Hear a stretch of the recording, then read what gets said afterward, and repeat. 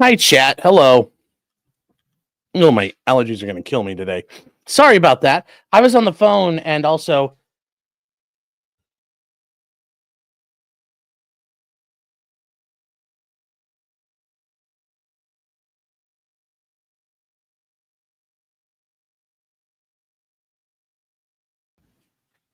Oh, sorry about that. I was yanking weeds out front. And so you might say, were you grazing out there, fat man? No, I was using my hands. But God, I am a little bit sneezy right now. So I'm sorry about that. But yes, I was taking a call and doing that. So I thought I set this for 6, but if I set it for 5, I guess we'll kind of get rolling on this here. My apologies, chat. I've been calling those 1-900 numbers again. Well, I follow you. I support your mom. Your mom goes somewhere. I want to make sure that she doesn't get fired. So, um, so, yeah. So you guys heard the interesting things with the body cam. Apparently, the city or the evil county that Nick claims out to get him, tried to homer everybody for some weird reason. But hey, you know what? That's why the fight is the fight, and we'll get that fight going. Ain't afraid to do it. Ain't afraid to participate. So we'll do what we can. We'll do what we can there, chat. But in the meantime, let's get to Karen Reed. That's right, chat. Karen Reed. Why is this all? That's right, chat. Karen Reed. We are day 24. Day 24. Yeah, I know. I've already read I've had access to some of the body cam notes for a while now. They're fucking awful.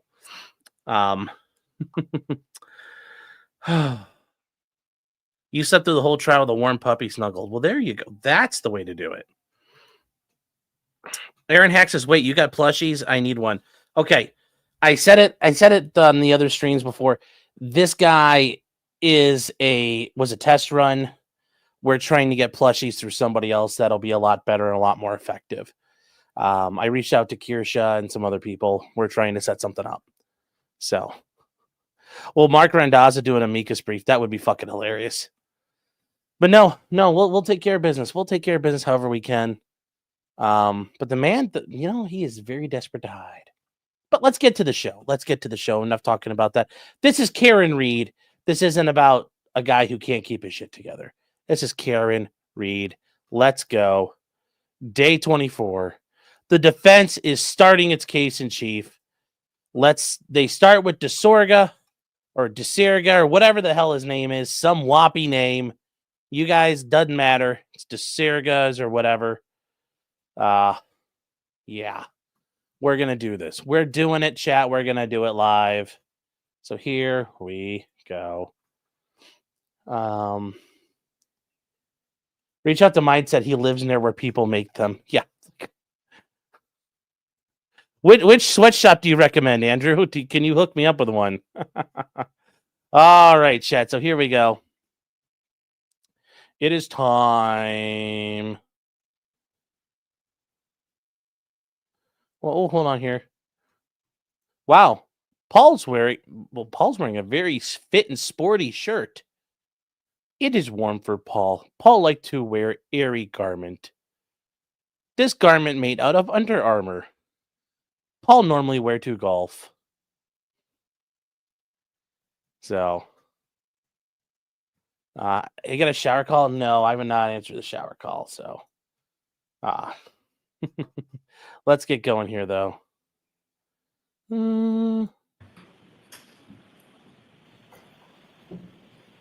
So I'll hear you whenever you're ready, Mr. Jackson.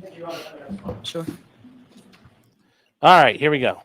Thank you, Your Honor. We filed this morning a motion for required finding of not guilty under Massachusetts Rule of Criminal Procedure 25A. I think that's before the court. My comments will be relatively brief, but it's important, and the points that I'm... Okay, Chad, it's a motion for directed verdict. You have to make it. You're going to lose, but you still make the motion. You lay things out on the record. You have to do it. It's actually considered ineffective assistance. So, did I watch or show Paul O'Keefe's media interview? The one he did a long time ago, or did he do a recent one? I don't know. Like, I don't know which one you're talking about, if there's a new one. But this thing here that LAX is doing, this is standard. It's going to lose. Doesn't matter. He'll make it anyway. You got to do it. So here we go. Yeah. Oh, hold on 1 second, chat.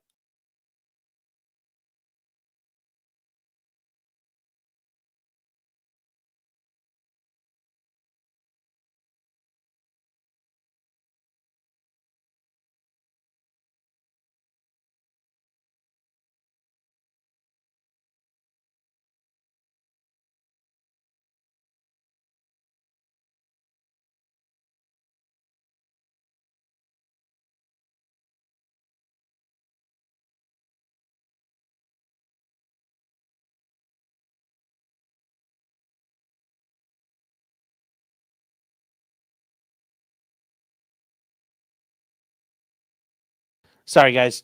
2.0 and I were having a discussion there. But yes, no, you guys should listen to it. We're going to listen to the whole thing. Yeah, we have to watch the whole thing. I need to watch the whole thing. So, because it's part of the trial. Going to make in the next couple of seconds, the next couple of minutes are equally. We're going to watch it because I want to see it. It comes down to the following. The Commonwealth has simply not proven, even in a light most favorable to them, that there was a collision on January 29th, 2022. I mean, I do agree. Fairview in Canton, Massachusetts.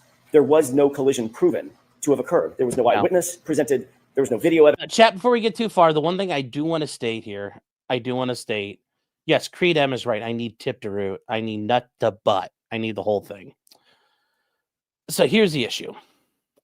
Right now, if this went to the jury could convict Karen Reed. And you know what I would say? That makes sense. I think it's acceptable if they make that finding based on everything in front of them. 100%. Michigan Panthers saying no body cam for now. Not permanently. There's not right this second. So yes, yes, Nick got his dub. You know, you think he'd get a dub when it like in his trial, but I guess it's a consolation dub for him. With this trial, though,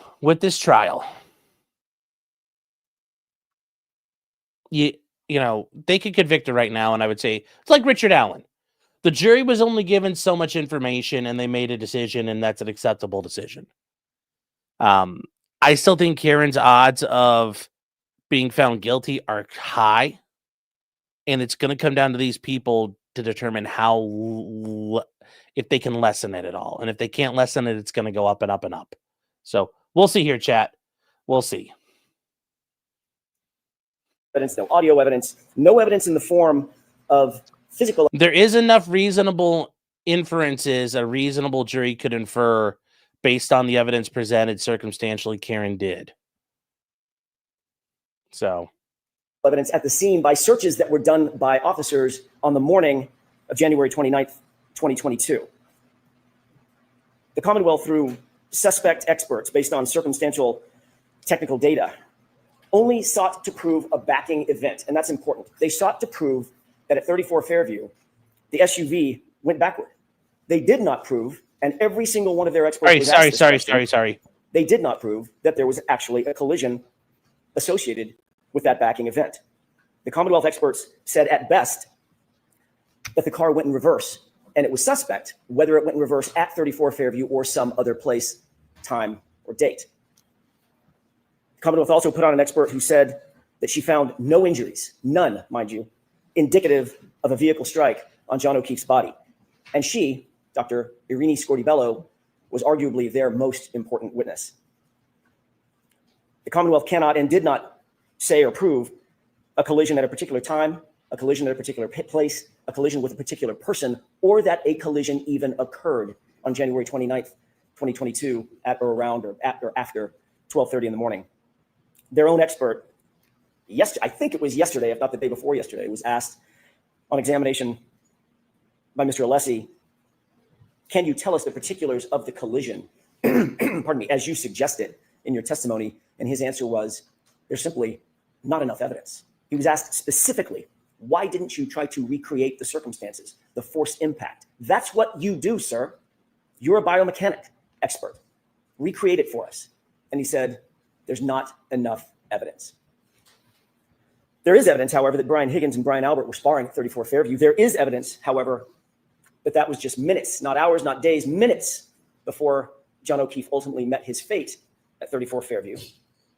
There is evidence that Brian Higgins was love-struck, that he was jealous, that he was aggressively coaxing John O'Keefe out of the waterfall, that he was passively aggressively coaxing Miss Reed to engage with him rather than John O'Keefe. Again, there's not a single eyewitness to a collision. There was not even a single eyewitness to a backing event at 34 Fairview. The court will recall Jennifer McCabe testified that she basically watched the SUV the entirety of the time it was in front of the location at 34 Fairview with Miss Reed in the driver's seat.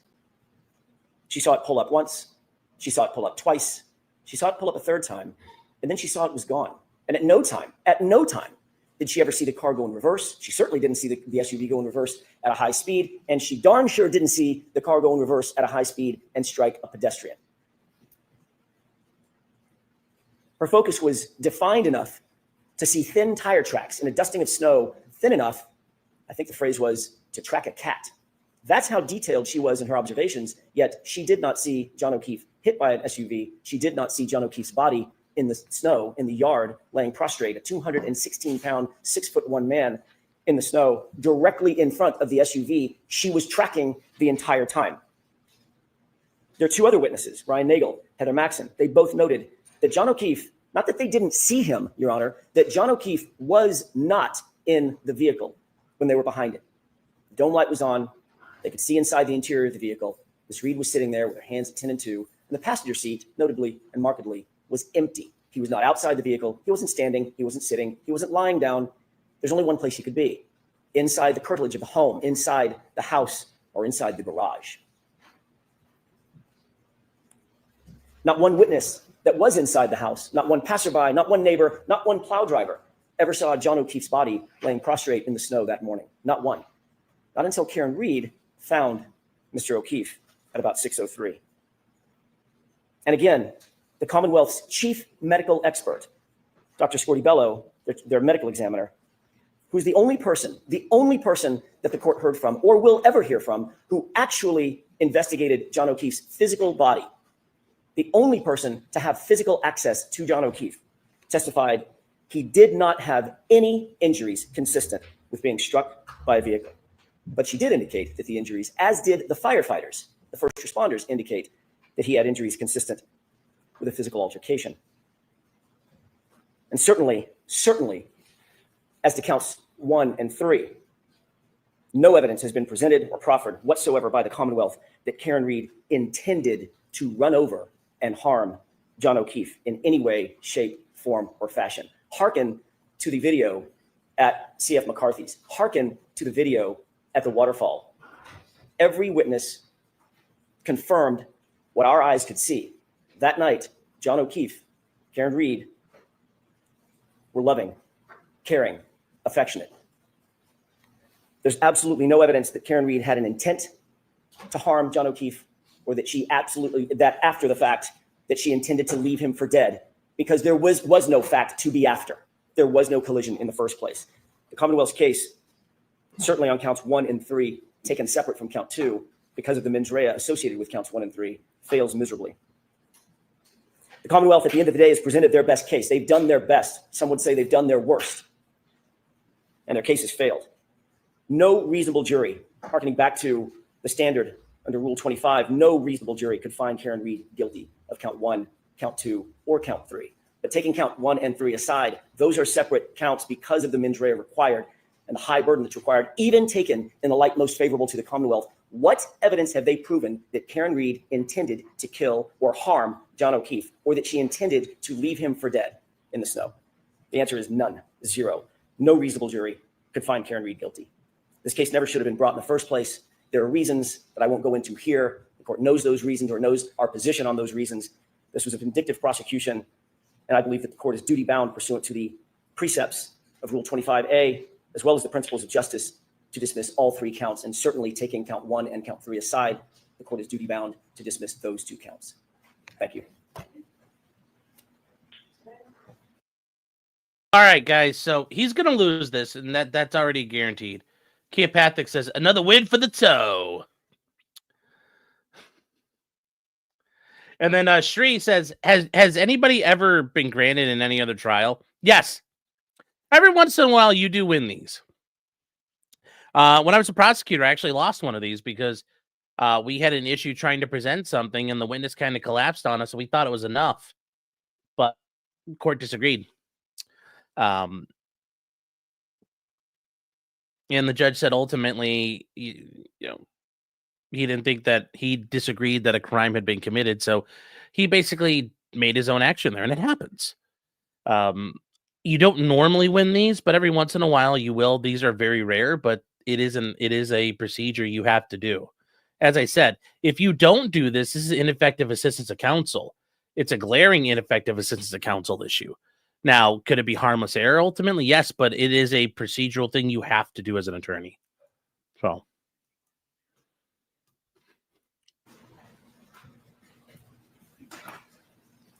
Oh, no, I think the guy 100% committed a crime. The judge disagreed with us. He didn't think the guy had committed a crime based on the elements presented. I 100% think the guy committed a crime. I think he 100% stole money from this old lady and lied about, trying to do anything to her house. I think he ripped her off for $15,000. So, yeah, I 100% think so. But given how things were presented, the judge believed that based on the case law, he had done enough work that it now became a matter of substantial compliance, and it made it a civil matter, not a criminal matter. And we disagreed that he had done anything. But the judge thought otherwise. So, what was the ruling? Well, the ruling was he found that there wasn't, he found that the state had not met its elements and that the compliance he did, trying to roof this lady's house, he had tried and started. So at that point, it becomes a civil matter, and therefore it's not criminal anymore. So he dismissed. It was a directed verdict. Oh, the different ruling? Well, the different rulings, did she win in court? No, she was like an 85-year-old lady. She didn't have any money. So I doubt she was able to do anything about it. Oh, the other ruling?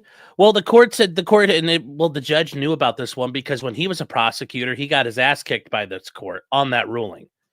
And he had prosecuted a guy who stole, after a tornado had come through in a massive hailstorm, he had stolen like $300,000 from people.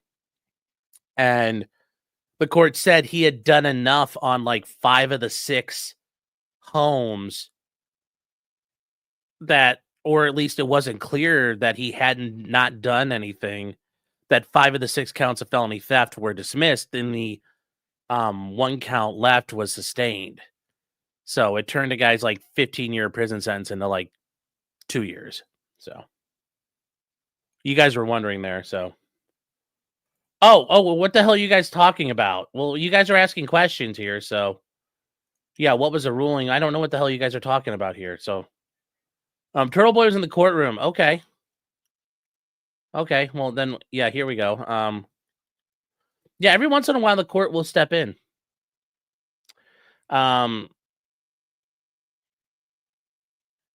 What did the judge say? Judge is not releasing it for now. So, although, like I said, I don't think that's a correct statement of the law, but we'll do our thing, chat. We'll work on it. We will work on it. That's not over yet, and it's far from over. And I think people made a lot of shitty assessments and statements. The prosecutor made a bad one. Nick and his attorney have made a bad one. The judge made a bad one. But hey, you know what? We'll fight. So here we go. Yeah, we're gonna have to sue for it. And I'll be working with Matthew Harden on stuff. So we'll see. So it's not the end of the world, chat. And besides, we have written accounts from people who watch the videos, and I'm sure Nick's gonna say it's not true. But the written accounts, and I've already known about some of these written accounts for a while, match up with the information I have and the pictures I've seen. So it's kind of nice seeing some verification.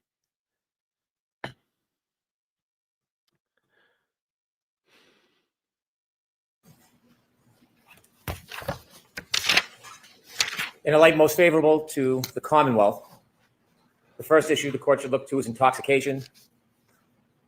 The reasonable fact finder would find that the defendant was, in fact, intoxicated. There's enough evidence to prove that Karen Reed was intoxicated, correct? 100%. Based on the serum conversion and based on Karen Reed's statements herself, you've heard many. The written accounts around the farms, you can go look for them. They're there. They're up. You don't need to even... Hank's got this all wrong. Don't worry about the serum conversion. All the people talking about her drinking. She was 100% drunk. You don't even need the serum conversions. All the accounts of everybody drinking at the bar would have been better. Admissions by the defendant about her level of intoxication, which far surpassed the statutory mandate that she consumed alcohol in a way that would affect her ability to operate safely. Those are just two of the cornerstone pieces of intoxication, which are clear, like most able to the Commonwealth, a reasonable fact finder could find beyond a reasonable doubt. The evidence of collision is abundant. I do not want to go through an entire closing argument or rhetoric, but suffice to say there are taillight fragments from the defendant's own Lexus from her shattered right taillight that are found in Mr. O'Keefe's clothes. Mr. O'Keefe is left at the very spot where she expects to find him, according to her statements, where her car does a backing maneuver at least 24 miles per hour. He is left with injuries on his arm consistent with the damage to her Lexus right rear taillight. The scientific We'll data talk about this in a second. Is substantial. Telestream data, Apple Healthcare data, battery temperature data. Now, I think that the evidence is not overwhelming, but they have, like, the way this works, guys, they have presented evidence. Dr. Welcher presented his evidence. Remember, testimony is evidence. The paint, even though we laugh at it, the jury is the one who has to assess the evidence. They assign credibility and weight to the evidence. So, yes, in the light most favorable to the state, they have presented enough evidence that a reasonable jury could find they've met their burden. So that's why we're here. And again, Ms. Reed's statements herself about clipping, hitting. The evidence of a collision in this case is overwhelming. It is a public way. Lieutenant Gallagher told us about Fairview as being a public way. And so as to the operating under the influence of alcohol manslaughter, the conduct of driving in that forward and backing maneuver after being intoxicated meets clearly the standard for OUI manslaughter. Regarding second-degree murder, as highlighted in my opening statement, the defendant engaged in intentional conduct. That was her maneuver of driving forward, stopping, and then driving back to Mr. O'Keefe on January 29, 2022. Under the conditions that night after being intoxicated, that conduct was intentional. And any reasonable person could find that her conduct that night created a plain and strong likelihood of death. There's no predicate of intending to kill or even intending to hit. There is clearly a plain and strong likelihood of death driving a 6,000-pound SUV forward and then back. In addition to state of mind, again, the defendant tells us herself. Through firefighter Becker, they're arguing, they're upset. We see the text messages, evidence of attempted breakup, and we hear the words of Karen Reed when she leaves numerous voicemails that night, and you can hear her voice. There are statements, I do not want to go through a summary of all of them, but statements from the defendant herself where she acknowledges an injury to Mr. O'Keefe. She's the last one with him, where to find him, and her hypothesis is about hitting and clipping him. As to leaving the scene, again, the defendant tells us that when she leaves, he doesn't look mortally wounded. She leaves him, makes dozens and dozens of calls, but never goes back to help him and leaves him to die. And we heard from Dr. Wolf about the life-saving procedures that could have been initiated. The chance of survival was never given to John O'Keefe. All of those facts suffice under Lattimore, a light most favorable to the government, that a reasonable fact finder would find beyond a reasonable doubt, or could find beyond a reasonable doubt, each and every element of each and every one of these charges. All right, thank you. So the motion is denied as to all three of them. On the other topic that we were discussing at Sidebar, I don't need to hear argument on that right now, Ms. Giannetti. I'd prefer to get started. I would like you and Mr. Brennan to talk to see about proposal. So are we ready to bring the jury in? I did not ask you at Sidebar. Are you ready for this witness, Mr. Brennan? I'm ready. Okay, so Thank you. all right, so we'll bring the jury in. That will take 5 minutes, Paul. All right, so we'll take these. All right, please. Okay, so I can't understand his accent. Well, understanding she's impatient. Remember, we're going at 1.3 speed, but she already knew, and everybody knows she was going to drop it, so she wasn't going to allow it. So I mean, that's not uncommon, especially the way Bev's acting. Ski Man, who's been a member for 7 months, thank you. I appreciate it. Says, woo! Free milestone chat. So his Sean. Thank you. Jesus Love You says, for $2 spoilers, worried about time and Hank being a tampon. Oh, I'm sure he would. I'm sure he would. Is it Michigan Panthers, the UFL champs, saying, is it too early, or have you shared if you think Karen did it? I mean, honestly, the evidence doesn't point to it. I mean, I will say Karen sounds like a fucking nasty woman. I wouldn't want to associate with her. It sounds like when she gets drunk, she's really fucking mean. It also sounds like John O'Keefe was a big turd himself. And it sounds like the McCabe's were turds, and the Alberts are turds. It sounds like this was a whole group of assholes. But no, I don't think she did it. I don't think she hit him. I still think John slipped, fell, and cracked his head.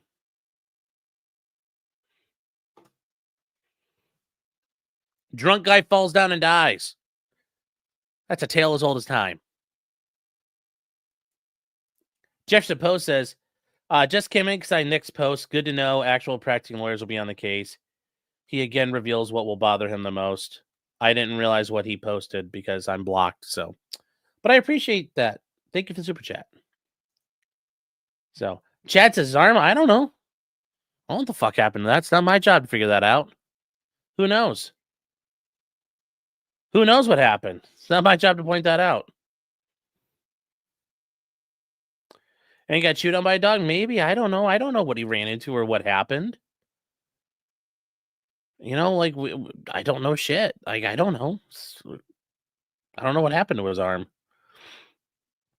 Who knows? Maybe when him and Karen bang, she likes to grip him hard and, you know, leaves nail marks. I don't. Who knows? Who knows? Do I buy this was a or Brian Higgins was trying to assassinate John O'Keefe so he could get a sniff of Karen's puss? Not really buying that one, but I mean, it could happen. Men have killed each other over uglier women. So, you know, and yes, the idea of getting a crumb of puss or just the whiff of a puss has caused men to do all kinds of horrible things to their fellow men. Let's see here. If everyone here is an asshole, then who's going to take the part of Dustin Diamond? Yeah. They're coming for Colin. Bang, bang. Maybe. I don't know. A scuffle that got out of hand. Yeah, but I'm still not sure. Because, like, this idea that he fell back and hit the weight rack or something. I just think, if we're going to go to this, just say he got shoved and cracked his head and everybody panicked. I would buy that. But I think it's getting a little too elaborate from the Karen Reed side. So,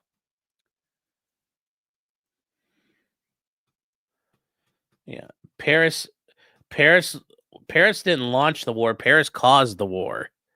Menelaus and Agamemnon launched the war.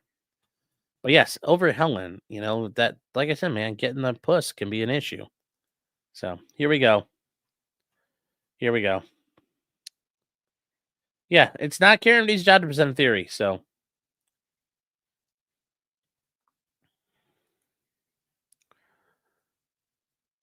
maybe the snowplow hit him too. I don't know. Will this start?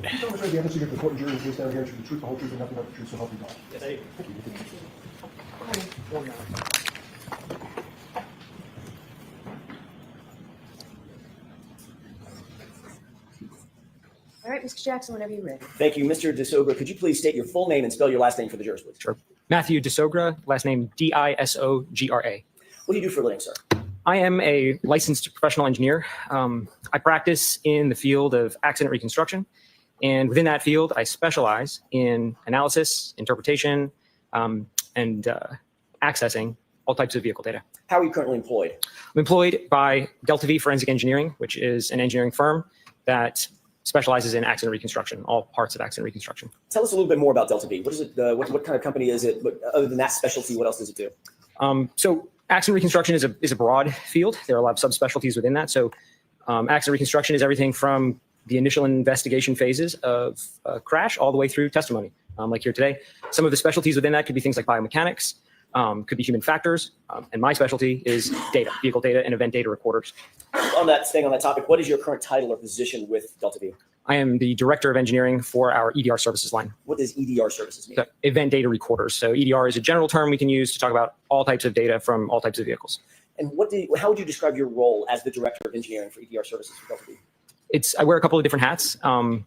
First and foremost, I'm still a practicing engineer. I still conduct investigations. I still perform analyses, and I testify. On top of that, in the director role, I oversee a group. It's not just me doing this kind of work. I have 3 other engineers that work with me, all specializing in EDRs. So I oversee that group and focus on kind of the day-to-day operations as well as the direction we're going.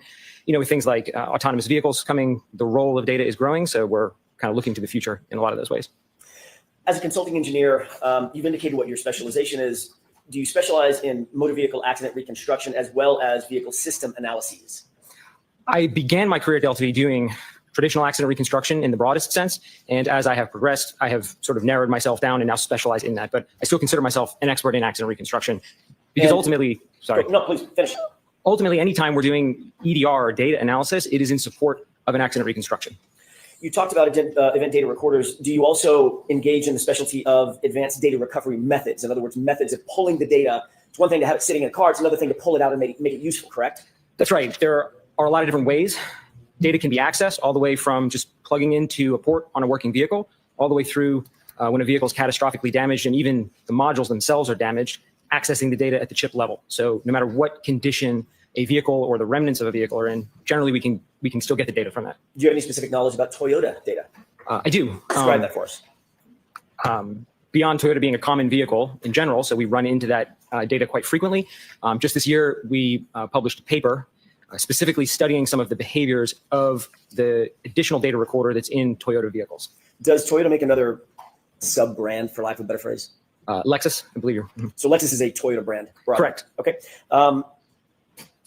What is infotainment? It's kind of a combination of a couple of words, information and entertainment. What is infotainment data as it relates to vehicles, modern vehicles? So it's a generic term, which more or less means the thing that's in the middle of the dashboard with the screen on it. A lot of manufacturers implement that a little bit differently, so they all look different, but it's a general term we use in the industry to describe that system. And what about, I'm going to change gears a little bit. What about your experience with regard to GPS as it relates to vehicles on the road, on the common roadways of the country? GPS is a pretty fundamental part of vehicle data as a whole at this point, and we run into it in a lot of different places. We see GPS data from infotainment systems, and we're analyzing that data. Most of that's GPS-based. I do a lot of heavy truck work, and almost every heavy truck has some kind of GPS system in it for the fleets to track them, so we're analyzing that as part of data. And then the last area would be when we conduct testing, any kind of research, we're generally going to put our own GPS systems on vehicles so we can study that data. So analyzing GPS is a regular part of my job. GPS, global, I'm going by memory, global positioning satellites? Global positioning system. System, got it. GPS is a mechanism to figure out where on Earth a certain item might be, whether it's this pin or an 18-wheel tractor trailer, correct? That's correct. Is there any difference Or a cruise missile. The GPS mechanism that's installed in an infotainment center in a Toyota/Lexus, versus a heavy truck or heavy vehicle that's on the road? The core technology behind how it works is fundamentally the same. What is instrumented testing as it relates to Toyotas and VCH testing and things of that nature? Can you explain that for the viewers? Sure. What instrumented testing means is, let's say we want to study, let's say, how accurate some data is that comes out of one of these vehicles. So we need an independent source of that information. So what we'll do is we'll equip a vehicle with one of these GPS data acquisition systems. Basically, we can drive the vehicle around and we know exactly where it is, how fast it's going, all these parameters. We can do some maneuvers with the vehicle. Then we can download the data that the vehicle stored, and now we can compare the two and say, okay, well, if we have really high confidence in our system, how accurate is the vehicle system? Because the reality is there's always some small errors in these vehicle systems. And in a lot of cases, what's important is quantifying that error. So you're obviously familiar with GPS systems in many different platforms. That's correct. Okay. How many cases have you been a part of in terms of investigating and or analyzing infotainment center or infotainment system data? Infotainment specifically, probably around 30. And are you also familiar with engaging in some sort of analysis that's referred to as clock alignment? Yes. What is clock alignment? Clock alignment would mean that anytime we have a timestamp in any set of data, a singular clock value, there's a good likelihood that that's not 100% accurate. So clock alignment would mean finding an independent source of time to compare that to, preferably one that's more reliable, and then making the necessary adjustments so that time can be considered real time. How many cases have you been involved in that deal with clock alignment specifically? Thousands, over 1,000. That's a regular part of data analysis. Any data set that has a timestamp, it's normal. It's part of the analysis. It's really the first step is let's get that clock aligned. So it's something I'm doing regularly. And how long have you worked for Delta V? It'll be my 13-year anniversary next month, actually. Okay. These things that you've just described that we've talked about for the last few minutes, these are all duties that you perform within the rubric of your employment as the director of engineering at Delta V, correct? Correct. Now let's shift gears real quick and talk about your education, training, and background that qualifies you to perform these duties that you just talked about. Go ahead. The road is open and it's yours. Certainly. So I began my academic career. I got an undergraduate degree in mechanical engineering from the University of North Carolina at Charlotte. I then went on and got a master's degree also in mechanical engineering from the same school. And then when I came out of school, I immediately started working for Delta V Forensic Engineering. In order to get a professional engineer license, I then needed to acquire 4 additional years of work directly under the supervision of another licensed engineer. So then I completed that phase of work. And then in order to maintain my license, I have to complete continuing education every year in the field that I practice. So you got both a Bachelor of Science, correct? Correct, Bachelor of Science. Did you mention the year that you got your Bachelor of Science? 2011. And you have a Master's Correct. in engineering. That is correct. And when did you secure that degree? 2013. You just mentioned engaging in continuing education. What is continuing education in terms of the engineering field or the reconstruction field in your world? So in the state that I'm licensed in North Carolina, they define that really as any activity you're participating in that's keeping you abreast with the field, keeping you up to date with what's going on. So taking formal classes counts for continuing education. A lot of things are continuing education. You, if you teach continuing education, that actually counts for people as well. So when you give presentations, that could be continuing education. This is now, some of you guys might say, well, this is a little rough. Yeah, because defense attorneys generally don't do a lot of direct. A lot of it's cross. So yeah, and it's just, this is a little, you think they would have practiced this a little more. This seems a little clunky on this stuff here. It seems a little clunky.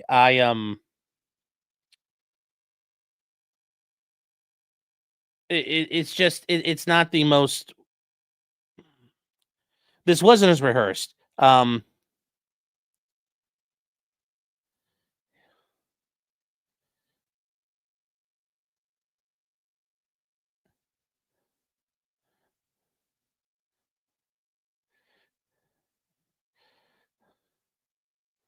Hold on here, chat. Wow, that kind of went away here. Need to finish this up here.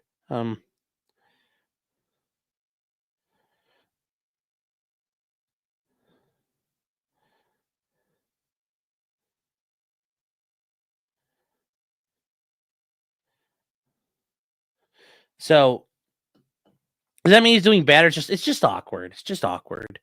It's a big old fat tie knot, though. That tie knot does not go with his collar. It's a very good, like, the shirt's good. The suit looks good. This tie knot, though, does not go well with his shirt. So, but the thing is, you know, it's easier when you're a skinny guy to dress nice. You're a big fat guy like me, it doesn't really help too much, but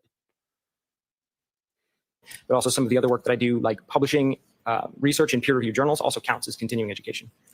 Do you regularly attend symposiums or symposia, I guess is the right Yes. word? Have you attended symposia related to EDR research and training? Yes. How about advanced applications of heavy vehicle EDR data? Correct. Yeah, I attend. There's a couple of regular conferences in our industry specifically tailored to EDRs as a whole for passenger vehicles and heavy trucks.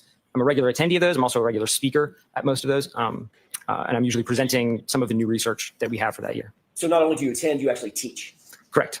Have you attended data? I'm sorry, have you attended data? Have you attended events that deal with data, event data recording systems, and event data recording system extraction.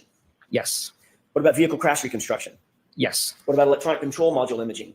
Yes. What about electronic control model analysis? Yes. Okay. Applying automotive EDR data to traffic reconstruction. Yes. These are samples of the type of continuing education that you routinely engage in, correct? All that's accurate. You talked about additional licenses and professional registrations. You're a licensed professional engineer, correct? That's correct. In North Carolina? Correct. You're also a certified IPC specialist? Yes. What is an IPC specialist? IPC is an organization that offers certifications in basically soldering. I could say it in more technical ways, but it boils down to soldering. So as it relates to what I do, when we are recovering data from damaged EDRs at the chip level, that involves some really precise soldering work. And so IPC offers courses in how to do that at basically the highest level, and then they offer certifications for that. Are you a member of the Society of Automotive Engineers? I am active member. When you say an active member, is that a nationally recognized society for academic engineers? Yes. The teaching roles that you've held within organizations, have you been an instructor concerning accessing and interpreting heavy vehicle data event recorders? I am. I'm currently an instructor of that course, which is offered through the Society of Automotive Engineers. As a matter of fact, next week, are you going someplace to teach? I am. I will be in Wisconsin next week teaching that very course. Are you a member of any subcommittees within that organization, within the organization of the Society for Automotive Engineers? I am. I am a voting member in the J2728 subcommittee, which is a subcommittee for event data recorders on trucks and buses. Are you also a member of the National Association of Professional Reconstruction Specialists? I am. Does that require a certain level of education? It does, and it requires, as far as I know, when I joined, sort of proof that you are active within the field of accident reconstruction. That was my next question. It requires you to stay current on accident reconstruction issues, correct? Correct. Have you also authored peer-reviewed articles on within your field and Yes. subfield? Is it fair to say that you've authored or co-authored a number of peer-reviewed papers in the field of accident reconstruction specifically, as well as EDR data retrieval? That's correct. Have any of your peer-reviewed articles that you've either authored or co-authored specifically focused on Toyota vehicles? Yes. Can you name one, please? Specifically, this year published a paper where we studied the effects of collision-induced power loss on the way data is recorded in Toyota systems. And that would include Lexus systems. Fundamentally, they're the same components, it's just a different brand on top. In January 2025, did you co-author a publication entitled Simulation of Vehicle Speed Sensor Data for Use in Heavy Vehicle Event Data Recording Testing? Mr. Jackson, you're going to have to repeat that. Of course. Sorry. In January 2025, did you co-author a publication entitled Simulation of Vehicle Speed Sensor Data for Use in Heavy Vehicle Event Data Recorder Testing? Yes, I was the lead author on that paper. When you're dealing with retrieving data from a vehicle, an EDR, an event data recorder, Toyota paper, whatever it might be, and that's a term of art, Toyota paper, correct? Sure. Does it matter if the vehicle is a heavy vehicle, a small vehicle, a passenger vehicle, a moped, or a skateboard if they happen to have an infotainment center on it? There are differences, of course, between the data that comes out of passenger vehicles and the data that comes out of heavy trucks, but there are also a lot of fundamental similarities to those. Like, for example, they all record vehicle speed. They all have accelerator pedals. They all have brake pedals. So a lot of the core data we're analyzing is very similar. In January 2020, did you co-author a publication entitled Chip and Board Level Digital Forensics of Cummins Heavy Vehicle Data Event Recorders? Yes, I did. Okay. And what was the fundamental, without getting into the granular details, the fundamental aspect of that paper? So, in that research, we introduced a new technique for getting data out of damaged modules. So, you know, they're either burned, they've been submerged in the water, they're crushed physically from impact. We demonstrated a new method to be able to get data less invasively, but still at the chip level. And we also demonstrated that we could translate that data from the chips outside of the software that was provided. So you could use the software and get the data that way. And we demonstrated we could basically do it ourselves if we wanted to. Mr. Sogra, have you been qualified in other courts to testify as an expert in the area of accident reconstruction, EDR data retrieval? Yes. How many times? Once. When was that? In New York. You were deemed qualified as an expert in that court in this field that you're talking about today. Specifically with as it relates to data, yes. I want to talk a little bit about what you were asked to do in this case. We asked to undertake a review of certain work performed by a person by the name of Shannon Burgess with Aperture LLC. Yes. Are you familiar with Aperture? Yes. Before you were asked to undertake that review, were you familiar with Aperture? Yes. Were you familiar specifically with Shannon Burgess? Yes. Were you asked to engage in any original analysis in this case? All of my analysis is fundamentally based on all of the data and the numbers provided in the Aperture reports. So more or less the answer to your question is no.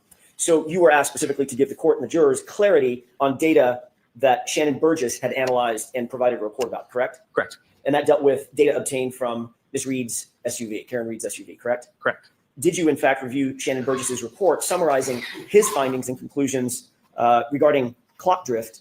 That report was dated in January of 2025. Yes. And what did you do in that regard? I analyzed the methods that Mr. Burgess proposed for aligning the clocks in that report. Were you also asked at some point to review Judson Welcher's report and PowerPoint presentation regarding the timing of the text stream event known as 1162-2? Yes. Did you determine whether Dr. Welcher had based his report on Shannon Burgess's analysis? Yes. Before we get into that, I want to ask you a couple of questions about text stream events. So we're all talking sort of with the same vocabulary, if we could. When I say text stream event, have you ever heard that called a trigger event? Yes. Are those sort of synonymous? The event, in order to be generated, has to be triggered by something. So, yes. You became aware in your analysis, I'm assuming that Dr. Welcher reported a trigger event at a particular time or span of time, correct? Correct. What span of time was that? I should say, what time was that?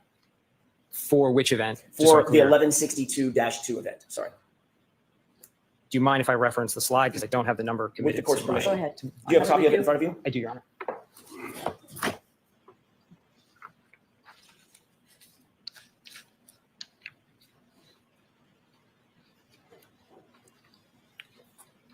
So the original analysis places event 1162-2 ending at 12:31:43 a.m. Now, Dr. Welcher, this is what I want to talk about for just a quick second. Dr. Welcher indicated that the trigger event began at 12:31:38, correct? I believe so. That would suggest that a trigger event lasts 5 seconds, 12:31:38 to 12:31:43, correct? Objection. Sustained as to form. Let me ask you this. Does a trigger event or does a text stream event last 5 seconds or 10 seconds? The trigger is a singular point in time. That's my question. All right, so if we're thinking about a trigger event, it's like that clap, snap, right? It's a point in time, not a series of, not a time span, correct? It's a singular point, correct? Okay. Does a trigger event or a text stream event cause a recording to bookend the trigger event itself? Yes. Explain that for the jurors so that we're very clear about that. Sure. So when an event is triggered, what we end up with is some data from before the event was triggered and some data from after the event was triggered. The way it does that is it's kind of always recording. And as soon as it sees a trigger, it says, aha, and it goes and it grabs the previous 5 seconds. That number can vary. It can be more or less than 5, but for the specific trigger we're talking about, it grabs the previous 5 seconds of data, and then it keeps recording for an additional 5 seconds, and that completes its recording phase. Right.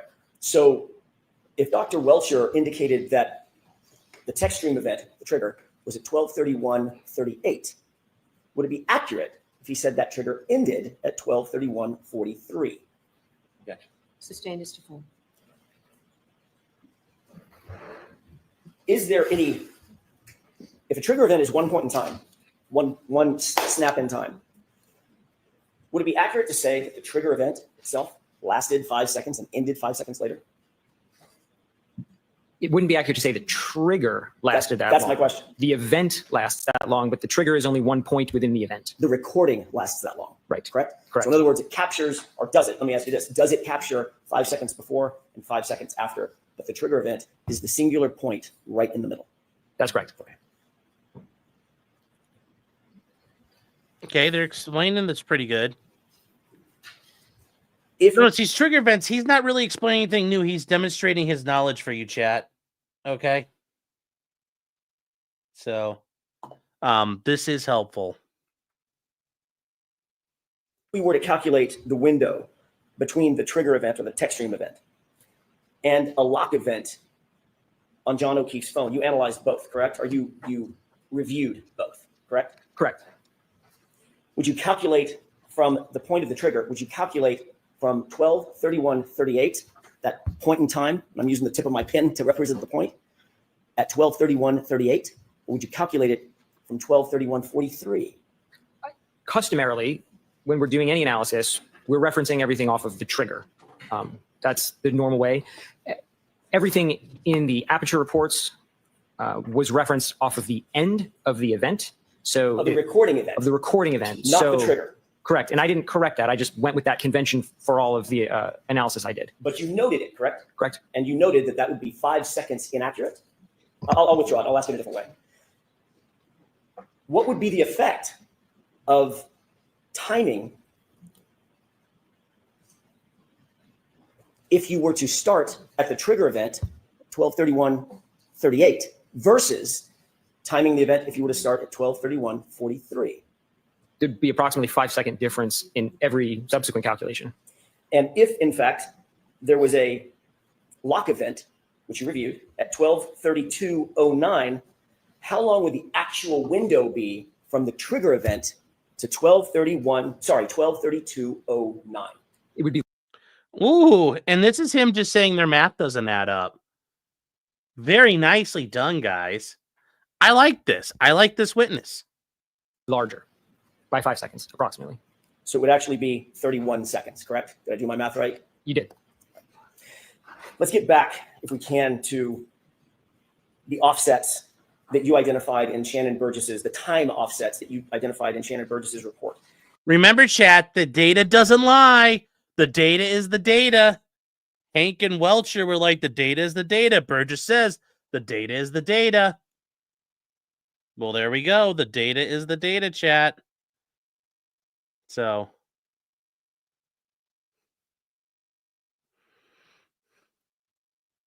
Wicked Exile is saying he confirmed the data alignment as a fact. Well, he's confirming the data alignment. He went with that as the hypothesis, but he's pointing out that his timing is off. So it's not properly aligned. And even then, even if that's aligned, you still have to show Karen Reed did it. But remember, we don't know when she went 24 miles an hour. We don't know when all that happened.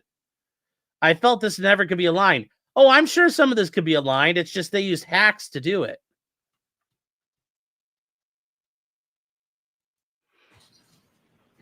When you applied the potential offsets identified by Mr. Burgess to the text stream event at 1162-2, what opinions or conclusions did you come to with regard to that analysis or that question? Sustained. Ask it. Did you apply the potential offsets identified by Mr. Burgess in his January 2025 report to the text stream event 1162-2?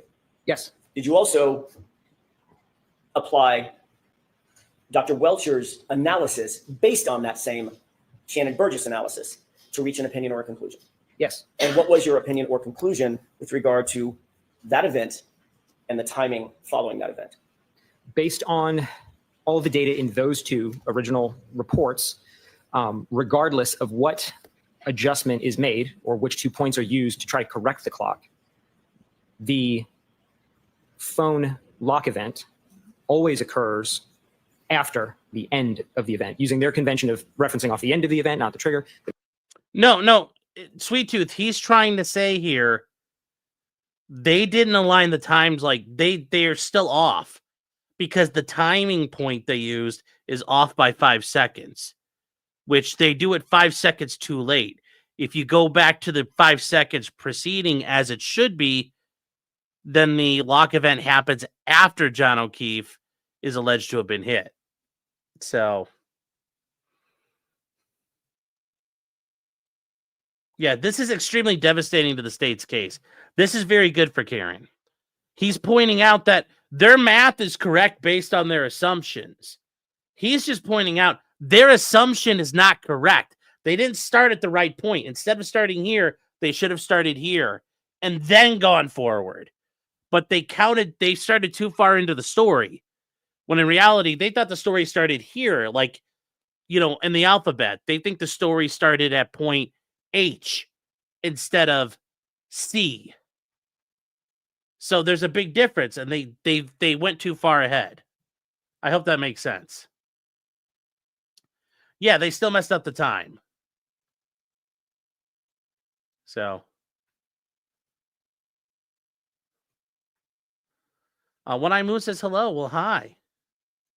Yes.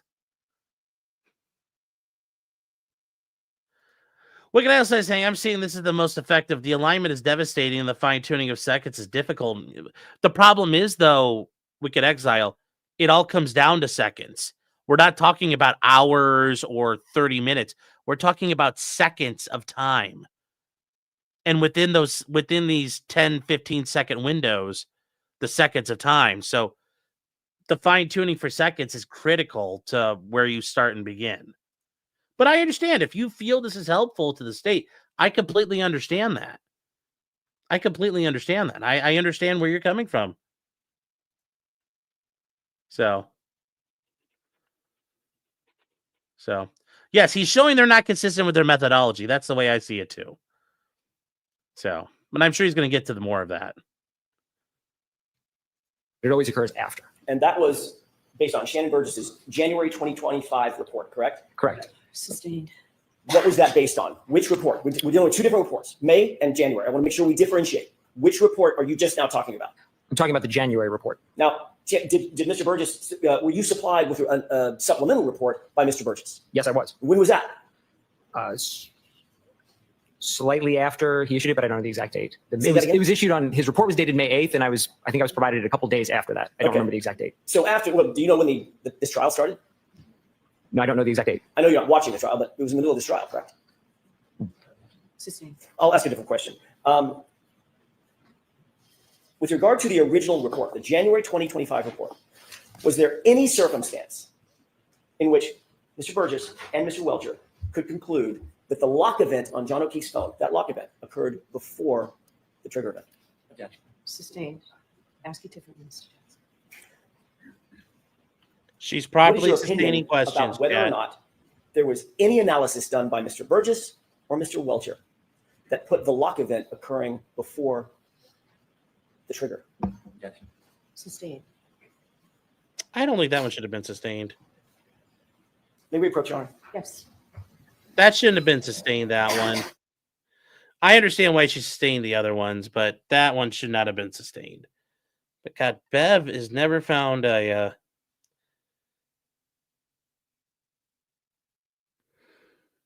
and the one thing I will say, chat, about Hank Brennan that's kind of disappointed me, he attacks us like a defense attorney using the idea, well, it could be anything, so therefore we have a case. And he shouldn't be able to do that. When you're a defense attorney, you should be fighting this differently than as a prosecutor. Let's see here. I have a feeling we went too far. Let's see what happens. He does have foundation. I think he's got enough. Wicked Exo said, I never thought the tech data would be so alignable. I mean, it's going to be alignable. It's just, how accurate is it? I mean, like, I didn't think that this was all a bunch of bullshit. They were just pulling numbers out of thin air. I think it's alignable. It's just not alignable to keep the points they try to anchor it to. I don't think there's anything wrong with assuming these data points could exist. I just think they improperly did this. So they didn't do it the right way, and it's not the proper alignment, if that makes sense. So, like I said, I don't think this is fatal, but I understand why you could think that.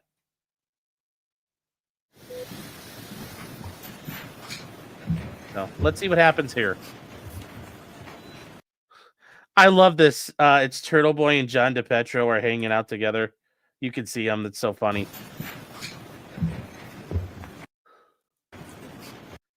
There they are, chat. Two star-crossed lovers. Turtle Boy, I hope you're watching this. Aww. Together forever. Aww. Shh. Shh. Aw, they're there. Where's the best buddy Clyde? Clyde is actually, I think, sitting with 2.0. We'll get him in a second here.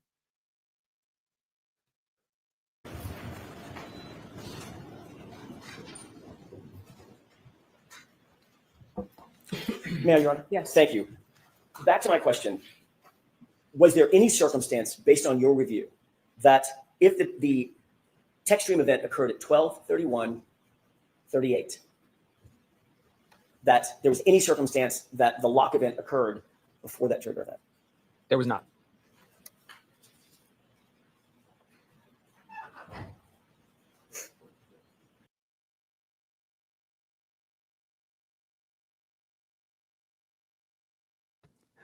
All right, DUI guy's horrible hair. Are you really gonna call this guy DUI guy? He kind of he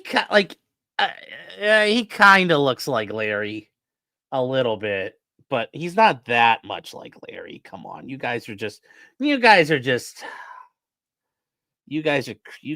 goofy. It's so funny. It's Larry's junior. It's Larry's high school picture. Brooke said that was real commentary. It is. Yes. Did you create a PowerPoint for clarity's sake in March of 2025? Yes, Did you provide that to us? I did. What was the purpose of creating the PowerPoint? The purpose of the PowerPoint was really to take a bunch of different data elements that were kind of placed throughout Mr. Burgess's report and Dr. Welcher's report in PowerPoint and compile them into a single source, a single table, essentially, to show as clearly as possible what the conclusions would be if we look at the data as a whole. When you created that PowerPoint presentation, did you create it with the intention of providing it to the defense, which would then be provided to the Commonwealth? Yes. Are you aware of whether or not that was disclosed to the Commonwealth as part of the normal discovery process? No. So the answer is no. The answer is Following your presentation of the PowerPoint to us, at some point, did you receive from Mr. Burgess an amended report, an amended PowerPoint? I received an amended PowerPoint by Mr. Burgess, not from him, though, from you. Fair enough. Fair enough. Did that report, or did that PowerPoint, however you want to put it, markedly, was it any different than his January 2025 report? Yes. Did you note any conclusions? Did you note the conclusions that he came to in January 2025? Going back to the original report? Yes. Did you note conclusions and opinions that he came to in May of 2025? Yes. Were those two things different? sustained. Were the conclusions, not his opinions, were his conclusions different? Sustained. Was there any difference in the two reports? There was. Tell me the differences. In the first report, Mr. Burgess did some of the calculations that are necessary to correct or adjust the times based on certain approaches, but never went through the final step of applying those calculations to the times and coming up with the final time. In the supplemental report, he then essentially took that analysis to the end. He approached it in a new way, a different way than he had previously laid out in the first report, but then he also took it all the way to the end by applying those calculations to the times. What were the main differences? Explain for the court and for the jurors, what were the main differences that he changed in the May 2025 report? Contrasting it with the original report. In the original report, he laid out some methodologies for correcting the clock using phone calls that were shared between the vehicle and Mr. O'Keefe's phone. And in the supplemental report, he moved away from the phone call analysis and moved to attempting to align the clocks using a shared maneuver between the vehicle and the phone. What was the shared maneuver? It was a 3-point turn. Was that the same analysis that he had in January 2025? He did not have that analysis in the January 2025 report. Thank you. Based on the new information in the May 2025 report, what was the effect, as you see it, regarding the possible scenarios? So I did the exact same process I did using the supplemental report as I did on the first report. And when I ran all those numbers and those calculations, it turned out there are now some scenarios in which the phone lock occurs after the end of the event. There's some scenarios where the phone lock occurs simultaneously, like literally at the same second. And there are some scenarios where it occurs before. So now there's a range. So Mr. Burgess's report, his new report, his amended report, widened that gap to allow him to opine that there were scenarios that occurred after the phone lock event, correct? Objection. The objection is sustained. Did you prepare a PowerPoint presentation in furtherance of clarifying Mr. Burgess's analysis? Sustained. Did you seek to clarify Mr. Burgess's analysis? Objection. Sustained. Your Honor, may we approach? Yes. Yeah, see, I can't believe that Hank is really getting all these sustained that way. This is being a little ridiculous by Bev. So...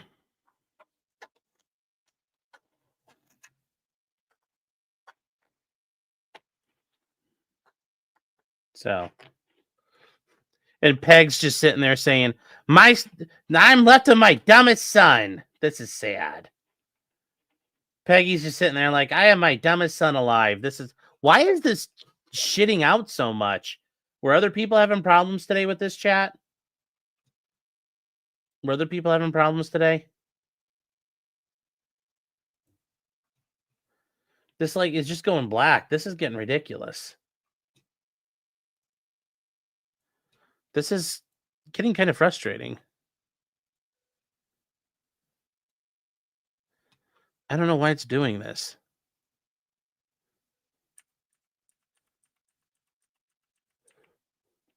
So, turn up the downloads. I don't have any downloads going. Thank you. See, look, now it's doing this again. I have nothing else running. There we go. Jeez. Alessi with the fucking, that's some bright blue. I like that. I like the tie, too. That is a very colorful tie. I like that. But yeah, Alessi's, God, I really look like a blueberry, but I like Alessi's suit. If I stop torrenting porn, I won't know what your mom did last night. I need to see her newest release. May I? Yes. Did you I mean, we watched your sisters last night, too, so. prepare a PowerPoint? Yes, presentation Alessi's for your tie. Yes, analysis? very well done. Yes. What was the reason and what was the purpose for your PowerPoint presentation? I needed to include in my analysis the approach. Crow, she has every right to be involved at the sidebars. If she has every right to know what's going on in her defense. It's not uncommon. Doesn't happen a lot, but I mean, it's not like extremely rare. She has every right to be there. Tell 2.0 to switch her Deep Space Nine streams from 8K to 1080p. Yeah. And the conclusions from the supplemental report by Mr. Burgess. May I have a moment, Your Honor? Yes. May I approach? Yes. I'm sure Jackson and Alessi know each other very well. If you would mind taking a look at that document, it's a multi-page document I just handed you, and just flip through it and let me know once you've familiarized yourself with it. Well, why do you think they're dead, buddy? I was that good.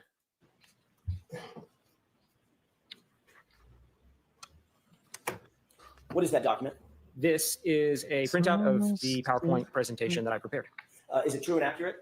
Yes, And it's complete? it appears to be. Your Honor, I would move for its admission, please. I have no objection. May I have that back, please? Just a quick second. 208. Thank you.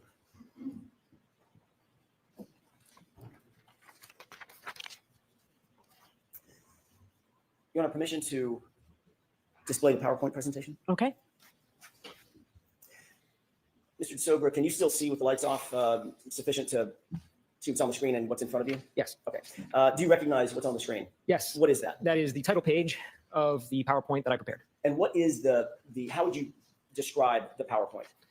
So this PowerPoint is largely identical to the first PowerPoint I prepared in that it seeks to take all of the different approaches between the initial Burgess report, the supplemental Burgess report, and Dr. Welcher's report, lay out all of those approaches in one kind of coherent fashion so we can look at what conclusions we can draw from all of that data. With course permission, can we go to slide 2? Yes. Mr. Jackson, you can just use this PowerPoint. It's in evidence. You don't have to ask slide to slide. Thank you, Your Honor. Taking a look at this next slide, what is this? What are we looking at? This is a slide from Dr. Welcher's presentation that I was provided. Specifically, this is his slide number 33. And what does it show?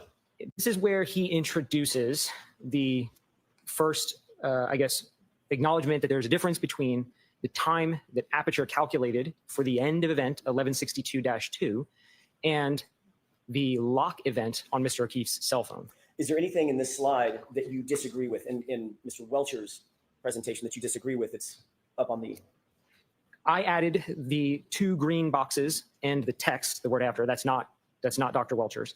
And I added that because it's stated here that the event occurred within 26 seconds. But if we do the math, and he actually does the math, he really means after. It means the phone lock event occurred 26 seconds after the end of the vehicle event as calculated. No, I'm going to allow it. The phone interaction happens how many seconds after the text stream event? Based on this slide, 26 seconds. Thank you. And the text stream of it that we're talking about is what number? 1162-2. And this slide, other than the green, is this slide or the portion of the slide that we're looking at, other than what you've described, is this directly from Mr. Welcher's own analysis or his PowerPoint? Right. I added the green box around within, the dash green box around the whole paragraph, the line, and the words after. Those are my additions. Let's go to the next slide. Can you tell us what this is? This is more or less a repeat of what's on the first slide, but just shown with a little more focus. The first slide is a little busy. So what I'm sorry, Mr. DeSoger. Bush, here's the problem. You can't throw his testimony out. What you do with this is, the way this works is it's now up to the jury to assign credibility to the evidence. That's how you do this. Yes, Bev should have probably done more Dalbert with this, but it's too late now. So now it's the jury's decision. They have to look at the evidence and make a decision. I agree. This probably it's clear proof that Welcher's a fucking charlatan. But right now, all this means is, well, now the jury's got competing information. And the fact finder is going to do this. So, yes, he's showing his work, and that is critical. But this really discredits Welcher here. But we'll see. Did you create this, or is this from Dr. Welcher's report? I created everything on this slide, apart from in the top right. That came from Dr. Welcher's slide 33. Although you created the slide, where's the data coming from for this slide? All of the data on this slide and all of my subsequent slides comes from the Aperture reports collectively, either Dr. Welcher's report or slides, or Mr. Burgess's first and second reports. What did their analysis reveal in terms of the exact time of the lock event for Mr. O'Keefe's phone? So in their analysis, in Aperture's analysis, they report the Lexus event 1162.2 ends at 12:31:43, and they also report there's a phone lock at 12:32:09. So if we just simply take the difference in those two times, we get 26 seconds. If we were to add the 5 seconds back to 12:31:38, which is the actual trigger event, what would you come up with? 31 seconds. Which of the two, in your expert opinion, which of those two numbers is more accurate as it relates to the trigger event? If we wanted to conduct the analysis relative to the trigger, it would be better to use the actual trigger time. However, as long as we're consistent through the analysis, it's not entirely wrong to use the end. It would be wrong if I suddenly switched up and started talking about this relative to the trigger event, but they present it as the end of the event. So I conduct the rest of my analysis using that convention. Is another word for the end of the event the end of the recording? End of the recording. Yeah. When I say event, what I mean by that is the date. So that actually there is not helpful when he's now, you may think that's not helpful, but he's giving some credit saying, look, these guys weren't all the way wrong. They were just wrong about where they did the math. So this does give him credibility as an expert, because he's not just coming in and saying, these guys are 100% wrong. Yes, Spud Gun, you're correct. The jury is the finder of fact. They are allowed to assess credibility, and they're allowed to assess weight. Who is more credible? Which expert is more trustworthy? Who do they believe to be right? And they go off their experiences as human beings. Now, right here, he's once again saying they're not all the way wrong, but they're wrong enough. So what we're doing. Data event, the data recording event. But the trigger event itself, 12:31:38. Correct. Did you put a name on this gap, if you will, this time frame? Yes, I did. For the sake of the rest of the analysis that I'm going to do, I thought it would be helpful to just refer to this difference in time as John's interaction window. And that refers directly to the interaction with the phone, the human interaction of locking the phone. The 12:32:09 lock. Okay, let's go to the next slide, please. Got it on lock, chat. What does this slide show us? So this here, what I'm doing is I'm kind of laying out the bounds of what I mean in John's interaction window, which should make, we have a lot of numbers to go through here. And so this should give us a very easy metric for kind of determining whether we have an event before or after. So what I mean by that is when we calculate John's interaction window, if that number comes out and is positive, that means the phone interaction occurs after the end of the vehicle event. And if we calculate John's interaction window and that number becomes a negative value, then that means the phone interaction occurs before. So now we have just a convention we can use really quickly to say, is it positive or is it negative?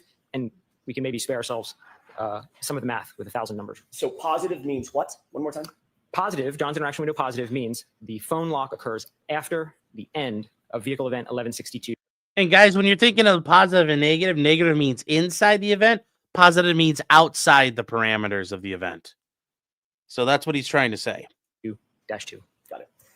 Let's go to the next slide, please. What does this slide show? No. I would still want a jury trial, I think. I don't think I'd trust this to a bench trial. Ooh. And I've had some very sympathetic judges over to the time. I don't think this is one of them. Especially if they're allowing it to get this far and they've allowed in everything else. No, because remember, all the other stuff has come in too. So you have to be careful. You have to be careful about that.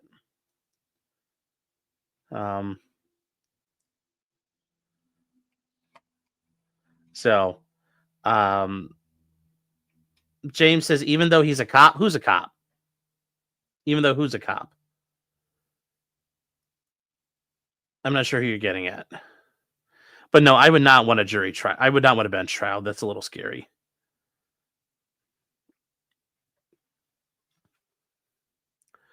Especially if we got to this point in the case. Oh, the victim? The victim's not even the issue. It's all the other things that are being allowed in would make me question that judge. So, yeah. Show us. So what I'm saying here, I'm kind of laying the foundation for why we're going to even do this. Why do we need to start doing math on these clocks? So fundamentally, the phone, Mr. O'Keefe's phone, and the vehicle, Ms. Reed's vehicle, they're separate clocks. And it's very unlikely that they're going to be aligned perfectly in time. Right? If I compared my watch to your watch, it would probably be off. And that's the same case for any two independent clock sources. So Aperture, in their collective reports, propose a number of different ways in which that can be corrected. So I'm going to go through all of those ways that Aperture has proposed and show if we align the clocks based on how they laid out, does John's interaction window stay positive or does it ever become negative? Where does it end up when we run all those analyses? Or another way to put it is, does the phone interaction always occur after the end of the vehicle event? And what did you determine? Based on the initial reports, yes, the phone interaction always occurs after the end of the vehicle event.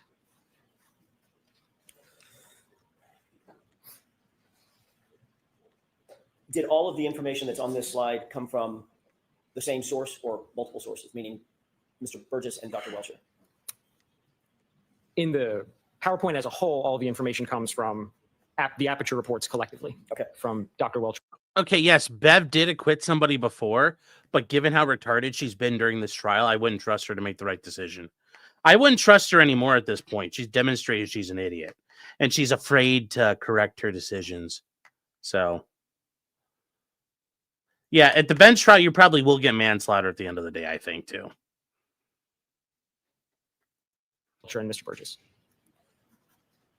Did Mr. Burgess make any adjustments from his original report to his subsequent report in May of 2025? Yes. Let's go to slide 6, please. Tell me about this slide. Yeah, so this is the first adjustment we're going to talk about and this one comes from Mr. Burgess's original report. And to summarize this adjustment, this is a key on timing adjustment. And we're going to show that the key on, the actual turning of the vehicle on, occurs about 3 seconds before that time gets registered in the infotainment. So the time we see is basically stale by 3 seconds. We're all familiar with how computers turn on. When you say key on, do you mean a physical key or could it be a push button to turn the car on? In this case, it's a button. I refer to key on because generally that event is considered the key on in vehicle parlance, regardless of whether there's a physical key or it's a push button. So those 3 seconds mean what? What's the difference between pushing that button and 3 seconds later that you just described? It means that when we're trying to use the timestamps that were recovered from the infotainment system that show when the vehicle was keyed on or turned on, that the vehicle was actually or likely turned on 3 seconds before that. Do you know where the 3 second conclusion came from in Mr. Burgess's report? That came from the testing that Aperture conducted with the exemplar Lexus that they purchased. Was there anything in the report that indicated testing, this type of exact testing on Ms. Reed's actual Lexus? No. Do you have an opinion as to whether or not all Lexuses? Oh, that's funny.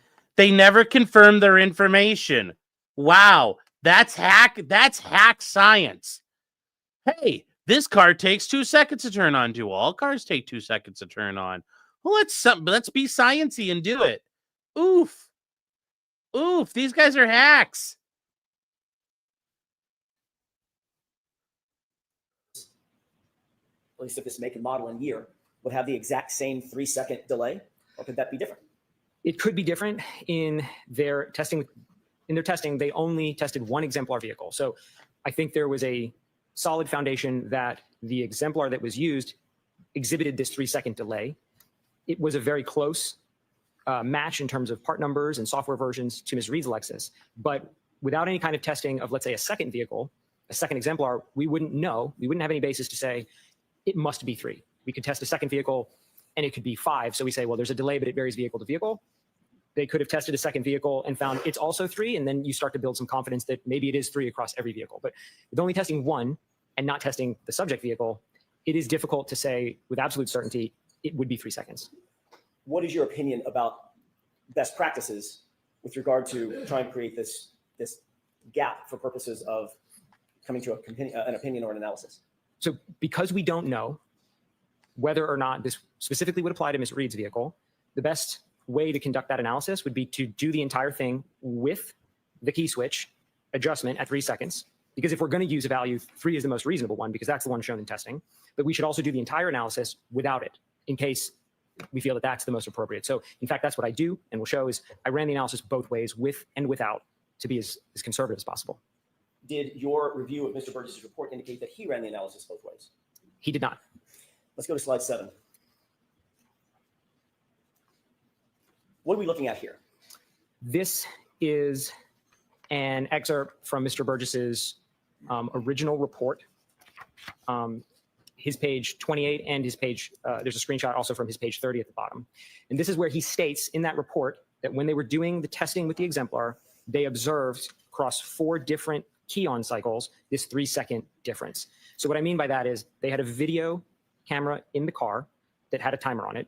And so in the video, you can see the button pressed. So in their testing, for example, they pressed the button at 21:48:05, and that's sort of nailed down. When they went back and downloaded the data from the infotainment, the key-on was logged in the infotainment as 21:48:08. So there's the 3 seconds. That's where they're getting that from. And that's what he states highlighted in red there. It's a little hard to read, but it basically says the average across 4 runs was 3 seconds. The 3-second delay, was that actually in his report? This is the only point in the report it's mentioned. I guess what I'm asking, it was an inartful question. The portion to the left, is that his report or your report? That is his report. Everything on the left-hand side of the slide comes from Mr. Burgess's report. So the 3-second delay was noted in his report? It was noted. Did he apply the 3 seconds in his analysis? He did not. Did he indicate in his report why he ignored that 3-second delay? He did not. Sustained as to that question. I'll rephrase it. Strike the answer. Did he indicate in his report the reason that he did not apply the 3-second correction? He did not. When you do apply the 3-second correction, what do you come up with as it relates to the 26 seconds from the end of the recording? So the positive 26-second window, if we only apply the 3-second key on, grows to positive 29 seconds. If you applied the same 3 seconds to the trigger event time, now what does the gap? That gap would grow to a positive 34 seconds. Between the trigger event and what? The phone lock.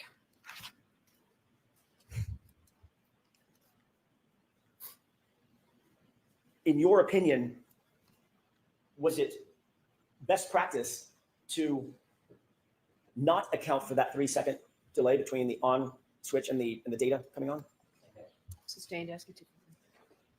What, in your opinion, would be the best practice in terms of this 3 seconds that was noted in the exemplar vehicle? The best practice would be to run the analysis with that adjustment included and without that adjustment included.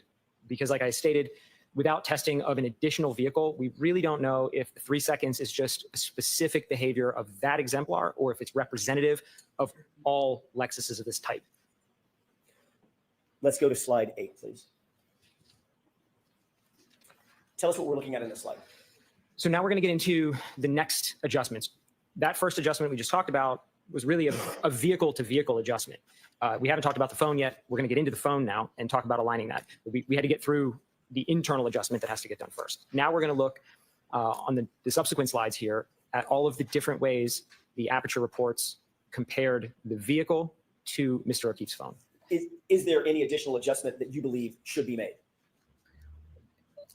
The aperture reports lay out two methodologies for adjusting. There is a methodology based on phone calls, and there's a methodology based on the 3-point term. And where did you get that information from? From the aperture reports. In Mr. Burgess's original report on differentiating, the January report, which did he use to determine his determination of the clock skew? In his initial January report, he never actually takes the calculation to the end by applying the differences in times to the calculated time for 1162-2, but he does do the math, which I'll show, for the differences on these phone calls. In terms of Dr. Welcher's report, did he identify a GPS point of 154 at all? Yes. How did he describe that GPS data point? He describes in his initial PowerPoint slides as point 154 aligning with the end of vehicle event 1162-1, talking about a different event now. This is the 3-point turn event. So he uses that as an anchor point. And that anchor point you said was the end of the text stream event, or the end of the recording of that text stream event. Correct. The aperture reports consistently reference everything from the end of the events. Let's go to slide 9, please. What are we looking at here?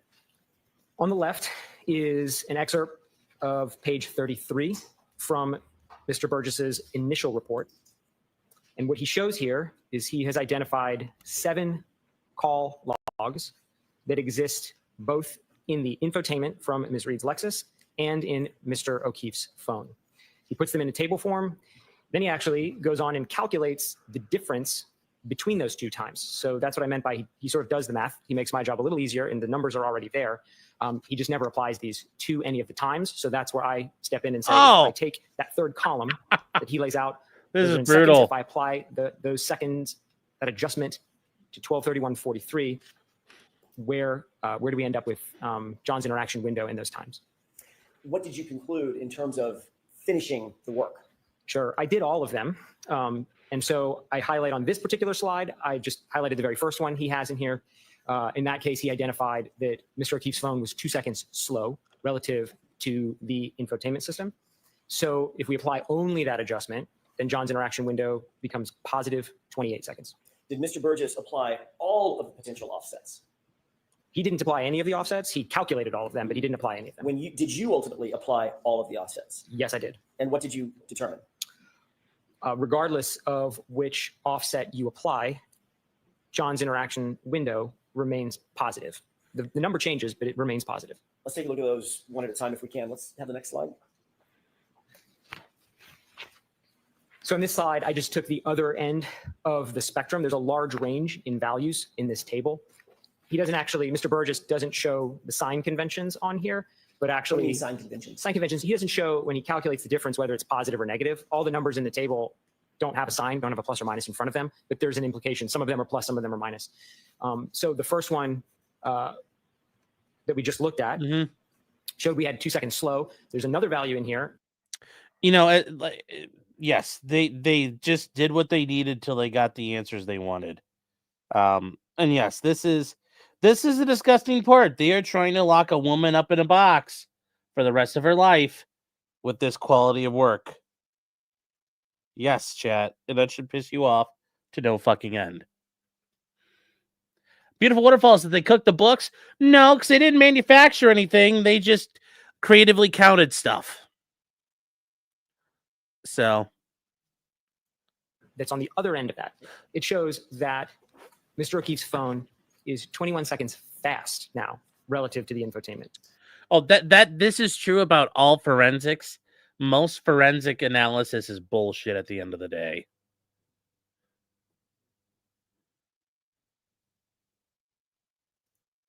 Yeah, I'll talk to Kurt. I'll see what's going on when we get a little further in. Like, what was he mad about? If he could fill me in. So that's the largest value in the table we could take that would bring John's interaction window down now. And so if we apply just that adjustment, John's interaction window becomes a positive 5. take a look at slide 11. So What are we looking at here? So I've still shifted now from the phone calls, and now we're going to talk about the 3-point turn alignment. And the 3-point turn alignment is first presented in Dr. Welcher's slide from his presentation here. And in this, he doesn't say it explicitly, but he provides some math on the screen, which is a little hard to read. But he puts some math on the screen that shows he's aligning this 0.154 from Mr. O'Keefe's phone to the end of event 1162-1. This is the prior event. This is a 3-point turn. And so he aligns, he says this is basically how you align it. And he doesn't do the math. Again, he lays out that he says a 19.2 second difference. I actually just adjusted that to 20, which is the most conservative way to interpret that. I don't think we have the accuracy here to talk about tenths of a second. Nevertheless, I just rounded that up to 20. And when we apply that 20 seconds to our event 1162-2, then John's interaction window becomes +6. That's just applying this. We're not combining anything. We're just applying the difference shown in the slide. And that positive interaction window, is that calculated based on information directly from Dr. Welcher's report? Yes. Let's go to slide 12. What are we looking at here? What is this table? This is a table I made. We talked about a lot of different approaches to how these clocks can be aligned and a lot of different variables. So I tried to summarize them in one table, put them all together, because some of them we can combine. We can combine the key on with either a phone call or a 3-point turn, but we can't combine, for example, a 3-point turn and a phone call. That's not valid. So I put all the possible combinations, all of them, with, without key switch, phone calls and 0.154 on one table, and I calculated John's interaction window for all valid combinations from the aperture reports. And when we do that, the result is that regardless of what adjustment we make, all of the numbers are positive, meaning regardless of what adjustment we make, the phone lock event always occurs after the end of event 1162-2. Did Mr. Burgess, in your review of his report in January 2025, did he ever undertake all possible offset calculations? No. Probably not. In his May 2025 report, did he undertake all possible offset calculations? No. What is your opinion in terms of best practices regarding calculations of this sort? I think if there's sufficient data, if there's testing or research or literature that in a specific case supports there is a best path or a best method, then we should use that. In this case, I don't think there is a best practice. There isn't any literature I'm aware of that would specify exactly the best path to align all of these. So in the absence of any external data to support one path, the most valid approach is look at all of them as a whole and then draw the conclusion from the totality of that data rather than cherry picking a single point. Can you testify to a reasonable degree of scientific certainty whether all potential offsets that were described in Aperture's original report, January 2025, result in a positive interaction window? No. Yes. And what is that? Chat, here's what I'll point out. That is actually going to give Hank, I don't know what Hank's going to do, but if I'm Hank, that gives him a lot of road to run with. So you're saying, so there is no set way, so what they did wasn't necessarily wrong. That's going to help the state here. This guy making I will say, he's being an honest expert. He's being an honest expert. Maybe to Karen's detriment, but he's being an honest expert. That opinion. Regardless of what adjustment or combination of adjustments we make from the original reports, John's interaction window remains positive. Does the positive interaction window mean the lock event occurred after or before the text stream event? It means the lock event occurs after the end of the text stream event, 1162-2.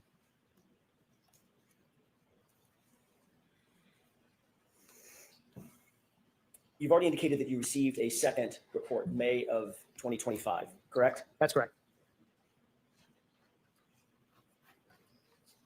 In that report, is there the same clock skew alignment or a different clock skew alignment that Mr. Burgess now undertakes? Mr. Burgess undertakes a different alignment in that report. Let's go to slide 13. Describe what we're looking at in this slide. So what I have here on the left is a screenshot of page 42 from Mr. Burgess's supplemental report. And so now he's done two things new here. He's identified a new method for aligning the data based on the 3-point turn. So now he's kind of following where Dr. Welcher started. but he's approaching it a little differently. And secondly, he is now calculating the actual time. He's doing the difference calculation and he's applying that to the time. So now he's taking the calculation all the way through, which is a little different from the prior reports.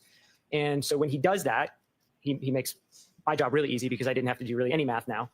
He comes up that there is a range now. So prior to this point, the original report by Mr. Burgess and Dr. Welcher reports all used discrete points in time, right? They sought to find an event that occurs at a singular second and another event at a singular second and a line based on that. This is a little bit of a departure from that approach. Mr. Burgess is now using a range of times, a range of uncertainty. He basically assesses that the 3-point turn data from the phone and the 3-point turn data in 1162-1 cannot be precisely aligned down to a single point. Rather, they overlap in this range of seconds. And so he then says that that range must be applied. So now we have to apply a range. And what we end up with is 9 possible values. So it kind of looks like one conclusion, but really there's 9 conclusions on this slide. And so if we just applying the math he has in the supplemental report, John's interaction window now has a range of 9 possible values. And that range spans from +5 now to -3. So we have 5 positive values. We have 1 value that's 0, and the 0 would mean it's simultaneous. And then we have 3 negative values. Does Mr. Burgess indicate in his report that any one of those values is more likely than any of the other values? He does not provide any data or analysis to support 1 point being preferential over the other 8. And are there more or fewer positive results in his analysis than negative? There are more positive numbers in that range of 9 than there are negative numbers. Does Mr. Burgess's new data indicate anything about Dr. Welcher's analysis about the GPS data point 154 being at the end of the 3-point turn? He opines in that aligning the 3-point turn on a singular point is not, and I'm paraphrasing because I don't know the exact way he states it, but not the preferred method. Is Mr. Burgess's analysis consistent or inconsistent with Mr. Welcher's determination that GPS point 154 was at the end of the text stream event? Objection. Sustained. Does Mr. Burgess in his report indicate whether he agrees or disagrees with Dr. Welcher's analysis? I don't remember specifically.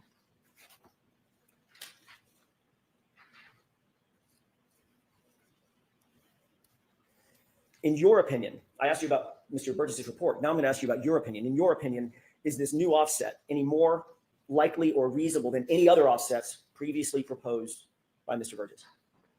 I don't think it is more or less likely.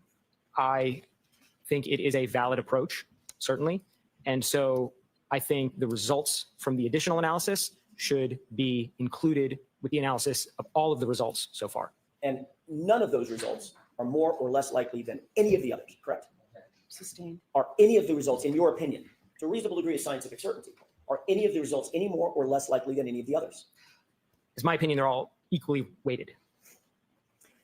Did Mr. Burgess account for the 3-second offset that we talked about earlier in his May 2025 report, his new report? I did not see any mention of that in his supplemental report. And certainly the 3 seconds isn't present in his math. I don't see it there. Let's go on to slide 14, please. Describe what we're looking at here in this table. This is very similar to the table we looked at previously, where I look at all possible combinations.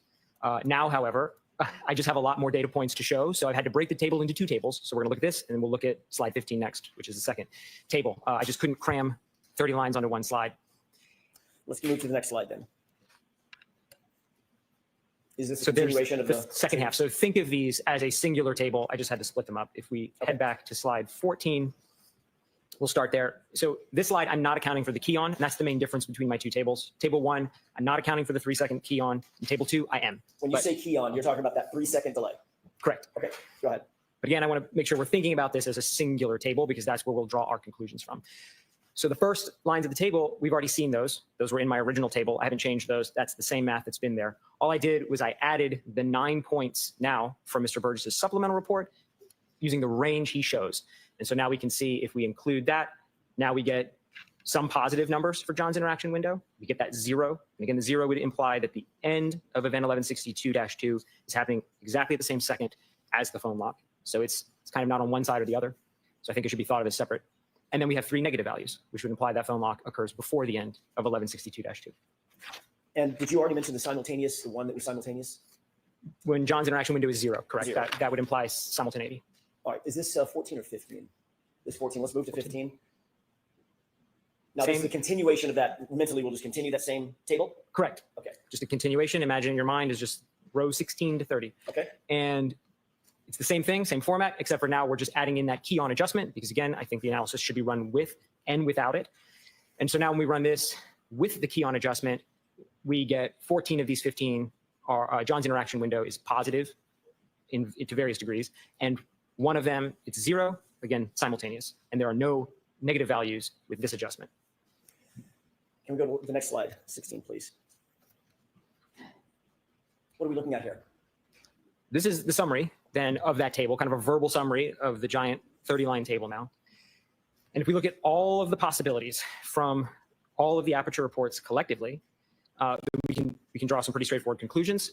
25 of those 30 possibilities result in interaction with the O'Keefe phone after the end of event 1162-2. Looking at all the possibilities, 2 of the 30 result in interaction where it's simultaneous. That's the zeros, they're present in both tables. And then looking at all 30, 3 of the 30 result in interaction with the phone before the end of event 1162-2. This is good, guys. This is powerful stuff. Do you have an opinion as to which of these particular offsets that you've described, these 30 possibilities, should be applied in this case? No. Why is that? Each of the approaches have their own individual strengths, and each of them have their own individual weaknesses. And there is not really any published literature, any research, or any testing done that I'm aware of that would suggest one really stands head and shoulders above another one of the methods. So I think the most fair way to present it is to look at, again, if we combine everything together, then we can draw some conclusions like this in terms of how many of the total result in one outcome or another. Is every data point that we're looking at and that you've been talking about, are these all drawn directly from Aperture's reports? That's correct. I have not proposed any methods for aligning the clocks myself. All of the methods that comprise these 30 are from the Aperture reports themselves. Based on your analysis of the Aperture, or your review of the Aperture analysis, is there any ability to say to a reasonable degree of scientific certainty that the text stream event occurred after the last physical interaction with John O'Keefe's phone? Yes, there would be three out of the 30 possibilities would result in that. Do you have an opinion to a reasonable degree of scientific certainty that it did happen after the text stream event? Sustained. Of the 30, what's the percentage of possible events that occurred, possible scenarios, I should say, wherein 10%. the text stream event occurred after 3 the out of last 30. interaction with John's phone? What's the percentage? So that's sustained. You said it's 3 out of 30, correct? Yes, Is that 10%? that is 10%. Yeah, it's sustained and movement is stricken. Wait, What percentage is wait. 3? Just do wait. Why? If he says 6, would it be fair to call it a half dozen? Would you agree? Objection. Why? Come on, Bev. basic math for me. What is the percentage between 3 and 30? Sustained. What? If I told you hypothetically, I'm going to see you type out for a second. This is so retarded. That is so stupid. I mean, that is obnoxious as hell.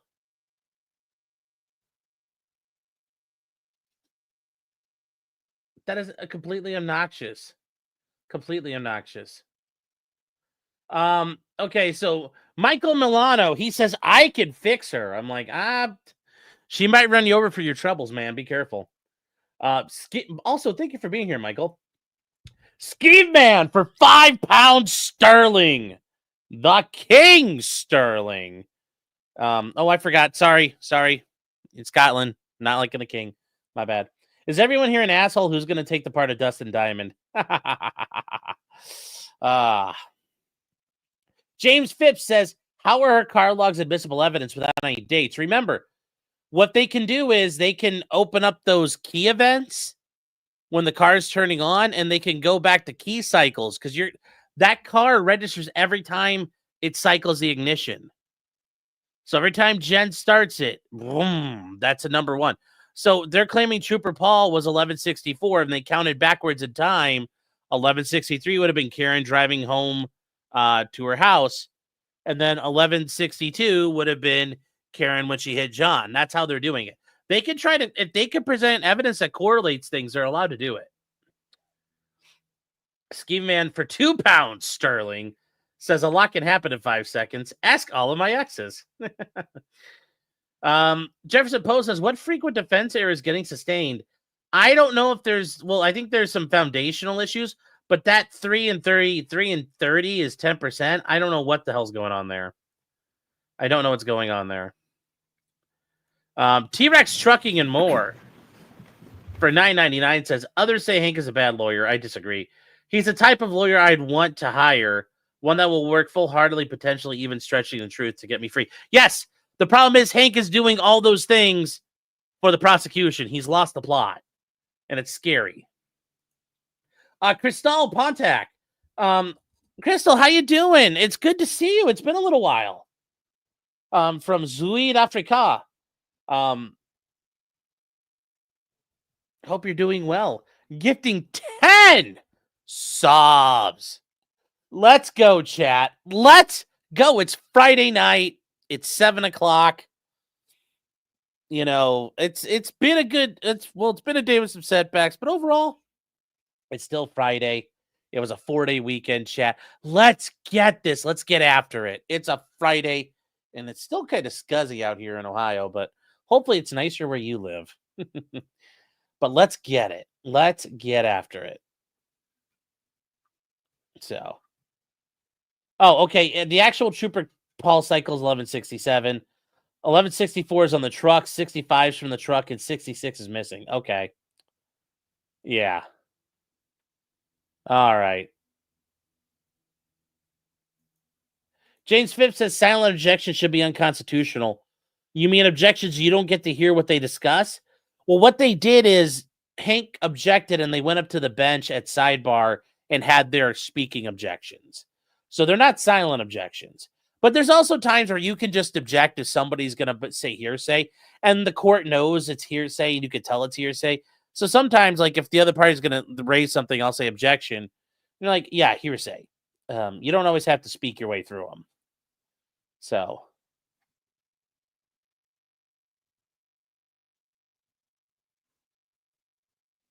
let's see here. But we can't hear them. Well, we're going to hit play here. Oh, yeah, but you don't get to hear them, but that's because you got to do it out of the jury's view. And kicking the jury in and out would make these trials take forever.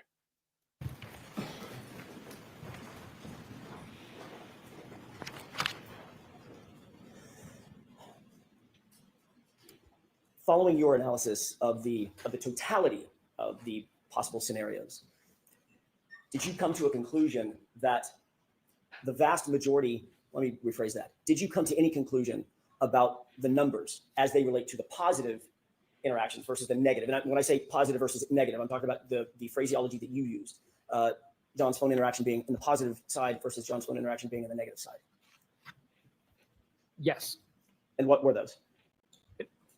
Of the 30 possibilities, 25 of them is a positive. John's interaction window is positive for 25 of them. And only 3 were negative? Correct. Only 3 of the 30 were negative. Okay, we can take that slide down. Is there a data recorder on the Toyota SUV that we've been talking about, that 2021 Toyota SUV 570, that's designed to record impact? Yes. What is that? What is that mechanism? That would be the airbag control module. The ACM? ACM. Did you look at that? I was provided a copy of the download from the ACM. What did the data recorder indicate, if anything, related to any impact on January 29th, 2022? There were no recorded events whatsoever on the ACM. Did the vehicle control history record whether there was any history of a collision on that car, ever? No. What does the vehicle control history record specifically? It records a lot of operational parameters about the vehicle. What I mean by that is it records things like what the driver is doing, for example, steering wheel angle, accelerator pedal position, whether the brake is being pressed. It also records what the vehicle is doing, for example, speed or the engine RPM or the accelerations of it. Does the text stream data event indicate that there's a, and I'm talking about very specifically the text stream data, does that indicate whether or not there's a collision in the car? No. Does the text stream data event mean that if you find a text stream data event or a trigger event, does that mean that the airbags are deployed? No. Does it mean that the vehicle impacted with something solid? No. Does it mean that the vehicle impacted with a pedestrian? No. You reviewed the raw text stream data associated with the entirety of Ms. Reed's vehicle, did you not? Yes. How many text stream events or triggers were found on Ms. Reed's vehicle during the course of the 8-month period prior to January 29th? So can you narrow that, Mr. Jackson? Sure. I object to the whole line. And I need to see what's up on. You've already let in a whole line of questioning, Hank. It doesn't work that way. He is allowed to say how reliable, how many text stream events happened before. He's allowed to go through that. How do we know? If we're talking about the entire life of this car, it's kind of critical because remember, this car is 8 months old, so it's a brand spanking new car. We're not going back 20 years. We're only going back recently. Also, Crystal is a new member. Thank you for joining back up, Crystal. Once again, it is great to see you. Welcome back. Hope you're doing well.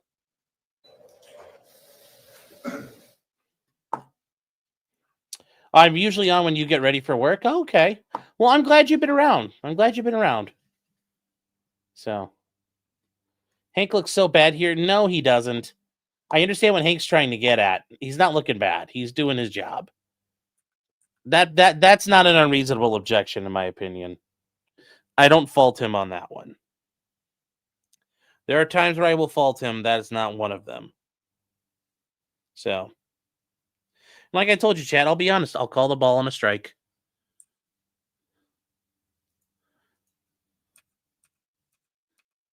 Let's go here. Oh, come on. Why are you being like this? YouTube feed. Los frustrating eto. Oh, come on.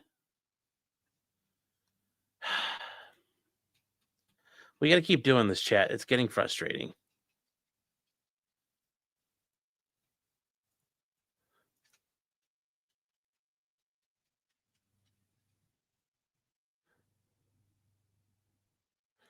Will this work at all? Like, come on. Why is this?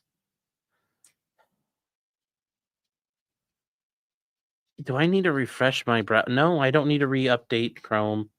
What is going on?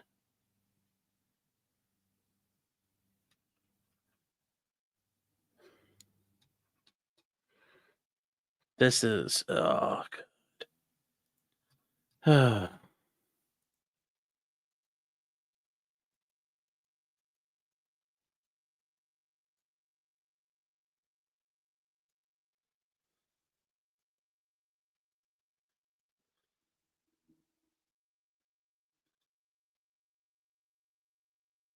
Okay, chat. I don't know what's going on here. This is getting a little.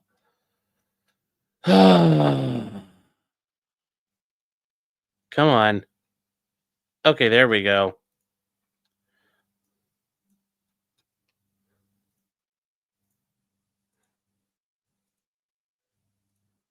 Let's get this back to speed. Okay. Delete your cache. I was thinking about that.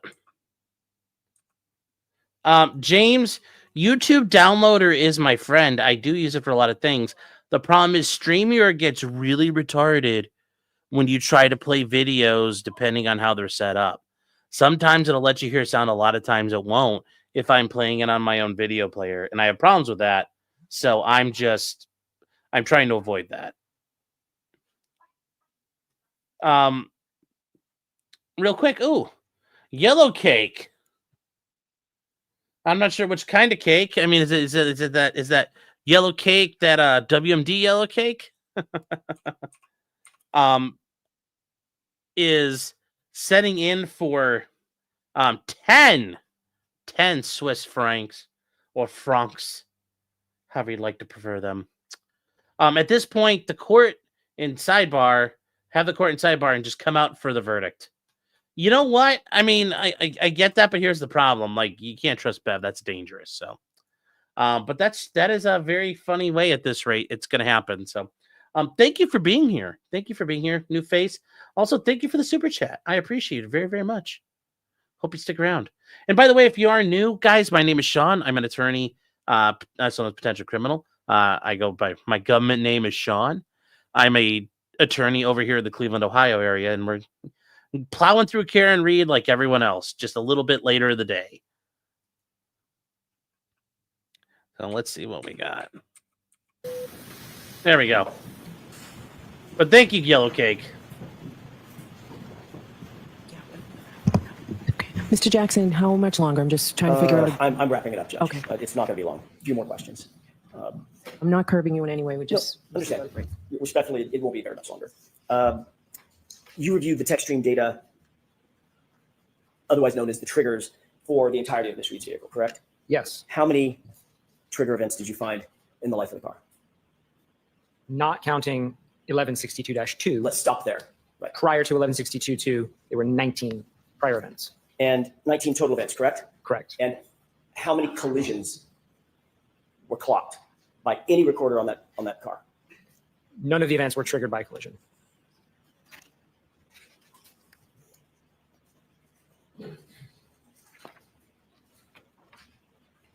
And last question, do any of the text stream events or any of the data that you've reviewed, either yourself through Mr. Burgess's report, through Dr. Welch's report, do any of the data indicate that there was a collision on January 29th, 2022 at any time? Objection.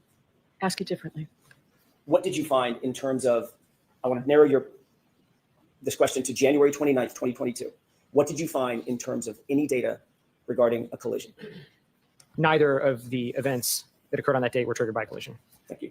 I have this moment, Your Honor. Okay.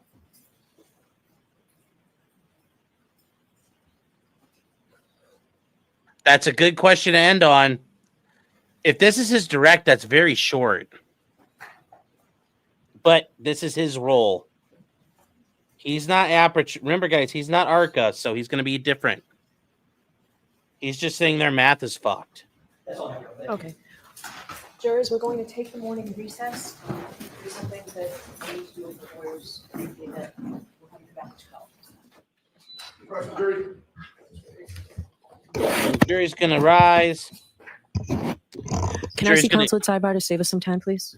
Ooh, we're doing this all in sidebar. We're not going to get to see it. That sucks. Yes, you can get yellow cake uranium in America, but I was thinking about the Valerie Plame thing where the ambassador's wife was a CIA spy, which is a really crazy thing. And they were buying yellow cake in, I think, Chad. So it's part of the whole WMD scare. No, she said, hurry up, Mr. Jackson. She said that because it sounded like they were coming up to the break. Hurry up, we're coming up to a break. Not like you've only got so much time with this person. So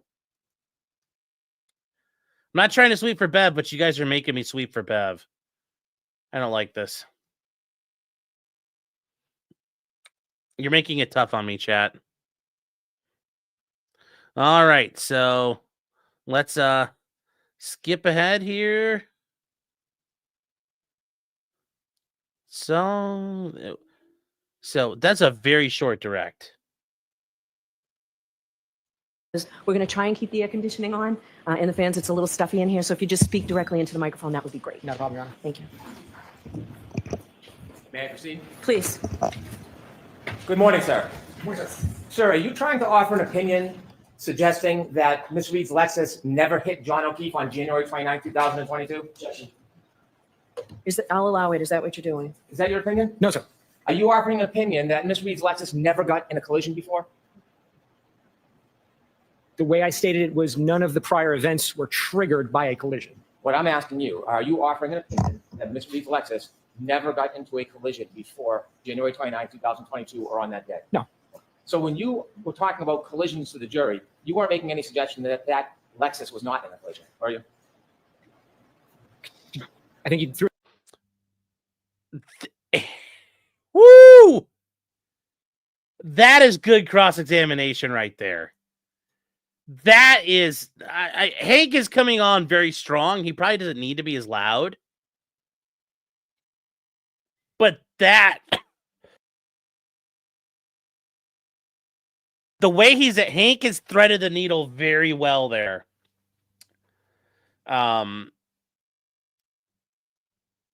That is a very well worded question. So the lawyer has to speak. Well, that's where we make our money, man. We make our money in the space. Like Dave Matthews said, the space between the bullets in our firefight is where I'm hiding, waiting for you.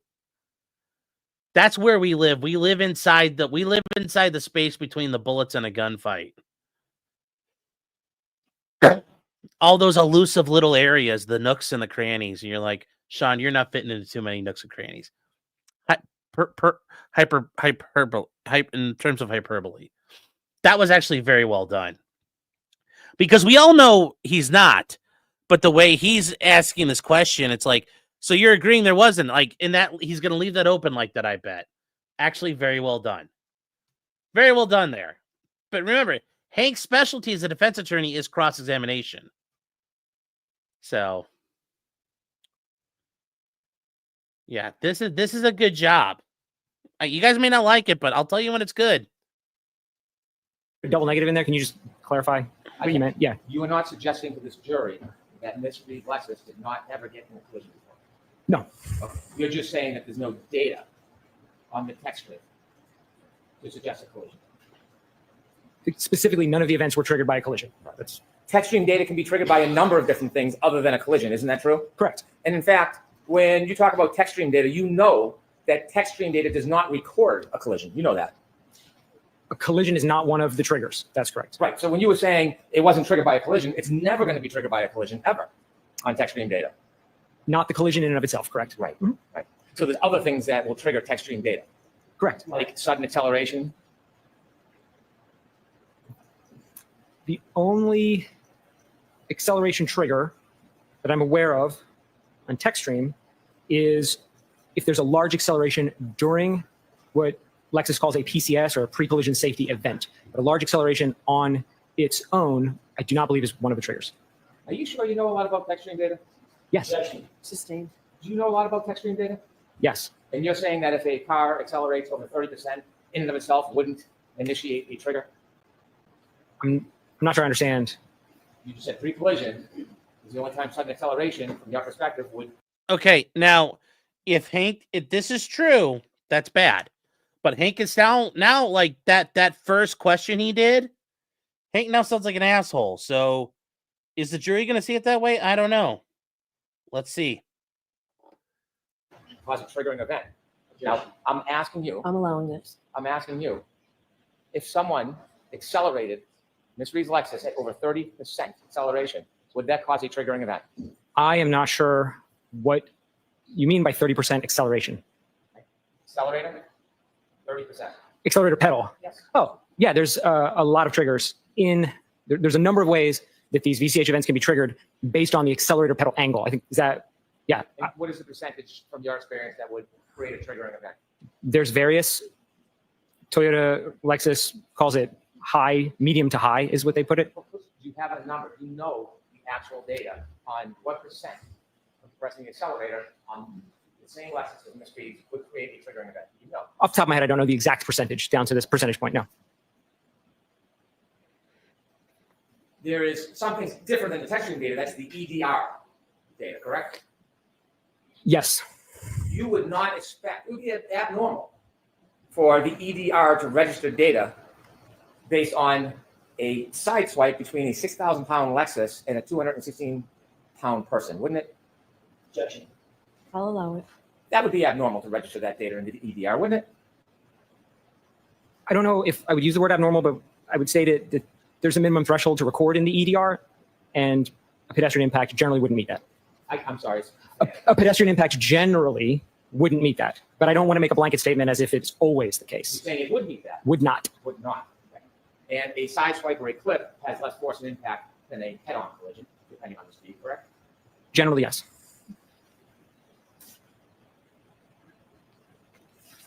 He's not happy. You know, here's the thing. He's not happy he's got to give these answers, but he's giving the answers. And he's not fighting about the answers. Notice, he's not pulling a Welcher and going round and around and around and around. He's biting the bullet and saying it. But Hank is doing what he needs to do here. He's asking the correct questions.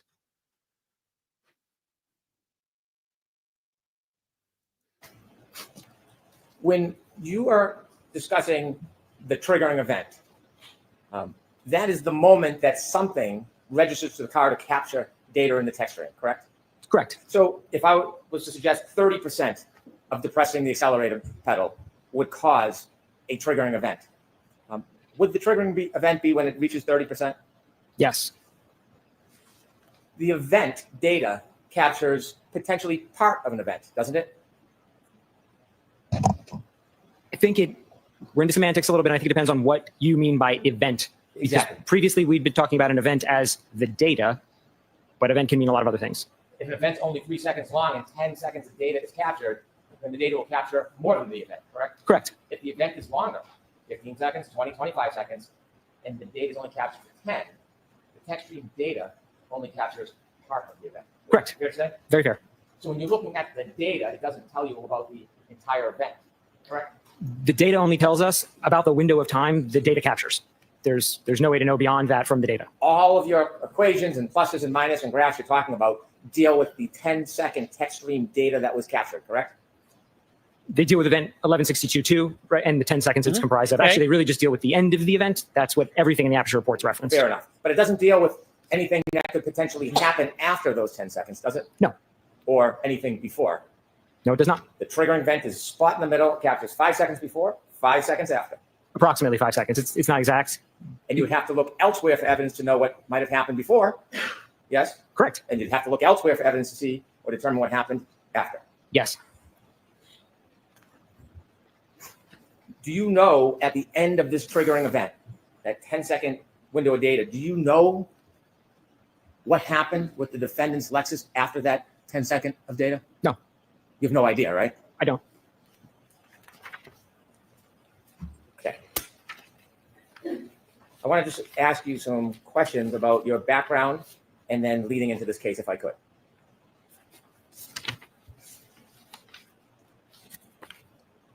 You have a bachelor's degree and a master's degree. That's correct. You've worked for your company. Unlike Shannon Burgess, yes, he actually has a degree and he got it done in a reasonable amount of time. So yes. You know, do you really want to go down this road, Hank? Like, the jury's going to remember that the other guy didn't fucking go to college. You got to be careful here. Like, he's starting to get very combative, and I don't know if that's the best idea. So we'll see here. We'll see where he goes with this. What's my non-government name? An island says, just throwing out your government name. Your government name. Like you've got nothing to hide, huh? Potentially criminal. Yeah. And Crystal says, I'm sure they get the uranium plutonium here in the RSA. Yes. They with the elusive nuclear weapons programs that we don't really know if they ever got fully decommissioned or not. It's like kind of one of those stories like, where did the nukes go? We don't know. And if you guys really do want to read up on it, the South African nuclear program is a very interesting story. An Island says for $5. That's why I kind of went through all that. Thank you, Island. Says, appreciate your coverage. It's Friday. I'm tired. Pretend I said something clever and hilarious. You are very, very on top of it, Island. Thank you. Very good point. For some time. Coming up on 13 years next month. Correct. You've advanced through the company. Yes. You presently are the director of engineering. Yes. Are you ACTAR certified? No. What is ACTAR? ACTAR is a body that basically offers a certification in accident reconstruction. Do you offer services as an accident reconstructionist? Sometimes. And you have been hired and come into court and offer opinions as an accident reconstructionist? In the singular time I've testified in court, it was not specifically for accident reconstruction. It was data analysis. Okay. You Singular time he's been in court. I mean, everybody has to like start somewhere, but holy shit. Holy shit. Oh. Number like quantity has a quality of its own, chat. Ugh. Oh. continue your education and you go to a number of different trainings and seminars as well as teach, correct? Regularly. And when you regularly go to continuing education, you have quite a bit of continuing education that you've been through, haven't you? Sorry? You've been through quite a bit of continuing education. Yes, You focus as part of your specialty on EDRs, don't you? that's correct. Event data recorders. Correct. In fact, when you promote your services, that's one of your real specialty, isn't it? Correct. And it's something that not only are you schooled on and you go through continuing education, you're well published, aren't you? That's correct. And in your publications, you speak primarily about EDR type information. Yes. And that's something you are well skilled in, isn't it? Yes, Now, forensics or data forensics is a wide field, isn't it? it is. And you can do some things or many things in it. But oftentimes people specialize in parts of data forensics, don't they? Generally, yes. Well, speaking of you specialize in EDRs, true? Yes. There is a difference in different subspecialties, isn't there? In general, Oh, yes. yes. Okay. Now, are cell phones, is that a subspecialty in digital forensics? Yes. Is that something you're a specialist in? No. iPhones, are you a specialist in iPhones? No. Have you ever taken any specific training on mobile forensics? No. Have you ever written any papers on mobile forensics? No. Have you ever promoted yourself of having any type of subspecialty as an expert in mobile forensics? Never. Have you ever lied about your degree? No. It doesn't like remember Hank is all about credentials. Remember Hank is all about we're credentialisming now. We're credentialisming now. Did you ever lie about your degree? I mean, if that's the status we're going off of, Hillbilly Jim ain't got nothing. But I will say getting the ACTAR thing was good. Getting him to elicit that he's only been in court one prior time, that was really good. This, I don't think is going to help him. But those first 2 points, you're not ACTAR certified. You're not really a crash reconstructionist. You kind of do like a little bit of everything. That would have been very helpful. That would have been very helpful. This is not as helpful. I think Hank really could have focused on you're not ACTAR and you've only been in court one other time. Those would have, I think he really could have done a lot more on those. In any of your continuing education, and you have a vast amount, have you ever taken any classes or seminars in mobile forensics? No. Have you ever taken any class or study about variances between infotainment systems and mobile forensics? Classes? No. Have you ever attended any seminars on variances relative to mobile forensics? No. Have you ever testified about variances in mobile forensics before you testified in this court today? No. Have you ever published anything to do with variances in mobile forensics? No. Now, the question I'd want to know here is how many times people often do talk about the variances. I don't even think Welcher or Burgess talked about how often that happens. So, let's see. In this case, you had an opportunity to review a number of reports from Dr. Judd Welcher, yes, Yes. and Mr. Shannon Burgess. Correct. In reviewing those reports, you've offered your opinions and analysis.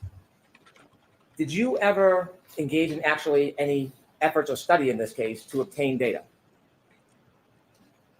Could you maybe clarify what specifically you're asking? Yes. Did you ever yourself, not watch someone else do it, did you ever download or obtain data in this case? No. Did you ever test Miss Reed's car? No, Did you ever get an exemplar vehicle to run any tests? I did not.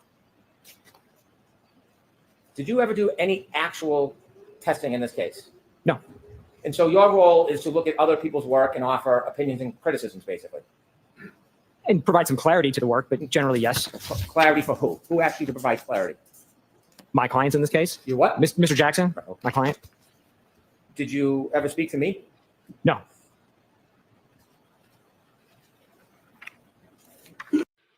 That one's gonna sound a bit retarded because the experts don't consult with the other side. That one's a little retarded. Leading up to that, though, you didn't test this, you didn't do this, you didn't do that, you didn't do that, you didn't do that. Those are good. Those are good questions. He is hitting points here, chat. Well, that's the thing. Yes. Am I your client? No. Erica's saying, but he didn't double checking the reports. Yeah, but still, it's not as good for him to say that. It's better for him if he could say, yeah, I went out and tested. Like, how hard would it have been to get a hold of this guy? Go fire up a fucking Lexus. Now, here's the neat part. When you're the defense, you don't have to disclose what your experts find. The prosecutors do. If the prosecutor's expert gives a bad data to the prosecutor, that gets disclosed. If I hire an expert and he gives me a bad opinion, I don't have to disclose it. So go fire up some shit here. Carolyn says, why wasn't that his assignment? Yeah, but I think he could say, here's what I could do to verify how full of shit they are. So.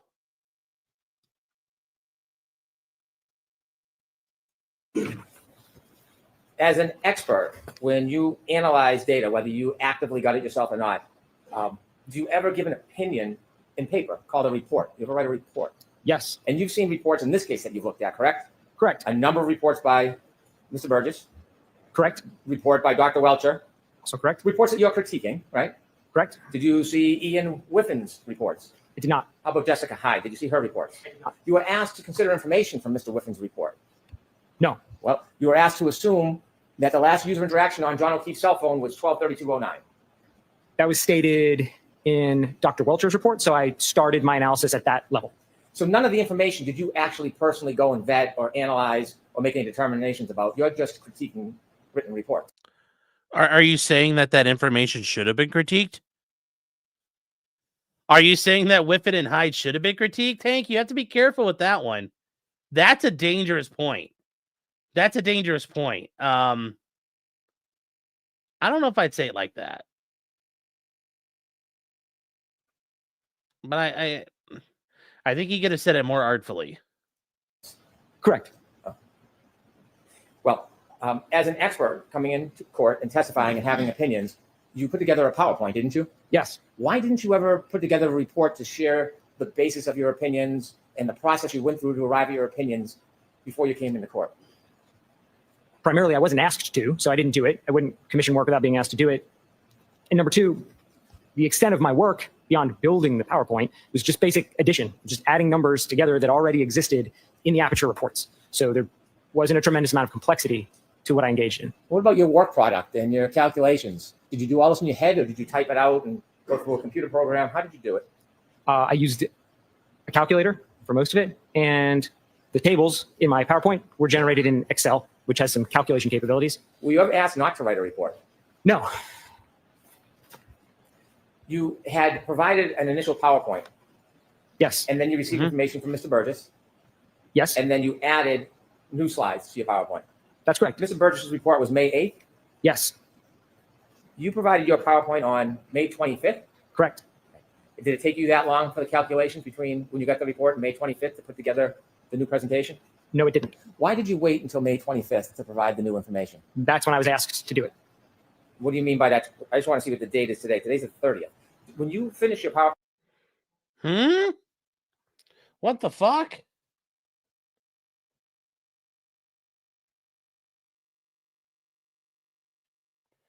All right, here we go. on May 25th, did you send it to the defense on May 25th? Yes, I did. Did they have a copy of your PowerPoint on May 25th? Don't be shy. No, I'm pretty sure it was the 25th. So it's sustained.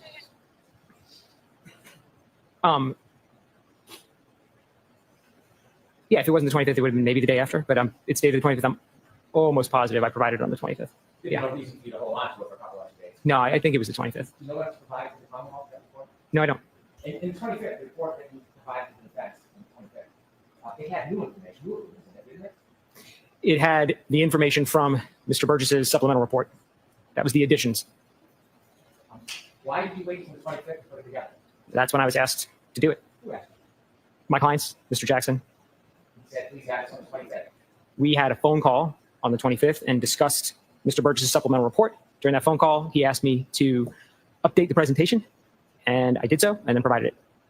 How did the date of the 25th come about? Why the 25th was the date provided? That's when he requested it. I think it was a Sunday, actually.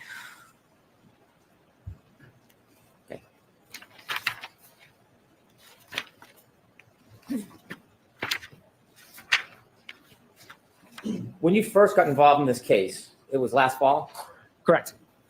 and at that time, you received some information that Mr. Burgess wanted to look at the text stream data or the different modules on what you later learned was the defendant's Lexus, correct? Correct. And there was a proposal from Mr. Burgess. Mr. Burgess wanted to go back to the car and look at the modules and try to download more information from them, correct? Correct. And you then got involved to look at what his request was, the procedure that you wanted to follow. Yes. When you did that, were you given any materials what would have happened before you and Mr. Burgess got involved? I don't recall specifically, and I don't think so. I think I was just provided the notice of testing that was to be done. Well, you ended up drafting an affidavit. I did. And in drafting an affidavit, you pointed out some oversights of Mr. Burgess. Didn't you? I did. Determining the oversights required some study of actually the data and information that was available, wouldn't it? It would. So can we presume that before you wrote the affidavit pointing out the oversights, you had looked at other materials? If I recall correctly, the notice of additional testing from Mr. Burgess contained attached to it a whole report by him documenting why he thought there was an inadequate initial acquisition, why he thought the sizes were wrong. So I don't remember referencing anything beyond all the information that was contained in that. And whether that was combined by somebody else or not, I don't know. That's how it was provided. Did you end up looking at the report of Mr. Gaffney and what had happened in the past with the download and search of these Lexus materials? If I'm remembering right again, I think Ms. Gaffney's report was also attached to that same singular file. You learned that the defense expert, Mr. Gaffney, had downloaded data from chips, correct? Correct. And Mr. Burgess was asserting that there was information missing and believed that there was missing information from the chips. Correct. Yes. In that form, it's sustained. It's It's stricken. My apologies. The conclusion Mr. Burgess had is that he believed there was missing information from the chips. He did. He miscalculated the size of the chips. Did you do any study to see if there was actually information missing from the original download? No, I looked at the data sheets for the chips and then immediately realized what the error was. The data sheets specify a size in megabits or gigabits. And Mr. Burgess had written his report in the context of megabytes and gigabytes. And then you asserted, or you took the position in your affidavit, that there should be no further chip lock, no further study of those chips, other than to ensure the amount of memory was sufficient. I mean, here's the point. The guy looked at the thing and said it was bullshit, and it turns out he was right, Hank. That's not a good look to say, well, you didn't actually check nothing. It's like, Hank, this guy realized it was bad from the start. With like he glanced at it and knew something was wrong. That's actually, you're bolstering his credibility right now. He just read a data sheet and was like, no, this guy's retarded. I get what he's trying to do here, and he's scoring. Hank is scoring a lot of points right now. But this is not how you do this one right here. It's not how I recall specifically what I said. Well, let me read it because I don't want to try to malign your words. Please.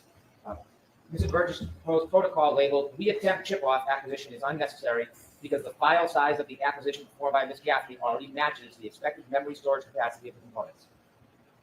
That sounds accurate. If you want to see this, I don't want to read from the document. If you need to see if it actually, just let me know. That's fine. I trust your reading.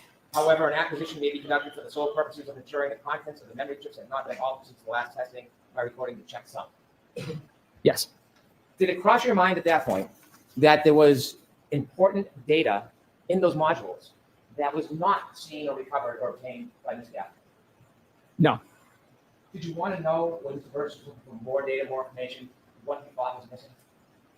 He stated, I think, in his report or affidavit, I'm not sure what it was, but he stated what he thought was missing was there was a physical size difference. So he thought there was not corrupt data, but just missing chunks of data.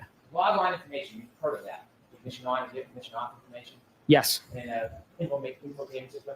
That's important information when you're reconstructing an accident, isn't it? It could be. Well, you read information in this case. It's pretty important in this case, wouldn't you say? Yes. And so you would not want to engage in that process without this pretty important information, would you? Which process? On an accident reconstruction? Sorry. So can you restate it? The whole question? I'll Yeah. ask you again. Yeah. You said you have some experience in accident reconstructions. Yes. Don't you want all the data available? More data the better? Generally, yes. You wouldn't want to ignore data on purpose, would you? No. I mean, the data analyst, the more data, the more you get to look at. Yes. And so the power log on information that actually has date and time, that's critical in an accident reconstruction, isn't it? In some accident reconstructions, in some, there's no debate about when a vehicle was on or off, but if there is, then yes. Not just on and off. The power log on and off gives you the date and time that you can match with the texturing data, correct? Yes, it Because does. you know texturing data itself doesn't have date and time. It can, this vehicle didn't. It can, but this vehicle did not. This had a running time instead. Like That's a stopwatch. Correct. So this data that was not found during the initial process, that was critical data at the time. I don't think prior to the process, anyone knew that this particular Lexus infotainment system stored those key on and key off times. Right. The only person that found this out was Shannon Burgess. He found it in the process, but I don't think anybody knew in advance of this case. There was nothing out there about it. So to my knowledge, this is the first time that this specific data has ever been released into the wild. But it was on the board there. If someone knew what to look for or got creative, they could maybe find it. Yes, more so to your if got creative, because I don't think anyone would have been able to have the foreknowledge that there would have definitely been that. Shannon Burgess did. Sustained. I'll strike it. And when Shannon Burgess went to obtain that data that everybody else overlooked or didn't know about, you went with him. Yes, So you had a process where he was going to now control the data and take the information that was left behind and remove it from the infotainment board, correct? he Okay. actually never specified anything about the SD card in that initial notice. So it was a departure from his protocol, and it was a little surprising to me when I got there that the protocol was written with a specific focus on a number of other chips, and it became very apparent to me very quickly that the focus was not on those chips, and the focus was on this SD card that had previously been unmentioned. There was nothing in there about that prior to that. Did it offend you, or were you impressed that he had found that? I was a little confused because I went into it with an expectation. Generally, if we write a protocol, we adhere to the protocol. If we're going to deviate, we have a discussion about deviations. So I was just So he's just pointing out Burgess just fucking around. Okay, there we go. Yes, the esteemed scholar, Shannon. Yes, the esteemed gentleman. surprised. It's not customary to sort of shift out of nowhere. But other than that, I did not know what to think of it because I'd never heard of that. Did you give any input? Did you have any knowledge about the SD card and how it worked? No. So when you watched Mr. Burgess remove the SD card, did you appreciate he'd have to engage in what you call reverse engineering? He did not elaborate to me exactly what his whole process was at first. It sort of came out as time progressed through the first day in his office in Texas. And then I learned more as we moved to the second testing in Massachusetts. But he didn't explain it to me in one go. Did you, at that point, understand or appreciate the relevance of the SD card relative to the infotainment system and what it could do as far as the amount of information that could then be available? He never spoke throughout the 3 days at all about what kind of data he expected from the card or would be on the card or could be. He made no mention of the data. No, he said to you, but in your expertise, did it ever dawn on you the significance or importance of this SD card that was sitting in plain sight? Objection. Sustained, you can ask it to. Did it ever dawn on you as Mr. Burgess was recovering this information left behind that there was something important or significant about it? At the time, I thought it was a possibility. If you reference the initial work, a number of different memory components were identified in this infotainment. There isn't a singular memory chip. So if we're looking for data, it could be in any of them. So we found a new source of data storage, and there could be something there. There could be nothing there. It was unknown to me. But it turned out there was. There was. Now, when you were watching Mr. Burgess work as an expert, if you felt like there was something, That just makes it sound like it's a fucking shot in the dark, Hank. That's not really a brag. So inappropriate or he had some great oversight, you could write a report about that, couldn't you? I could. Did you ever write any report in this case? No. So you never wrote a report for your preparation of coming in and your data in the PowerPoint presentation, right? Correct. You never wrote a report Good regarding points by any of Hank. your observations of Mr. Burgess. Correct. You said that he didn't say anything. He spoke to you quite a bit during the process, didn't he? He did. He showed you what he was doing. He did. He explained to you what he was doing. He explained the process. I think you had asked me earlier about whether he explained the data, and he didn't. He demonstrated great proficiency, wouldn't you say? He ended up with a successful acquisition of the card at the end of the process. Ah, that's saying he got When you are lucky. considering all your equations, did you consider the timing information taken from the SD card that Mr. Burgess found regarding power on and power off of that car? Yes, to the extent that he considered it in his own report. Again, I'm referencing his report. But how about you? You're coming in here giving an opinion saying what's better or best practice or right. How about you? Did you consider, you personally, the one who's giving the opinions, did you consider the significance of the power on, power off data as it relates to all these times? Yes. Yes, you sure? Yeah. Okay. I mean, I considered it. If that's the question is, did I consider it? I considered it. Did you do any study yourself? No. Now, we agree, or you agree, that there are variances between different devices. Yes. So a Lexus clock that comes from the infotainment system is very common that it would be different than a different device like an iPhone. Specifically, this Lexus, I don't know if we can make the statement that it's common or not, because again, this is the only time that I know of that this specific data has been analyzed. So I don't know the answer to that question. Did you say on direct examination that variances between devices are common? Variance between devices are common. In a variance of 45 seconds, that wouldn't be remarkable on No. different devices. It's common in the industry. Correct. And in your business, that's an accepted amount. I'm not sure what you mean by accepted. The amounts are what they are, and we have to correct for them. I've done analyses of clocks that are anywhere from completely correct, 1 second off. I've done analyses of clocks that are 25 years apart. So it's a wide range of I possibilities. understand your point. Yeah. If you see as an analyst a 45-second variance or 30-second variance, that wouldn't shock you, would it? That's a good answer. No amount of variance would shock me, is the answer. I want to ask you questions and go through your Ring PowerPoint. again, I Jesus want to ask you Christ. your specific opinions and how you arrived at certain claims that you've made. Sure. Okay. If we could put up Mr. DeSorga's new PowerPoint 52525. See, I'd object there. That's meant to make him sound like he's hiding or lying or created something. They shouldn't let him get away with that.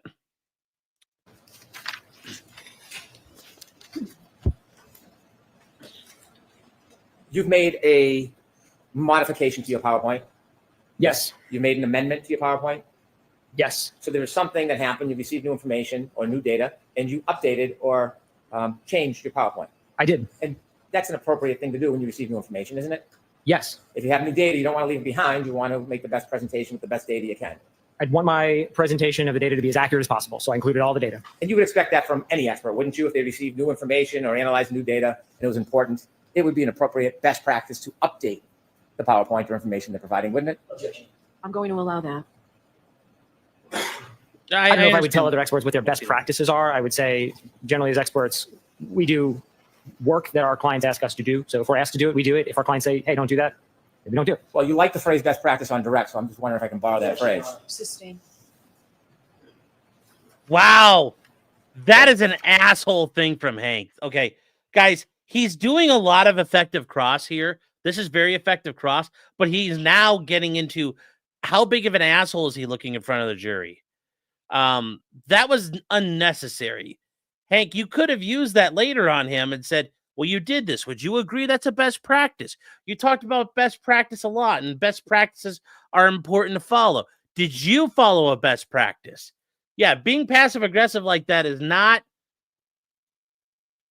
against Dr. Welcher. Being passive-aggressive works.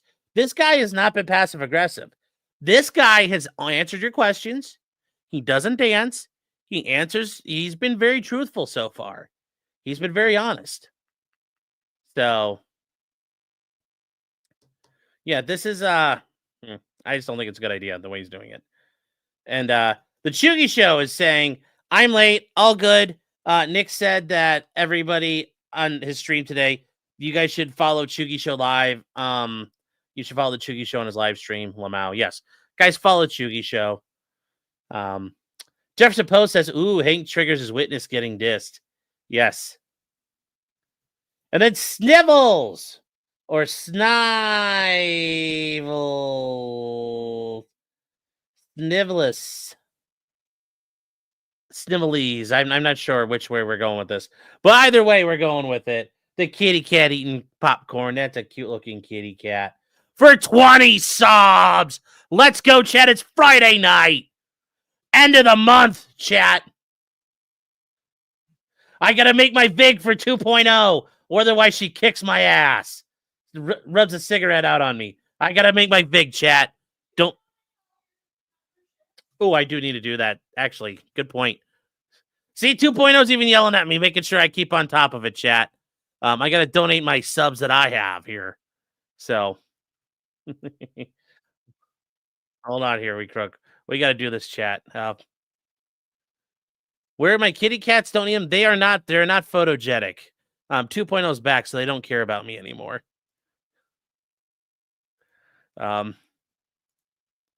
That's just the thing. That's just the thing. All right, chat. So real quick, Crystal gifting 5 more subs. Thank you, Crystal. And then potentially Criminal coming in with 10 more subs this month, chat. Doing it. A Fishes, I like this witness. I do like this witness. I like him. He's being very straightforward. Jim Cox says, gray, go away. Yes. We're going to pray the gray away tonight, chat. We are praying the gray away. And the ARCA guys are going to give him aneurysms. Oh, they will. Because Hank can't act like too big of a dick in court. It's going to be rough. It's going to be rough for him. Okay. Yes. So we're going to get to that here. Yes, here we go. All right. So here we go, chat. It is time to rock and roll. Why is this not moving here? Would you turn to page 2? Now, this is taken from Dr. Welcher's report. Yes. And again, you did no testing whatsoever. You just I read did reports. Did you read all of Dr. Welcher's data, the gigabytes and gigabytes of data? Did you go through it all? Not every slide, no. No, not just the PowerPoint. I mean the actual massive amount of data in his study. Did you go through the data? Oh, no, I didn't look at any of the data. Did you ever speak to Dr. Welcher? No. And so when you are making assumptions on what he thought or how he analyzed, you're just guessing. I am looking. We need to hold on. Did you ever speak to Dr. Welcher? No. And so when you are making assumptions on what he thought or how... That's not uncommon, chat. The witnesses, experts don't usually talk. Sometimes they will, though. How he analyzed, you're just guessing. I am looking at what. I mean, not really, Hank. If we're looking at the report and we can't understand what the hell he's doing, that makes it sound like the report's inaccurate or very. Are you gonna really crap on your own witness and say, "Are you sure? Did you check like that?" Really? Hold on here. Hold on. If I have a witness, I'm never gonna go, "Are you sure? Did you make sure my expert wasn't a retard? Are you sure he wasn't retarded? Are you sure?" I mean, how dare you make conclusions off my expert's report? Yes. How dare you use his work? So anyways, this, like I said, Hank's doing stuff that's great, but he's doing a lot of stuff that I don't agree with. Dr. Welcher put in his trial presentation, and my assumption that's baked in there is that he's going to stand behind the things he says in a presentation. So I'm taking them at face value, but as being correct. It's not a matter I'm of not guessing. It's not a matter if he's going to stand behind it. You don't know why he put something in here. You just see it on the paper. You don't know what his thought process was, did you? To an extent, yes, because I understand how. You do have to understand it because he said it in court. I mean, are you now arguing, Hank, you didn't do a good job of outlining why or why not he did something?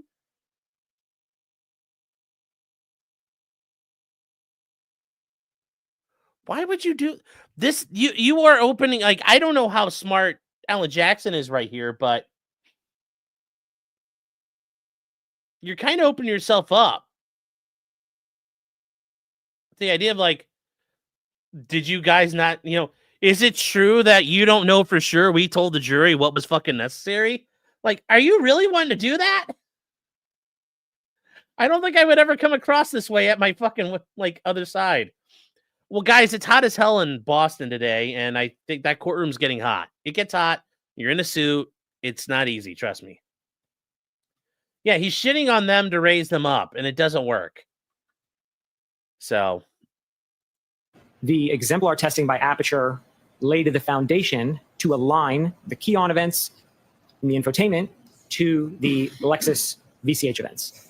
When Dr. Welcher made his PowerPoint, do you know whether or not he was relying on 154 on Mr. O'Keefe's phone, stamp 154, as the end of the event as opposed to the beginning of the three-point turn, 1162-1? Based on the math he uses, that's the implication. He puts a number on the screen that the only way you could reach that number is by making that assumption. So when I looked at the math, yes, that assumption seems baked into the math he did. So this seems like it's baked in that he was assuming 154 on John O'Keefe's phone was the end of the three-point turn. Not on this slide, on a later slide, but yes. Okay. And you said that variances, 30 seconds, 45 seconds, they're very common when you're comparing two different devices, right? Yes. Okay. Turn to the next page, please. You point out 2 times for the jury, the Lexus event 1162-2 ends 12:31:43, right? Yes. And that's based on the clock in the infotainment system. That time is based on 2 things, the clock in the infotainment unit and the cumulative key-on timer in the text stream data. So it's a combination of 2 values. Which is the running clock. Correct. Right? And that is compared or contrasted or coordinated with the log on off time that was found on the SD card. Yes? Yes. And without that SD card, we wouldn't have that time now, would we? Correct. Okay. 123209 isn't something you analyzed, but you just read in the report that that is information from Ian Whiffen suggesting or taking the position that was the last user interaction John O'Keefe had with his cell phone, 123209. That's how I understand it. There was a phone lock at 12:32:09. I did not look into the underlying reports from where that came. And you know those are 2 different devices, 2 different clocks that will have a variance. Yes. You mentioned trigger event, and you said that your preference is to, when you're doing times, to point it from the actual trigger event, and there was a little slap for emphasis to target you on that, right? The trigger event. That's not a standard practice or a protocol that is supported by any type of literature, is it? It's the methodology I teach, especially in the class I teach on the analysis of heavy vehicle data. We have the exact same problem with heavy vehicles. They all have clocks on them. And so in fact, I do a lot of clock adjustment on heavy vehicles relative to other sources. And the way I teach it, the way I'm not the only instructor, collectively, the way we all teach it is we generally start the analysis at the trigger, which is not to suggest you have to do that. It's not wrong to do it a different way, but that would be let's call it the default methodology. The default methodology, do you have any professional literature that says that is the best time to start the analysis? Not literature. I mean, that's sort of my opinion, because that introduces the least amount of variables. Once you start trying to align events off of subsequent times, you just introduce more addition, subtraction, or math you have to do. So it's easiest to do T0 and align everything from there. If you line up the end of one event with the end of another event, it's more coordinated than if you take it from different spots, isn't it? That could be a scenario where then you wouldn't use it. Right. Like I said, it's not the only way, but it's the default way. I don't disrespect your method, but there are other ways to do it that are just as legitimate as the trigger now. Absolutely. And that's why I didn't change the convention here. I used their convention. So you're not Apertures. suggesting that Mr. Burns would be misleading by choosing the endpoint when he pronounced that's exactly the point he was considering, are you? No. And so the word cherry picking, you're not saying he was cherry picking, are you? I don't remember the context in which I used the word cherry picking, but I don't think it was with respect to a trigger alignment. So there's no legitimate professional basis of suggesting your way is better or worse than going from the front or the end of the event? No. So you're not offering criticism on that, so just so I understand it. Not criticism. I pointed out that it's not typical, and I pointed out not even to say specifically that it's not typical, because even that, to your point, might sound critical. I just want to be clear that I adopted their convention. It's not the way I would have done it, but I kept that convention consistent in my analysis. So I wasn't changing in the middle, trying to obfuscate what I'm saying. I appreciate that. So if someone's looking end to end, you're not going to add 5 seconds. It's if someone went from middle to end. Could you give me that? Yeah, you were a little suggesting different? those questions about, well, since you're looking at the end instead of the middle, then you got to add another 5 seconds on. That's not really an accurate analysis if you're looking at a comparison from end to end. You wouldn't then add the 5 seconds to time the trigger because you're starting at the end from both devices. Objection. I'm going to allow it if you can answer it in that form. It's going to depend on if you're doing an alignment with something that is a range of values, then you have to be consistent on where you're doing it. If you're doing discrete points, then that's just a single point in time. There's no beginning or end. It's just a single second. So the best answer I can kind of give is it depends on what you're doing. Well, in this case, you're basing it off the end of the event, the end, not literally the end, comparing it comparatively to the end of a different device. So you wouldn't just add 5 seconds just for the heck of it. You would not add 5 seconds for the heck of it.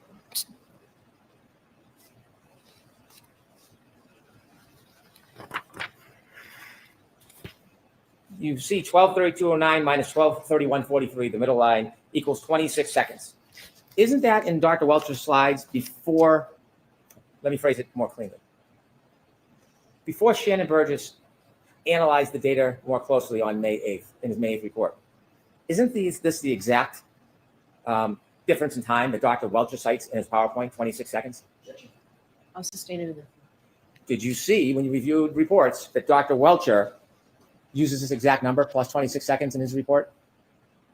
I got the number from the PowerPoint. I'm sorry, not the PowerPoint. report, but that is all of the numbers here on this slide are from Dr. Welcher's PowerPoint. And on the previous slide, I show that. So these are all just copied straight from that. And you've labeled this John's interaction window. I did. Okay. Interaction window. Do you think it might be confusing when you use interaction window to make it seem like the event was limited to 10 seconds? No, and that's not the implication there at all. That's not what I'm trying to say. That's not what I'm trying to say. Fair enough. Fair enough. If I can clarify what I mean by interaction window is that there's Please do. a range of times that we end up with when we start running these adjustments. So we never land on a singular point of alignment. We end up, like I showed at the end, with 30 points. That's the window that I'm talking about. That's the window that I mean. So if we could put up page 33 from Dr. Welcher's PowerPoint, just to illustrate the point you're trying to help us with. You want to add a little forward? So this represents, you've seen this, right? It looks familiar, like it's from one of his slides. And if I've seen it, I did not spend a lot of time digging into it. Does this look like the 10 seconds of data that we capture from a triggering event in a text stream data? Judge. I want to see you at Sidebar.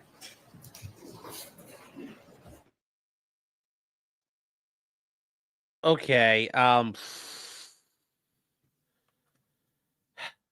Yeah. Starting at T0 is better than starting at T+5 or T-5. I agree. But this is the shot of the seam. What? I don't get it. The chat likes to say every day is my birthday. Yes. Yeah.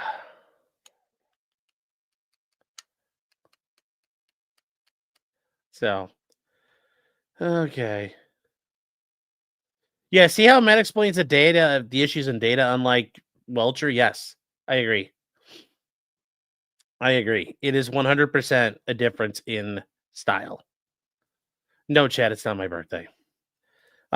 Crystal with 5 more subs. Crystal, thank you for joining in, doing your part to make chat green again. Hank is torching his own witness. To an extent, he is. To an extent, he is. And then Stop Moss B for $15. Thank you. Thank you very much for the super chat. Thank you for the support. It says Happy Pizza Day. Yes, it is Pizza Day, chat. Have pizza. It's Pizza Day. Happy Friday, everybody. So. Yes, just because I ate a whole birthday cake doesn't mean it's my birthday, guys.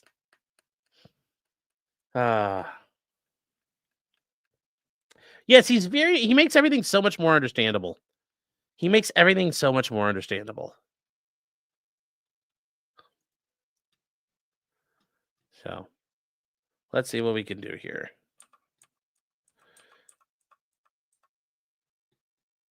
Uh-oh. Oh, come on. 9! Do not do this to me. Oh, come on, chat. How many birthday cakes? How many did your mom cook for me? As many as your mom can make. She made me as many white trash cakes as I could, as I demanded.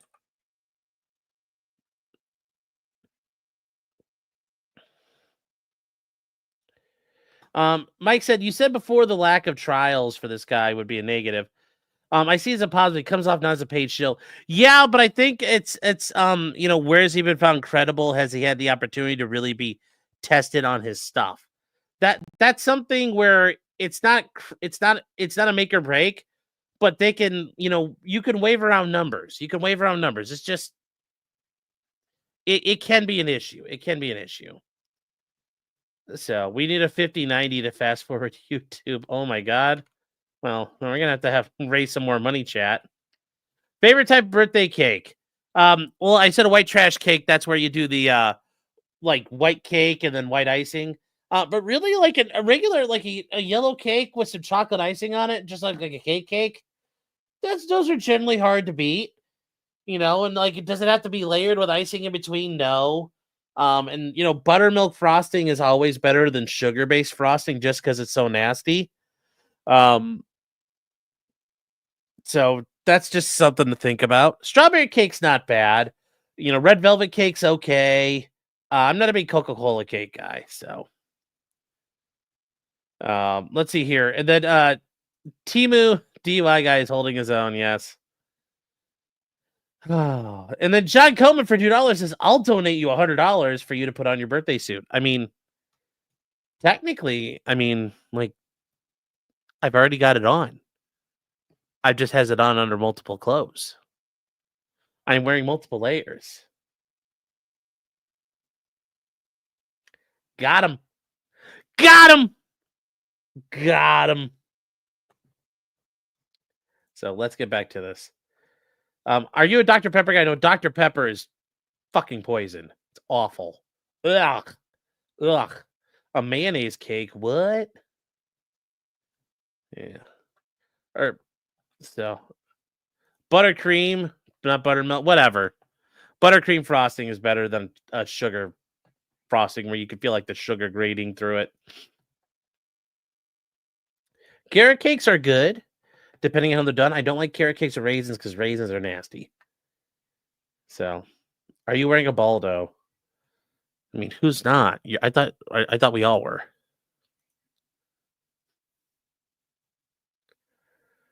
Unsubscribing. Well, there you go. Lemon pound cake. Actually, the best pound cakes in the world is a brown sugar pound cake.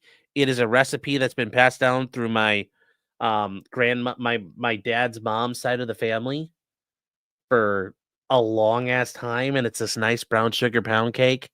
It is just, and I don't know what it is about it, but it's so fucking good. And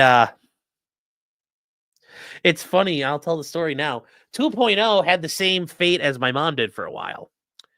So when my mom and dad first got married, my mom got the copy of the brown sugar pound cake recipe, which is a very kind of like a very prestigious thing. Like that showed you were important when you got a hold of that.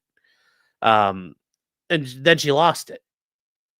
And my grandma passed away. She had cancer. She died. And my mom was trying to make it, and for some reason, she ended up putting baking soda in the cake a bunch of times. So when she cooked the pound cake, it would explode. And my dad thought it was great because there's just pieces of caramelized pound cake everywhere, scraping them out of the oven and eating them. And my mom was at her wit's end because she had asked my grandpa, well, write it out again. And my grandpa gave it to her, and he didn't pay attention when he was doing it. He actually wrote baking soda instead of baking powder. And then, like, my mom was calling my grandpa all upset. She's like, it just won't stop. And my grandma's like, well, walk me through it. And he's like, oh, that should be baking powder. And he fixed it. And like, it's one of the things my mom makes. I grew up as a kid. It was like, I love it every time. She put it in the county fair. Every time she put it in the county fair, chat. Every time she put it in the county fair, Mama Criminal was dominating. Best. Winning first place every time with the pound cake. Mama Criminal's brown sugar pound cake. Flawless victory. Let me tell you what, chat. Every time she put it in the county fair, she'd win. And then we were trying to work on it here, and we couldn't find, the recipe was gone. But my mom knew how to make it. But she never, after a while, she'd made them so many times, it wasn't like a written recipe anymore. We had to struggle around and find it. And after my she had to dig through stuff, and we finally found it. But I thought she did. Oh, hold on. Wait. Yes. So she was having problems about what's the actual recipe, and 2.0 started helping, and she started making pound cakes, and I would eat it, and I'm like, it's good, but it's not the same. And it took forever till we figured it out. So I got to eat a lot of pound cakes. That was like 2-3 years ago now. It was like a whole like 3-4 month stretch where I was eating a lot of pound cake, and I was like, yes, it was good. I'm like, babe, this is really good. And she looked at me and she's like, how do you know it's not the same thing? And I'm like, it's not. And then eventually the recipe was found, and she finally made 2.0 made a pound cake on that. And I said, try it. She's like, okay, I see the difference. Yes, this is different than every other one we tried. So yeah. 900 cakes later. This is like that episode of Friends. Yes, but it really fucking happened. My mom almost had a mental breakdown because of not being able to cook it right. Did we just get a motion to correct the record, Sean? A little bit there.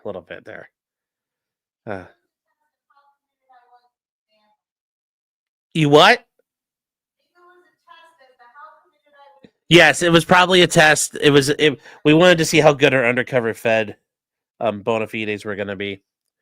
But no, my grandpa talked about the story before. It was hilarious to listen to him tell it. And he'd say, he told us like your mother called me on the phone crying, and he's like, I thought she was going to tell me the dog was dead or your dad was in the hospital. And no, she's like, I can't make the pound cake. And she's like, I've tried everything. It's not working. She's like, I've tried it 20 times. And she was bawling her eyes out. And it's so funny. And unlike Friends, you don't hope everybody in that show gets murdered. This is why you're fat. Actually, I was pretty skinny. I mean, not skinny, but I was, it's really the last, past 10 years, really, things have kind of had some issues. So pound cakes are great. Yes, they are. Oh, is Hella here? Hi, Hella. I get excited about cake. Yes. Hey, Hella, how are you guys doing? Guys, remember, Hella over at Hearsay for Days, doing all kinds of great stuff out there. Check her out. An excited utterance. So, give us the recipe. I don't think I'm authorized to disclose the recipe. It's kind of important. I'll talk to my mom and see if I can give it up. Becky, here's the deal. I will put it up somewhere. If I'm allowed to put it up, I'll put it up in I'll put it up on Twitter, or I'll put it up over here and post it. I don't know if we can do it. And I'm sitting here smiling about it. Well, yeah, it's hilarious. It's a hilarious story. So, my grandpa also made like a baller rum cake. And I'm not a big rum cake guy, but he did it well. It's my villain origin story, yes. Oh. Should we make a potentially cookbook? That would be funny. Make it a locals exclusive. Maybe you know what? That's a brilliant idea. We'll make a cake. So. Luncheon break. I took so long here to make sure that we could give you a nice full hour lunch break. So we'll see you back here in an hour. Oh my God, we just did that to go to lunch. Okay, so we're going to have a whole hour here of lunch. Well, a little bit extra hour of lunch. Here we go.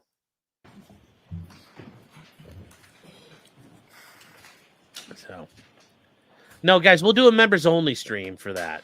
We'll do a members only stream. That's gonna be a ticket. Turn to page 6 of Mr. Disorga. Also, let's see if 5 hours 13 minutes. See if we have closed captioning yet. We kind of need that. No, we don't have it. All right, so.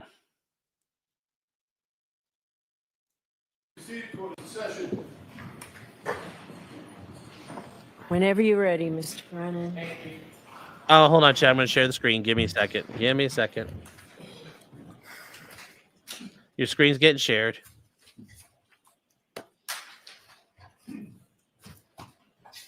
Gentlemen, if we could turn to page 6 of Mr. Disorga's amended PowerPoint presentation.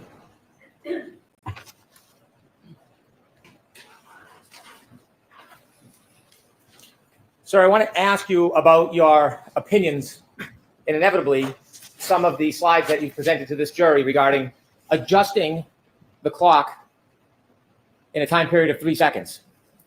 You have given an opinion that there's a difference that you see in the reports between when the defendant's Lexus is powered on and the infotainment system begins, correct? Yes. There's a 3-second difference on the exemplar vehicle between when the power is turned on and then the screen lights up, the ignition, the infotainment system.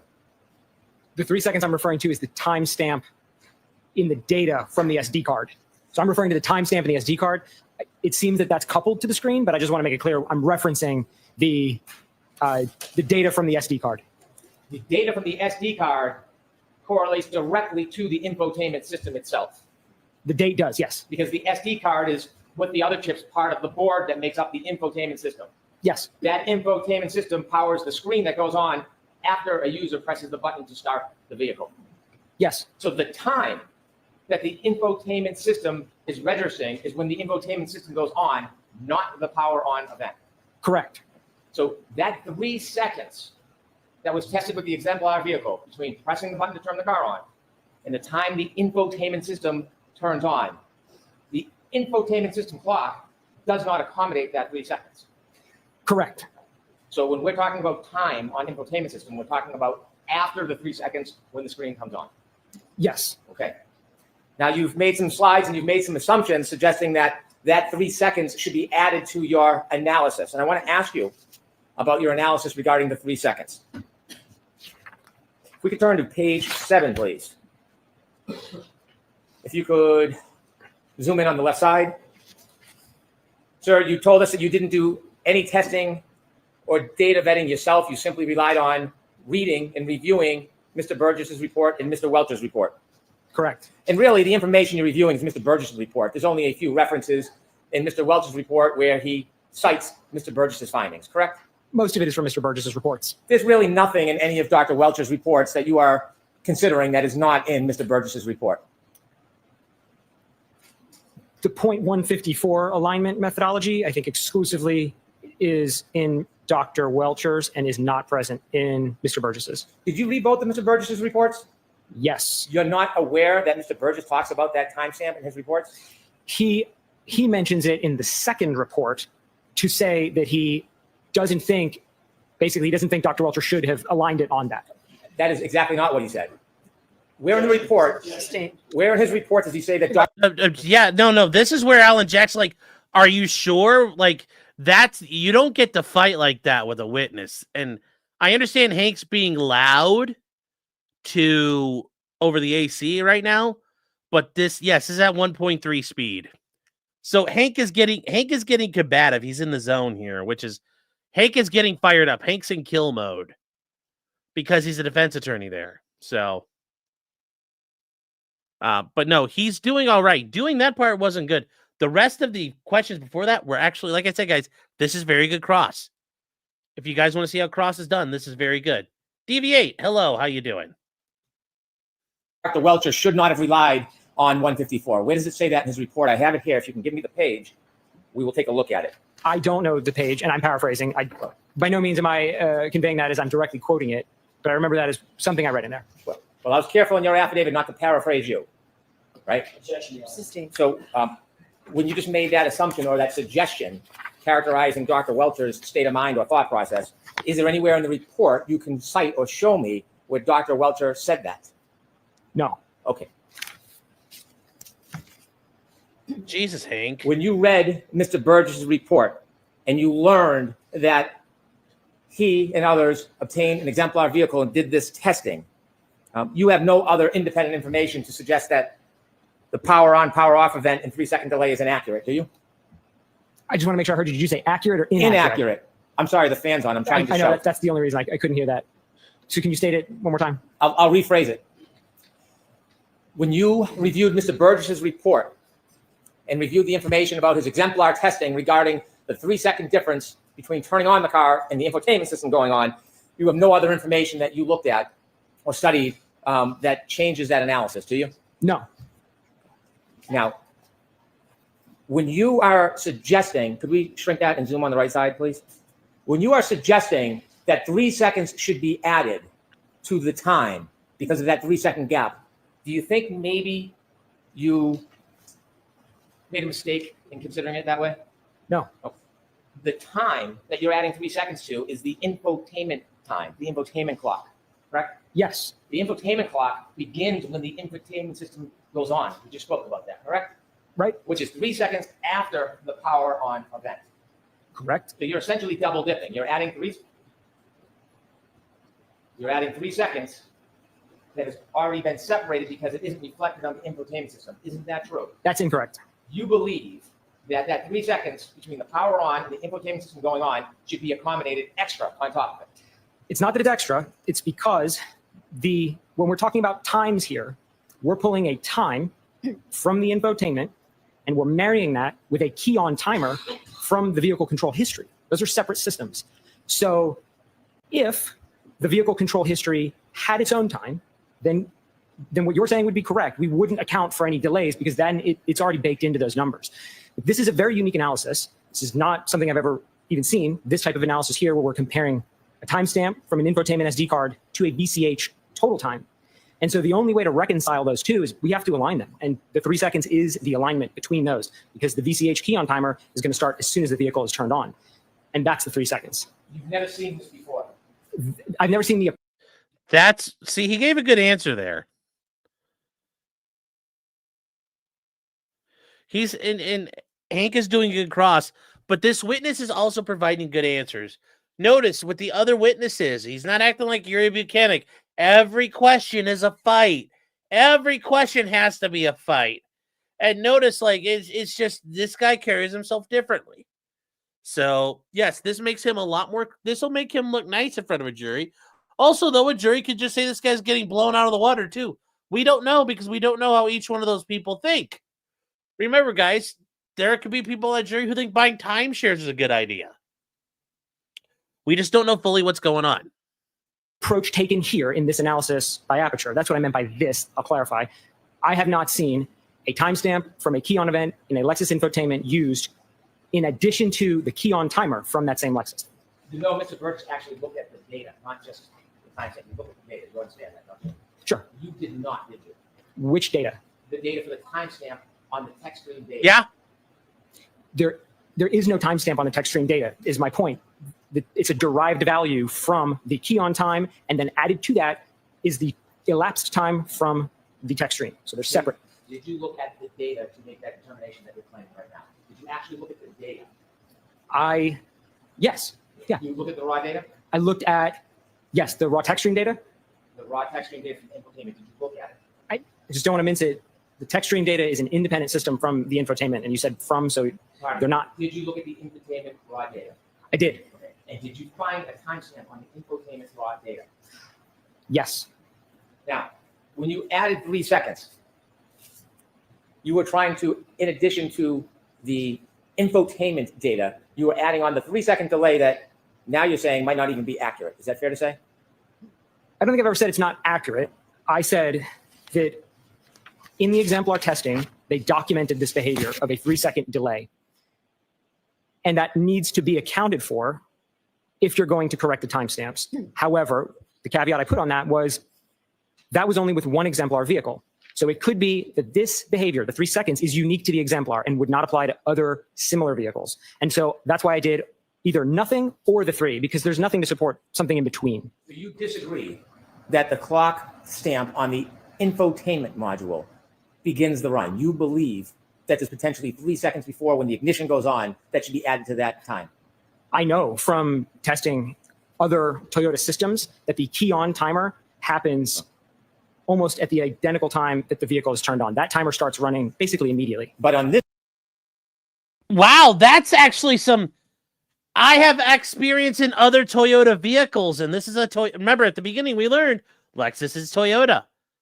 Other Toyota vehicles do the same thing. Somebody with a little bit of experience here talking. This is an expert.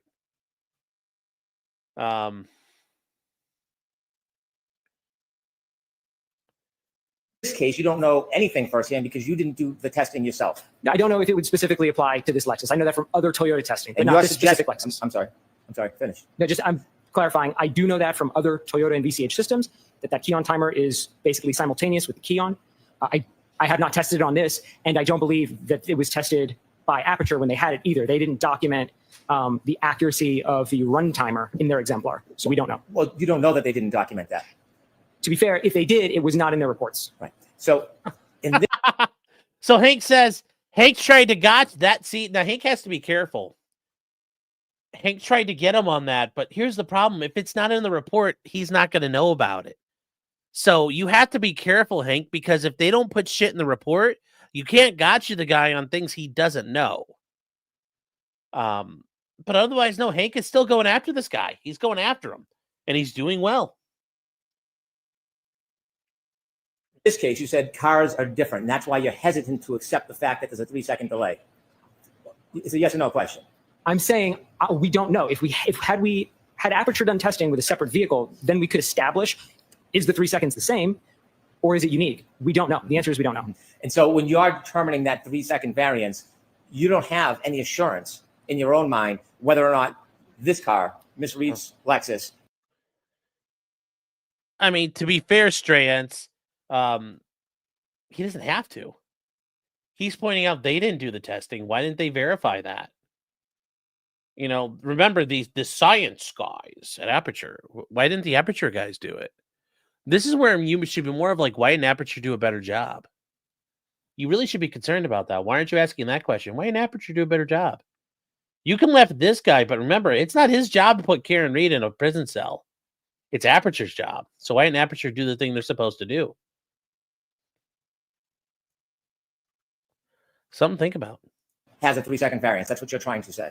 That's correct. And that's why I run my calculations with and without it. And the way you would determine that is to actually do testing or look at the data. More testing, I think, is the only way that would be able to be determined. Now let's turn to slide 9. As part of your charts, could you enlarge the left, please? As part of your charts, you took this chalk from Attorney Burgess's report and you made some assumptions about this, didn't you? I'm not sure. Okay. I applied the numbers in his third column to the times. So, I mean, that's the extent of the analysis. When you looked at the first 5 columns, 1:14, 13 a.m., 4:38, 16 a.m., 4:42:06 a.m., 4:45, 12 a.m., and 5:04, 28 a.m. You said on direct examination, oh boy. You said on direct examination that was matching infotainment to iPhone. That's what it says on the chart. So Okay. that's probably what I said. I don't remember specifically, but that's what the chart says. Is that your opinion that those first 5 columns are matching infotainment to iPhone? The chart says infotainment call timestamp in column 1. It says O'Keefe iPhone call timestamps in column 2, and then it says offset. So I'm taking that at face value. You're basing your later charts on the predicate that these numbers, the first 5 columns, are infotainment compared to John O'Keefe's iPhone, aren't you? Based on the chart, yes. You didn't do any study on your own to determine the genesis of that information. I'm aware of the fact that these calls, the 5 you mentioned, were placed when the vehicle was in a keyed off state. I'm aware of that. What I asked you specifically is, on those 5 columns, did you do any research or study to determine whether or not it was infotainment matched to John O'Keefe's iPhone or some other phone matched to John O'Keefe's iPhone? Did you do any independent study about that? No. Because in your ultimate conclusions and all the charts you've given to the jury and shown the jury, it relies on the conclusion that the first 5 columns are a comparison between infotainment clock and John O'Keefe's iPhone. Isn't that fair to say? That's exactly how the chart presents it, and that's how I present it. Did you know that at 1:14:13 a.m. the defendant's Lexus was turned off? Yes. Did you know at 4:38:16 a.m. that the defendant's Lexus was turned off? Yes. And did you know for 4:42:06, 4:45:12, 5:04:28, did you know that her Lexus was turned off? Yes. Do you know that when you make phone calls, oh, by the way, do you know on those different times, the first 5 times, where that information is generated from? Which column? Left column, 1:14:13, all the way down to 5:04:28. those 1, 2, 3, 4, 5 calls, do you know where that information came from? It came from the SD card from the infotainment. Do you know where the genesis, the beginning, the source of that information? That matters, right? The source? It would. It would. You know where it came from. The assumption, the assumption is if the vehicle has a timestamp and the phone wasn't connected, it would have been synchronized after the fact. But that wasn't tested. And Aperture didn't do any of that testing in their work to look at the behavior of a timestamp in the infotainment when a phone is synchronized after the fact. Blaming Aperture is not going to get you out of answering the question. Did you know? Sustained. Sure.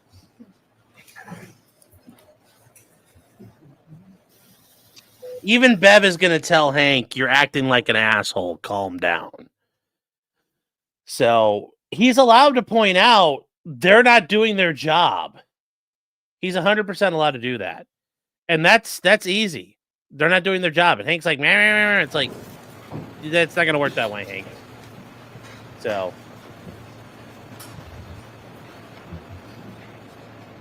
Do you know the genesis, the source of those 4 numbers?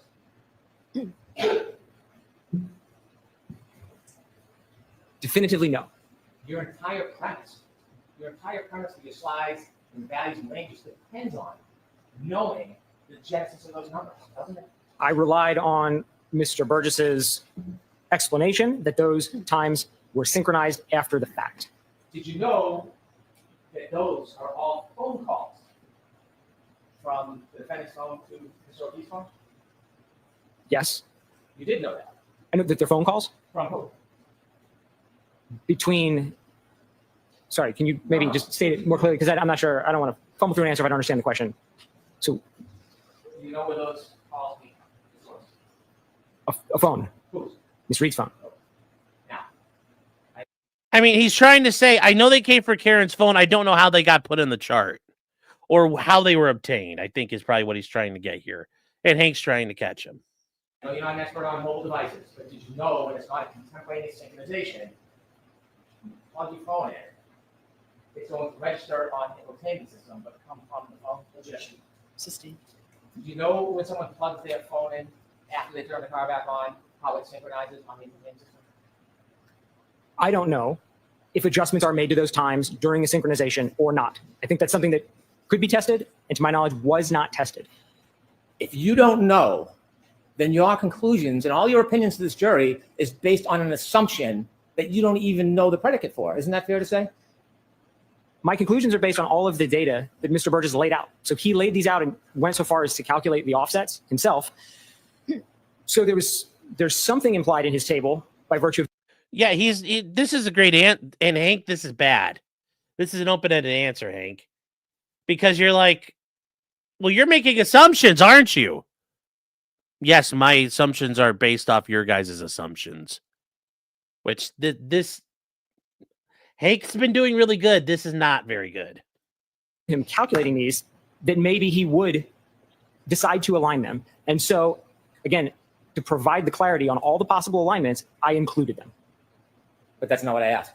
If you're making an improper assumption about the predicate, about these calls and the source of them, and you're wrong, that would change your entire analysis and conclusions and charts that we see in your later charts, wouldn't it?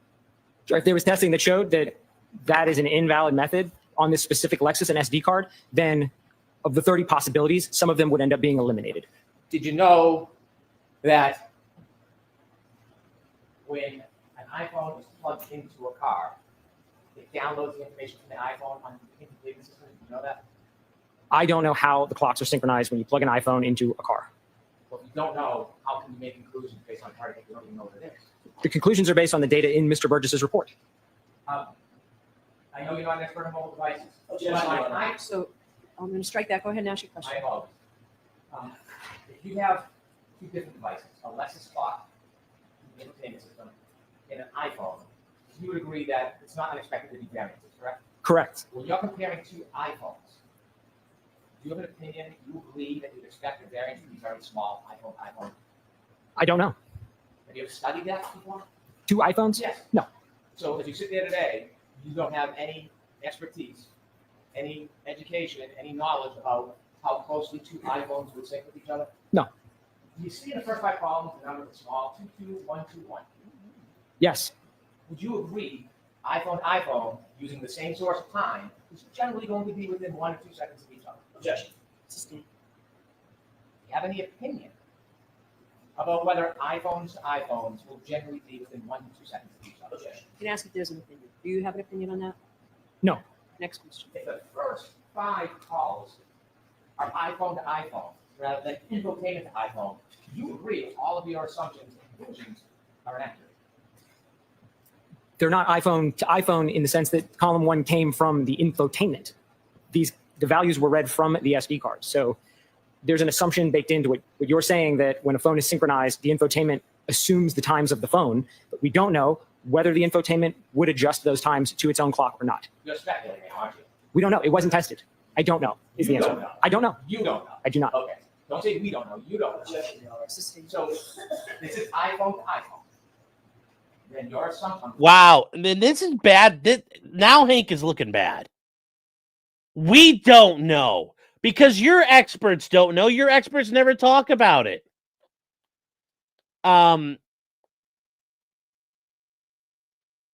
Like you're literally saying, well, if this table's wrong, how does that work? Yes, if your expert got it wrong, Hank, it would completely change what this guy thinks.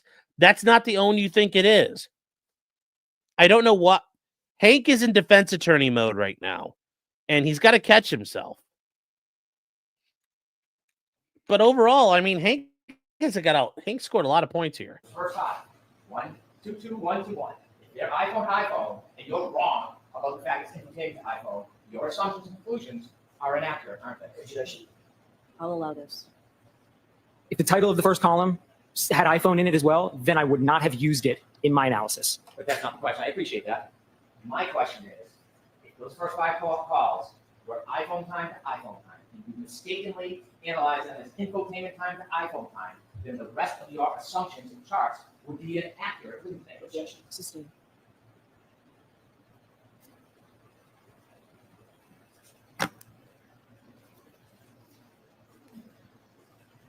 At 5:21:36, do you know whether or not the defendant's Lexus was on? I don't recall if that one was an on or an off point. I don't want to guess. I don't recall. And so if you don't know if that was on or off, were you able to do an analysis whether this was phone to phone or infotainment to phone? No. 5:30:31, do you know if the defendant's car was on?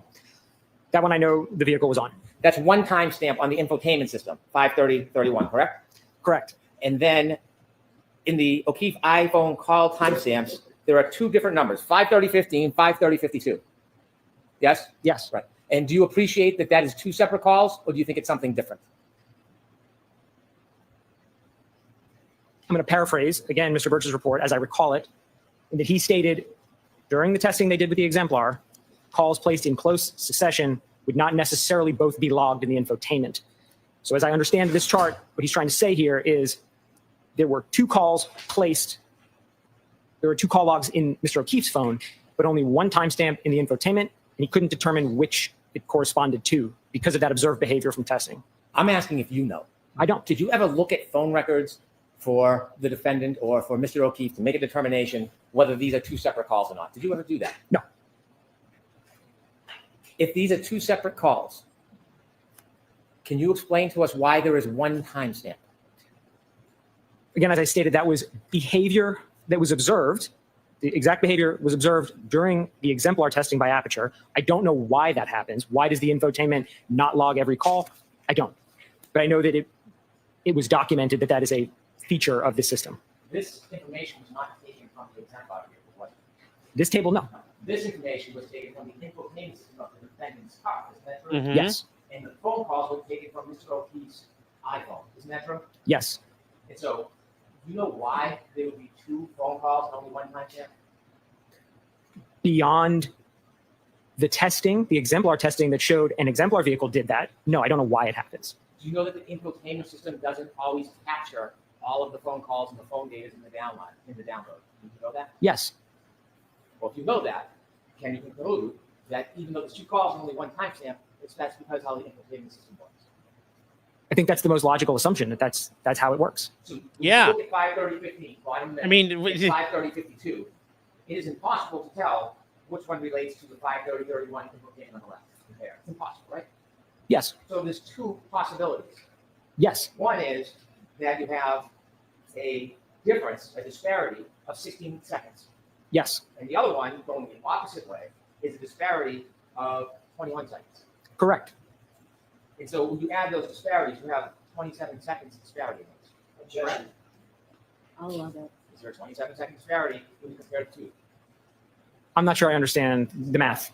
5:30:31 Okay. is 16 seconds different than 5:30:15 on the each phone. Yes? Yes. 5:30:31 is 21 seconds different than the 5:30 phone call. Yes? Yes. And the difference is cut each way once minus one's product. Correct. So when you add those disparities, you get 27 seconds, don't you? Objection. I'm going to allow that. No. Okay. What do you get? You're saying if maybe so I can be clear what you're asking, if we have a negative 16 and we have a positive 21, how many seconds are in between there? Exactly. 37? And so you can see, did you know that the next car was turned on at 5:07 a.m.? Does that ring a bell? I don't have any of those key-ons committed to memory. So you can see between 5:21 and 5:30, the offset is different between them, which shows that variances change. They move. That seems reasonable. Yes. But when I said it seems reasonable, do you have the experience and the knowledge to agree with me that variances move? Yes, they do. Okay.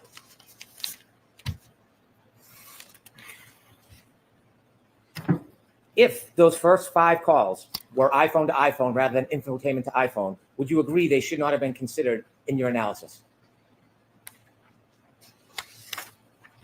Yes. With the caveat that because this is a novel analysis with this SD card and this infotainment, that it was demonstrated that that's the behavior. My opinions on things like that are based on testing and research and literature. And so when we have a brand new system with new data, we want to see some testing to prove it works the way we think it works. But under the assumption, then yes. You would agree? Yes. If we turn to 10, please.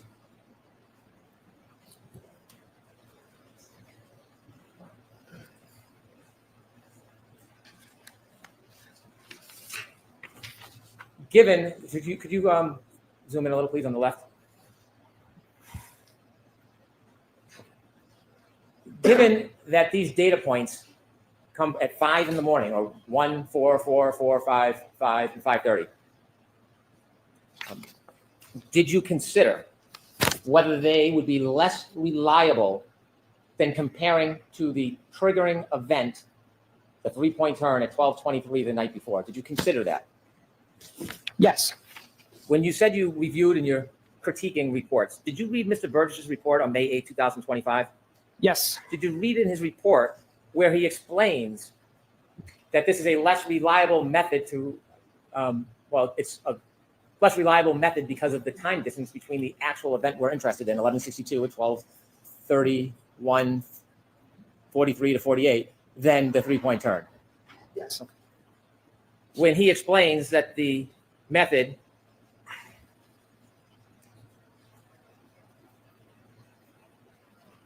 of using 5:21 and 5:30 on January 29, 2022, he explains about how the information is stored in the infotainment system when it's powered back on, doesn't he? I'm not sure. Well, do you remember when you were reviewing his report that he explained the available call log correlation is restricted to a time frame between 5:21 and 5:30 a.m. on January 29, 2022, when the vehicle was powered on. All other calls stored in the infotainment module occurred while the vehicle was powered off, indicating those entries were synced from Ms. Reed's iPhone upon reconnecting to the system on the morning of January 29th. You considered that when you decided or formulated your critique, didn't you? Yes. This further indicated that the associated timestamps for those calls originated from Ms. Reed's iPhone. Did you read that? Yes. Relative to those first 5 columns, correct? Yes. This behavior was previously documented in the initial report, which is the January 30th report. Yes? Yes. You shrugged. I mean, I don't want you to disagree with me. Do you remember it was in the January 30th report? I don't remember how he phrased it specifically. But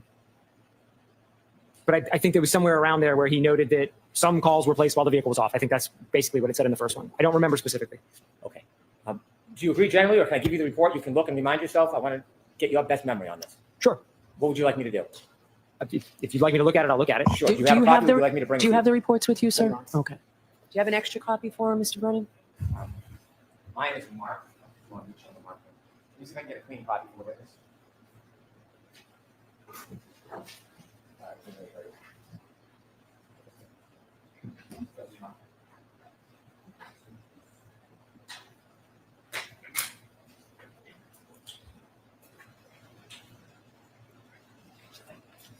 I don't have a clean copy. I don't want to show you something that has my writing on it. Not that I care that you read it, but it's protocol. Okay. In discussing why this is not an effective way of matching the time, did you consider in his May 8, 2025 report, when he's talking about this method, when he says, as a result, this method yields a single reference point for potential alignment? Yes, And we call logs talked- are discrete points. I'm sorry? The call logs are discrete points for alignment. Is that? As a result, this method yields a single reference point, referring to the 53031. I don't know. It sounds like it, but I don't know. From the 5:21 a.m. to the 5:30 a.m. window, a clock speed of approximately -8 and -16 plus 21 seconds were observed between the Lexus clock and Mr. O'Keefe's iPhone clock. Consider that. Yes.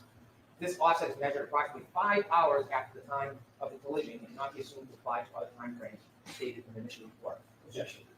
I'm going to allow it unless, do you have, I'll see Councilor Sidebar.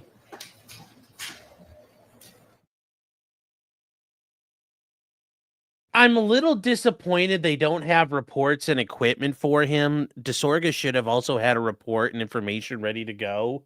I mean, that's a thing an expert needs. You need your shit with you. Coming in without any notes at all, like, that's not a good look. And they should have had stuff ready for him on the defense team. So.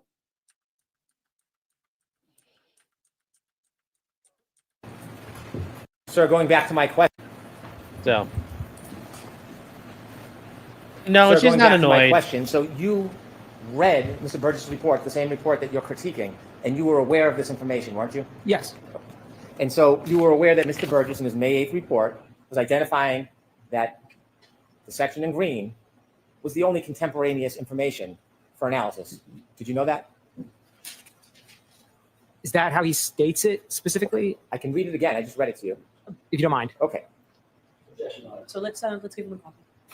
I'm sorry, Your Honor? Let's give him a copy. Does he have the clean copy?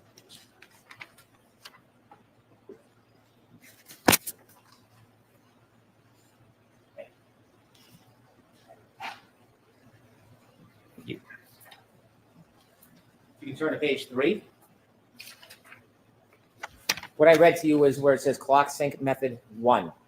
Do you see that? Yes. And this is, if you look at the second paragraph, I read that to you word for word. Do you see that? Yes. The 5:21 a.m. and 5:30 a.m. are the only two data points when that car was on January 29, 2022. Is that fair to say? Yes. Okay. And if you look at the last paragraph, do you agree or disagree? As a result, this method yields a single reference point for potential alignment. Do you agree with that? No. Because you still are under the mistaken belief that Sustain. you still have the opinion that the first 5 rows are an infotainment to iPhone analysis. It's presented as that way in his initial report, which is what my initial analysis was based on. And in Yeah. the supplemental report, there's no further testing to say one way or the other. He just Okay. has a new opinion. So I stand by the initial analysis that I had, that those points should be included with all of the other points. But that's not my question. My question is, you are taking the position those first 5 Hmm. calls are an No. infotainment to iPhone analysis.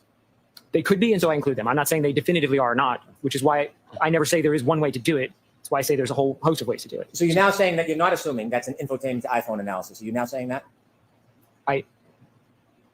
It's stated that way, and I think it could be that way, but it might be iPhone to iPhone too, if those times are just copied over. And if it was iPhone to iPhone, your analysis would be wrong. Certain lines would go away.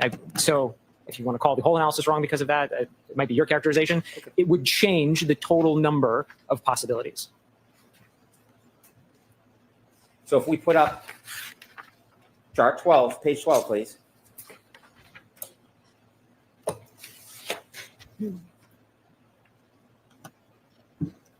If you were wrong about the infotainment to iPhone analysis and those first 5 should not be considered, which part of your chart would now be wrong? What do we have? 12 lines on the chart? I'm sorry? Yeah, we have 12 lines on the chart. If we decided to eliminate the lines that are based on the calls when the vehicle was off, we would be left with 4 lines on the chart.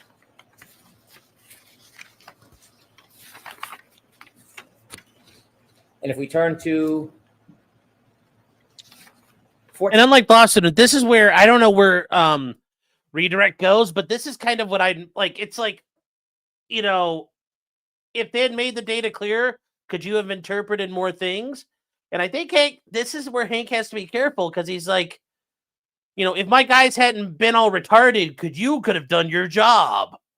Could you have done a better job? Yes, my guys weren't retarded. It's like, once again, scoring points for the sake of scoring points, but you have to make sure you're not scoring points on yourself at that point. Like, yes, if you put the ball in the net, but it's your own net, yes, it's still a goal you scored. It's just hurting yourself.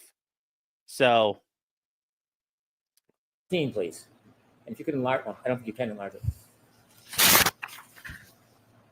If your analysis about infotainment to iPhone was wrong, you would agree those first 1, 2, 3, 4, 5, 6 columns should not be there, should they? No, the positive 16 stays, the negative 21 stays, 1, 2, 8, and 20 would go away. So we'd lose 4 lines from this chart. And the negative 16 line, that comes from information at 5:30 a.m. the next morning. Correct. And you would agree that that distance is not as accurate as queuing it from the 3-point turn event 11:62:1.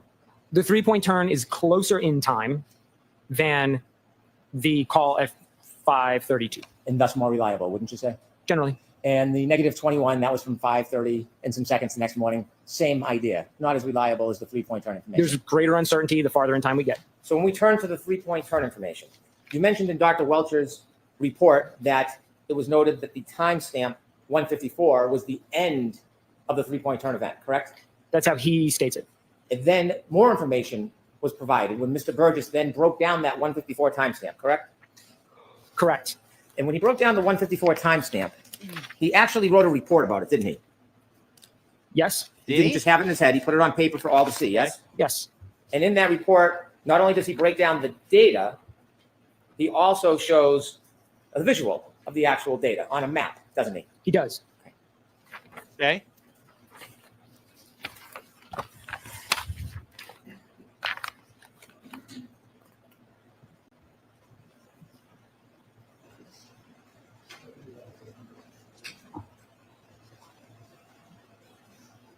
Yes.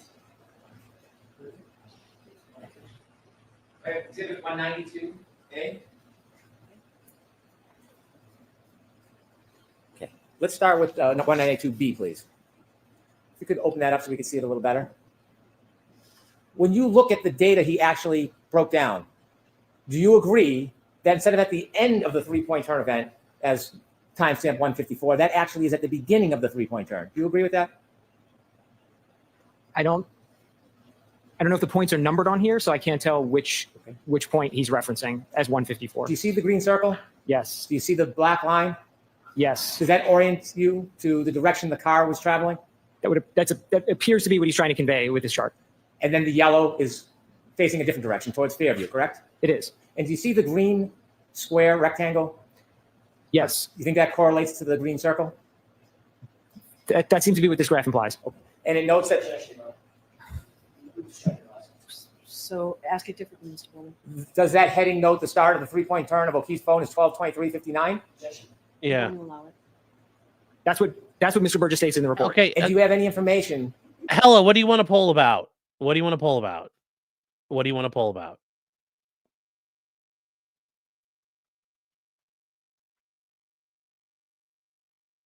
What do you want a poll about?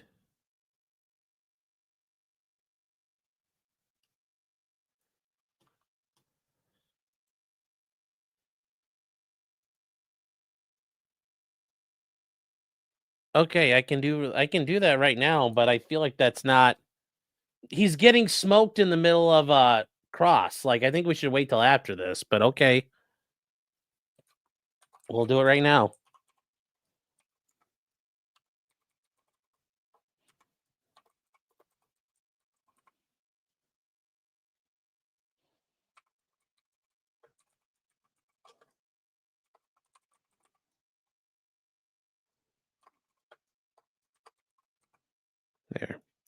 Fine. There's a verdict. There's a poll. to suggest that's not spot on accurate. No, I didn't do an independent analysis of the 3-point turn maneuver. And then the heading of the change, Mhm. end of 3-point turn to O'Keefe's home, 12/24/07. You have any information to suggest that's not spot on accurate? I did not analyze the 3-point turn maneuver. And so when you look at that and break down 154, did you determine or make an analysis that 154 that was generally accepted, because there is variances between items, when you break it down with more specificity, 154 is actually earlier than the 3-point turn conclusion. Did you consider that? I'm going to allow that, yeah. I think it's asked and answered. Also, one, I'm not but sure I it's understand outside of what the he question, if did. you don't mind. You mentioned Dr. Welch's report said it relied on 154 as a timestamp for the end of the 3-point turn. Yes, Based on Mr. Burgess's May 8th report and based on the data, which you don't contest, you now agree that 154 was not the end of that 3-point turn. It was at the beginning. based on how Mr. Burgess presents it, I didn't do an independent analysis. So I'm not on one side with Mr. Burgess or one side with Dr. Welcher. They present independent methods. Are you suggesting in any way it's inaccurate? Are you suggesting it is in any way inaccurate? I'm going to allow that. I don't have any Mm. opinions as to the individual accuracy of the methods selected by either Mr. Burgess or Dr. Welcher. Do you have any information you'd like to add or weigh in on to dispute the accuracy of those times? Sustained. And let's turn to the previous exhibit so we can actually see the data that's broken down. You could open that. The 154 timestamp, if you go to the left, please. Do you see that right above the green line?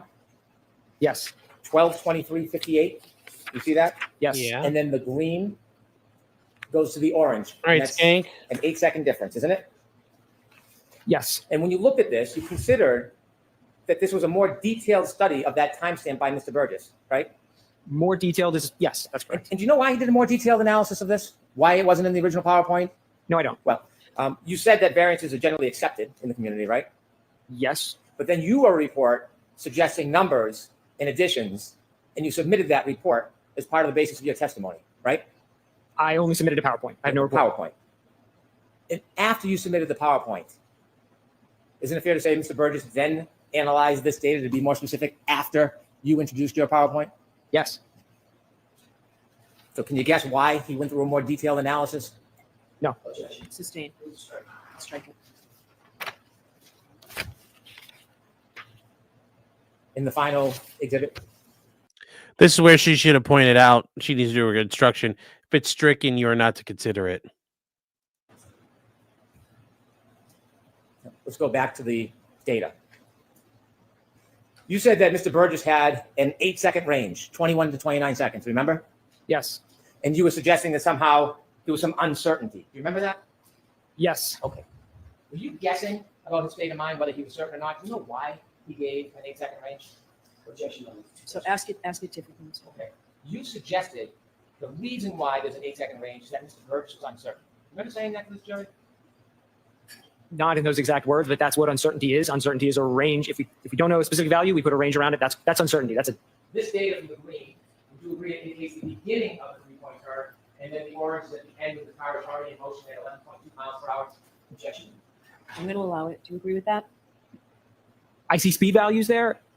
I see some headings. I can't convert GPS in my head, so I don't know. You could have analyzed this data yourself, right? Before you came and gave your opinion. I could have. But you didn't. I did not. Do you have any reason to test the accuracy of this data that's converted? No objection. I'm going to allow that. And so by giving the range of 8 seconds, we talked about looking at different values to be fair, wide range, right? Even though this analysis depends on the end of the 3-point turn, would you agree it's kind of forgiving to give that 8-second range to give the benefit of the doubt by starting at the beginning of the 3-point turn all the way to the end of it rather than just giving the end point? As to that form, ask it differently, Mr. Green. Does the 8-second range that is provided by Mr. Burgess coincide with the data and the 8-second range between the green and the orange? That's where he comes up with the 8-second range. Correct. And so if Aperture's position is the matching times at the end of the event, by going back to the beginning, isn't that even more forgiving than the 8 scientific objection? I'm going to allow it. Yeah, I would call it a conservative approach to use a range of values. The opposite of cherry picking, right? Sure.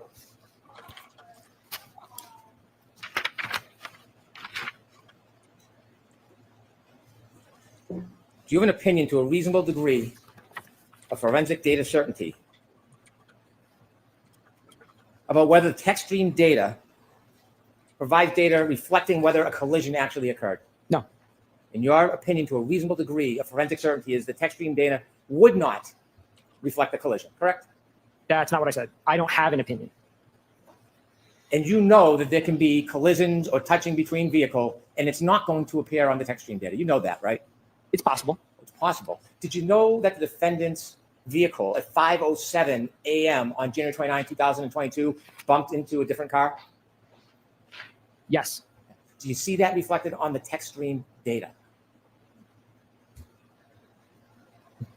I'm thinking back to when I reviewed the. Well, no, you already got to admit that collisions might not show up on text stream, especially with a pedestrian, but also a low speed one like this probably won't show up. raw text stream data, and I don't remember seeing an event from that. I can't really. I don't remember seeing an event from that time in the text stream data. Well, you don't remember seeing it. It's not there, is it? I don't think it is. I don't remember seeing it. I don't think there's one. You're not. I was going to finish and say I don't have all of the events committed to memory. There's 19 of them. I'm sorry. There's 19 events. I don't have them all committed to memory. You're not testifying or offering an opinion that there was no collision with this car that night, are you? No. Because if you were implying that or suggesting that or insinuating that, that would be misleading, wouldn't it? It's not. Sustained. I have no further questions. Okay. You were asked a number of questions. Dan, Yes. thank you. You were asked a number of questions a few minutes ago by Mr. Burr. Okay, guys, overall, that was very well done by Hank. Like, he gets like a B plus. He kind of spurred out there at the end, but he gets a B plus, A minus. That was yeah.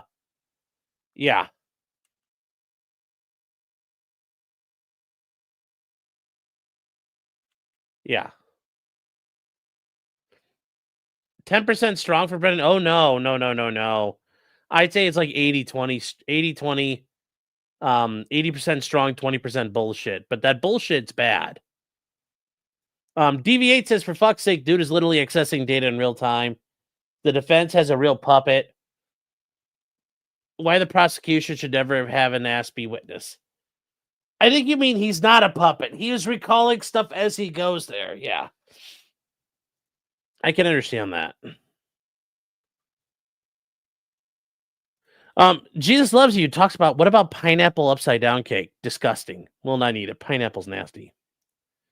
Corey Cass for $5 New Zealand says raisin cookies are the worst, especially mistaken for chocolate chip ones. Oh my God. That is always my fear. Trump says, why can you eat cake when you can eat pie? Why eat pie when you can eat cobbler? Even better. The pie is a lie from T from Laos. Yes. Very true. Hanky's yelling too much. Well, guys, remember, he's at 1.3 speed, and he's yelling over the air conditioner, the mini split, so he's being louder. To be Flair, good to see you. Saying, I think Bev has a drinking problem. No, it's just she's an idiot, and she thinks she's very cocksure in what she does, and she's not willing to admit, well, I might be wrong, and change her positions. So that's her issue here. So, Hank's offending the jury? I don't think so. Maybe. We don't know. Jefferson Post says, answering clearly is easy when honest. Right, Nick? Ribbon Cap says, I might cheat on Sean and watch a day stream when Arca is on. It's going to be fire. I get that. I understand. Yes, Digital Void. Yes, it's kind of the epitome of Hank's thing. If my witnesses were a bunch of big old retards, would that make your analysis wrong? It's like, yes. If your witnesses were retards, yes. But let's see what Alan Jackson does to rehab here on Redirect. By Mr. Brennan concerning your expertise. I'm just going to grab a pen. Okay, hold on. We're going to see if we get closed captioning yet. There we go. Suggesting that or insinuating that would be misleading, wouldn't it? It's not. Sustained. Still, no further seriously, seriously, there's no freaking... Also, holy shit, Emily Baker, 386,000 views. God damn. Fucking slaying it out there. Awesome to see. Awesome to see by Emily. Okay. You were asked a number of questions. Dan, Yes. thank you. You were asked a number of questions a few minutes ago by Mr. Brennan concerning your expertise. I'm just going to grab a pen.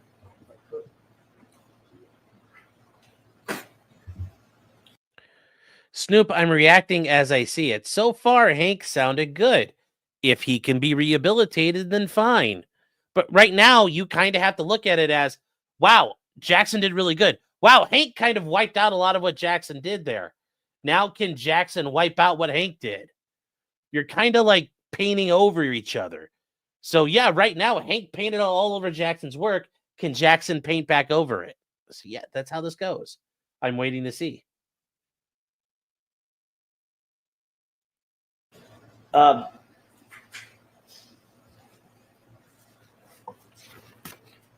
Specifically, you were asked about your expertise regarding mobile data devices.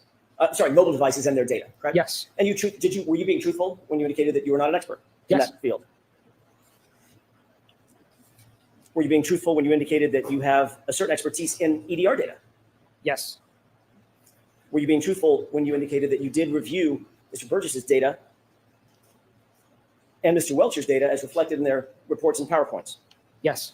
Were you being truthful about your credentials? Ah, there we go. There we go, chat. I don't have to lie about shit. Yes. Have you ever lied about your credentials? No. You hold a bachelor's degree Yes. and you hold a master's degree. I do. You ever lied to anybody about that? No. Suffer, Hank. Suffer, Burgess. Mr. Sobra, what is the only reason you amended your PowerPoint presentation from its original version to the one that you most recently amended it to? To include the additional analysis and data points from Mr. Burgess's supplemental report, So- the May 8th report. I'm sorry, I interrupted you. Go The ahead. May 8th report. So you amended yours because he amended his. Correct.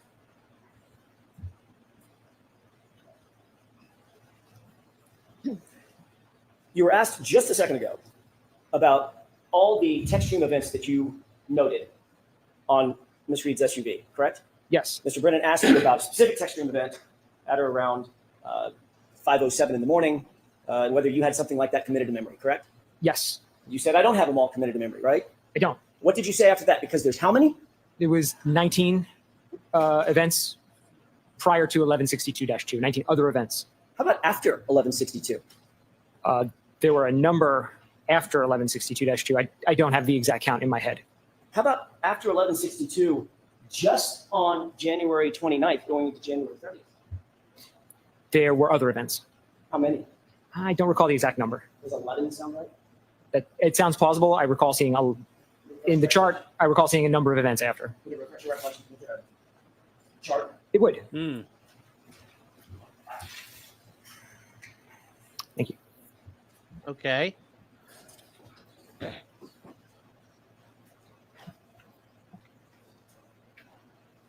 Yeah, there are a lot. I would have to really use my finger to count them all. Okay, more than 8, Total after 1162-2, only on the 29th. there aren't date stamps on these because this chart is the raw text stream data, which doesn't have timestamps. Safe to say, there are many. Right. Yes. Mayor, approach. Yes. And again, this goes back to a question that you were asking Mr. Brennan. I want to follow up on. In no instance were any of those related to a collision, to your knowledge, correct? Objection. Sustained. Were any of those that you reviewed at any time, the lifetime of the vehicle, related to a collision? None of them were triggered by a collision. Thank you. I want to ask you a hypothetical, if I could, based on questioning by Mr. Brennan surrounding the 12/32/09 lock event. Do you remember him asking you about those questions, about that event? Yes. Your analysis was based on the time span. Let me rephrase that. Was your analysis based on Mr. Burgess's and Mr. Welcher's analyses together of a span of time between the 1162-2 text stream event or trigger event and the lock event at 12/32/09? Objection. So the question is Is that what he's considering? Correct. In other words, was he basing his opinion or analysis on that time frame, at least in part? So I'll let that question stand. Thank you. Yes. Okay. If you were told that there was another interaction phone event on John O'Keefe's phone at 12:32:16 in the form of steps taken, 36 steps over the course of 83 feet, would that change your analysis or opinion in any way? Objection. I'll allow that in that form. Yes. In what way? If the phone event moves from 12:32:09 to 12:32:16, then of the 30 possibilities I had in the chart, all of them would become positive. That would mean that that interaction occurs after the end of the vehicle event every single time. Instead of, it was 25 for 30 in the original analysis, the hypothetical would change it to 30 for 30. All of them, all 30 of them would occur at a point in time.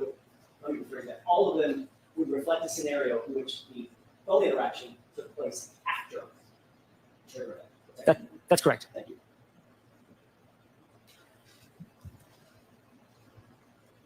If you were told, let me give you another hypothetical. If you were told that there was a Doppler state event on the phone, pocket state event on the phone at 12:33:14, would that impact your opinion in any way? Objection. Sustained. You were asked several questions about what you believe Mr. Burgess may have gotten wrong in terms of his original report and one of his original analyses dealing with bits and bytes. Do you recall that? Yes. Did Mr. Burgess? Hold on. Of course.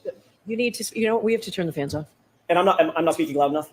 Right. I'm sorry. I'll raise my voice. I just don't want to scream over people, but I will raise my voice. Let's try this for a few minutes. That's a fuck you to Hank right there. I don't want to scream over people. And that's the subtle strategy, chat.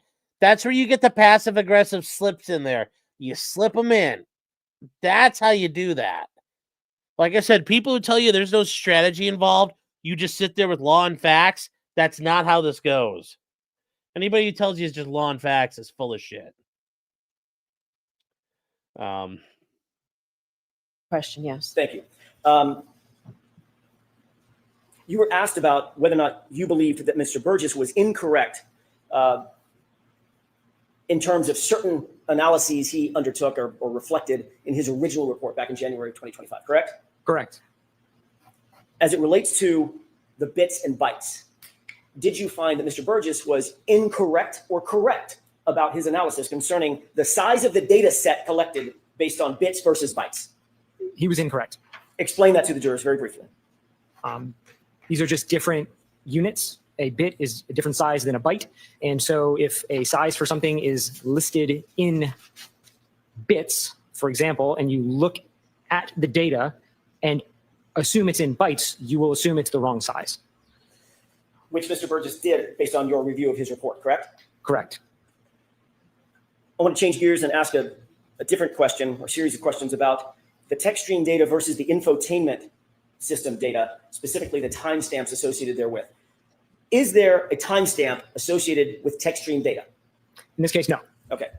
Is there a timestamp associated with infotainment system data? Yes. All right. The infotainment system data, well, let me see if I can ask it a different way.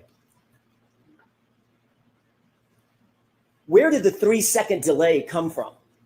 Your analysis of Mr. Burgess's review of the text stream data or his review of the infotainment system data? The 3 seconds came, well, fundamentally it came from the exemplar testing where he identified, and he was actually, well, Aperture collectively in that testing identified a difference between when the button was pushed and the time that showed up in the infotainment. But they didn't actually look at, as far as I know, or at least it wasn't provided if they did, how that specifically related to the key on timer itself. But they showed that the button is pushed, there's a 3-second delay, and then the time gets logged. Where that button is pushed for the infotainment system, I'm going to rephrase again, so I'm as clear as I can be. When that button is pushed for the on event, the key on event, Is that like a stopwatch? Like, a stopwatch starts running? Timer? In the VCH system, yes. Okay. Separate and apart from the VCH system, is there an infotainment system that also has a timer or a clock on it? As a clock, Are those two things independent of one another? completely independent. What were you doing with regard to the 3-second delay as it relates to the key on event and the infotainment system event to marry those two things together? Right. I'm making the adjustment, or proposing that adjustment can be made, because the key on timer is going to start generally as soon as the vehicle powers on. But the infotainment, when you go and download the data, it will say, hey, I think I powered on at this time, and it turns out that time is actually 3 seconds off. So if you're going to then apply the infotainment time anywhere else to VCH data, you've got to realign the two. And that's where the 3 seconds comes from, is these are independent data sources. Did Mr. Burgess, to your review of his, insofar as your review of his analysis, his report is concerned, did he align the two vis-a-vis the 3-second delay? No, he did not. With the court's permission, may we have slide 10 of the PowerPoint of, Okay. and that is, we talked a lot about PowerPoints of Mr. DeSogra's PowerPoint. Can you highlight the table on the left, Mr. Wolf? Thank you. Did you create this table? No, Was this table, I don't know if you call it cut and paste or if there's some better engineering term for it, was it basically pulled from Mr. Burgess's report? it was. It was a screenshot. Thank you, screenshot. Did you type a single word on this? I did not. I added a green box. Put a green box around it. Yes, You didn't type anything on this. I did not. You were asked a ton of questions just a few minutes ago about whether or not the column on the left and the center column were reflective of an infotainment timestamp versus an iPhone to iPhone timestamp, correct? That's right. Mr. Brennan asked you a bunch of questions about that left column being an iPhone timestamp, at least the top 5 rows of it. 1, 2, 3, 4, 5 rows. Remember that? Yes. Read the name that Mr. Burgess labeled that column. Infotainment call timestamps. So what, as an expert, what did you presume he, as an expert, was presuming? Objection. Sustained. What did you presume that meant to you, just to you? Call timestamps from the infotainment. So if anything is wrong with your analysis, would it be based on Mr. Burgess being wrong in his analysis? Objection. Sustained.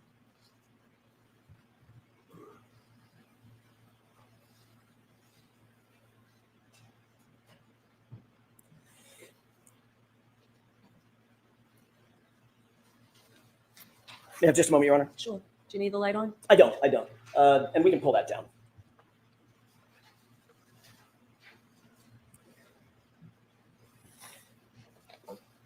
What was your entire analysis predicated on? What was it based on? The foundation of it, as you explained your analysis to this jury during the course of the day. The testing by Aperture and the collective reports and PowerPoint presentations by Aperture. That would be an initial report by Mr. Burgess, an initial PowerPoint by Dr. Welcher, and a supplemental report by Mr. Burgess. Did you change any of their data? No. Did you change any of their analyses? No. Did you explain their analyses? Yes. Okay, Sustained. Ask it to. sure. What were you trying to do in terms of your presentation, and your PowerPoint, and the presentation to the student? There were a number of different methodologies presented across all of those reports and PowerPoints, and sort of all in different places. So my goal was to bring all of them into one place so we could look at the totality of the data. You were asked whether the genesis of your analysis relies on knowing the source of the calls, correct? Remember being asked that by Mr. Brennan? Yes. The actual genesis of your entire opinion is based on Mr. Burgess's and Mr. Welcher's analyses, correct? That's correct. You were also asked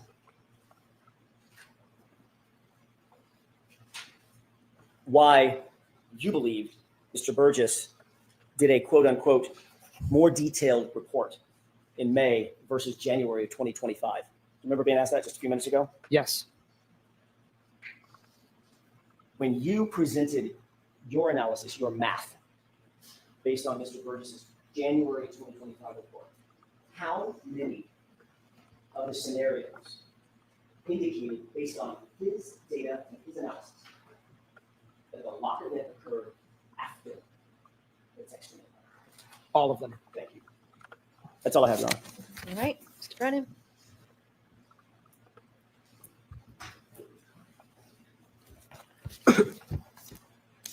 So, Mr. DeSorga, this demonstrates the danger or the difficulty. Alan Jackson did a great job there, rehabilitating it. Very good job, Alan Jackson, rehabilitating that. Who hurt me? Pineapple upside down cake is delicious. No, pineapple is fucking disgusting. Upside down cake's fine. Pineapple is not.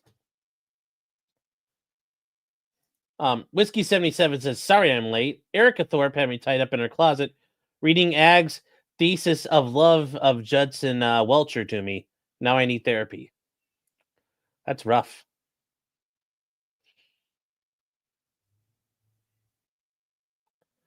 Corey Boatwright for 10 sobs. Corey, thank you for that. Thank you for joining us. Thank you for the support. And yes, this is the guy that should show Welcher's "There's Nothing Bosch" and Alexa's statement is so full of shit. It plays a porta potty stunt double. Okay, I like that. I like that part. But yes, this is the guy who could do it. I'm assuming they're going to leave that for ARCA. I assume they're going to leave that for ARCA. Maybe they're not even going to get to it. But yes, I agree. That's one of those things where you get a dig in and be like, no, Mr. Brennan, you'd have to be fucking retarded to do that. But thank you for joining us, Corey. Hope you're doing well. And then T-Rex Trucking More says, all right, Mr. Math Man, tell me the math needed to get Lex into space because the other guy said I could go to space. I bet this guy could do it. He seems like he could do math in his head pretty well.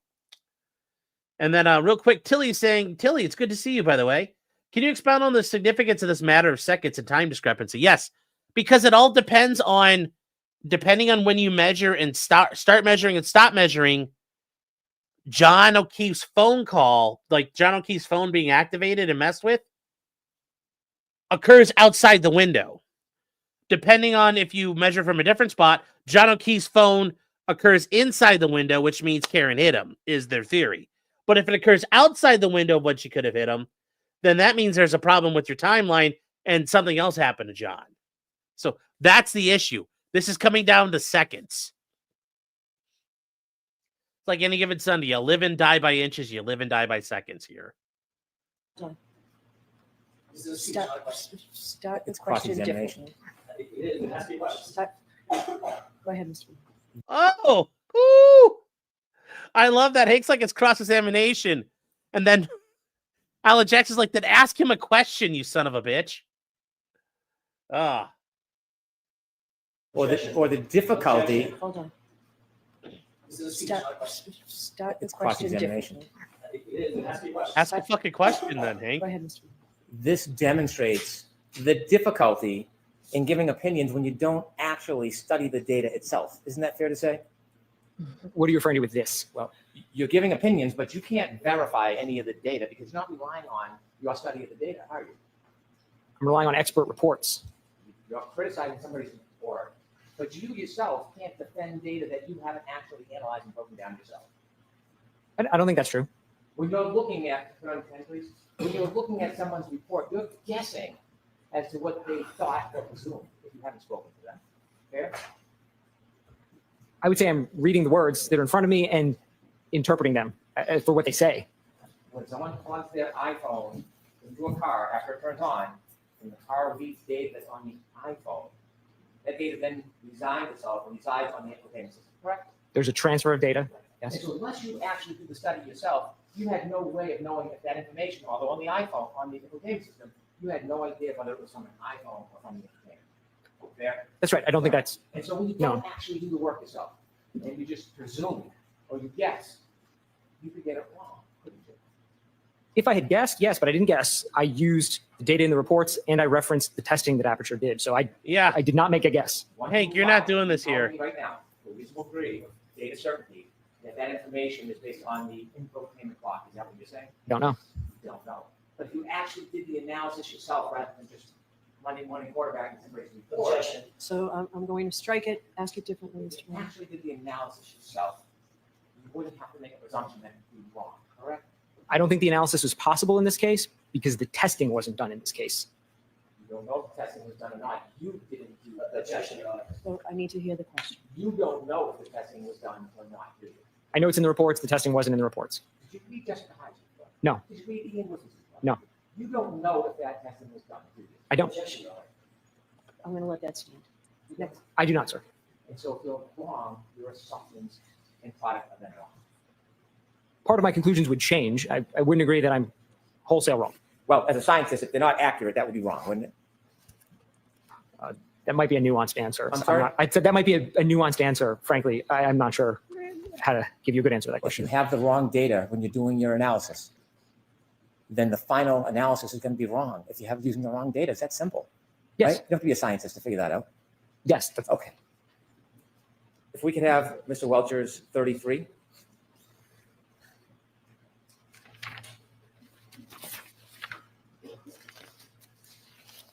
You could open that, please. You were asked about whether the window is within the time frame of 12/32/09, the last user interaction with the phone. When you look at this data, go to the top, please. You see on vehicle speed, the car is moving. You see that? Could you enlarge that a little bit, please? The beginning of that data capture, the car's already moving, correct? I see vehicle speeds right in those first couple of lines. Yes. Yes? Yes, I see Yes. vehicle speed. If you go to the bottom, at the end, the car is still moving. Yes? I see vehicle speeds there as well. 2361. That would indicate, in your experience with text stream data, the car is still moving. Yes? At the end of the record, there is a vehicle speed. The car is moving. That would be my assumption. Okay. And so when you're making your conclusions that something's with or without, you're simply talking about the time of the 10 seconds of data. Yes? Yeah, everything that I've done has been referencing the end of event 1162-2, which is exactly how it's been referenced in all of the other reports. That 10-second window. Yes?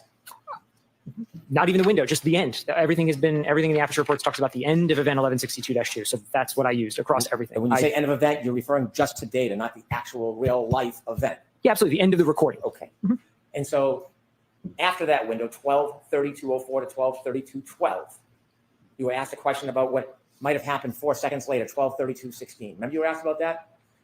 Yes. Did you know at 12/32/16 that John O'Keefe's cell phone moved for the last time? Did you know that? No. And between 12/32/12, which is in the 10-second window, and 12/32/16, do you know what John O'Keefe was doing in that 4-second period? No. Do you know if he was walking?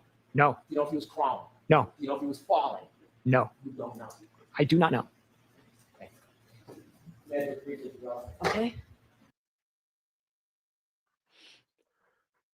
So Hank, now you're offering the possibility John O'Keefe was walking around? Are you actually offering that John O'Keefe could have been walking around? That's kind of interesting. That's a horde. This is a bad recross. This was a bad recross. Wow.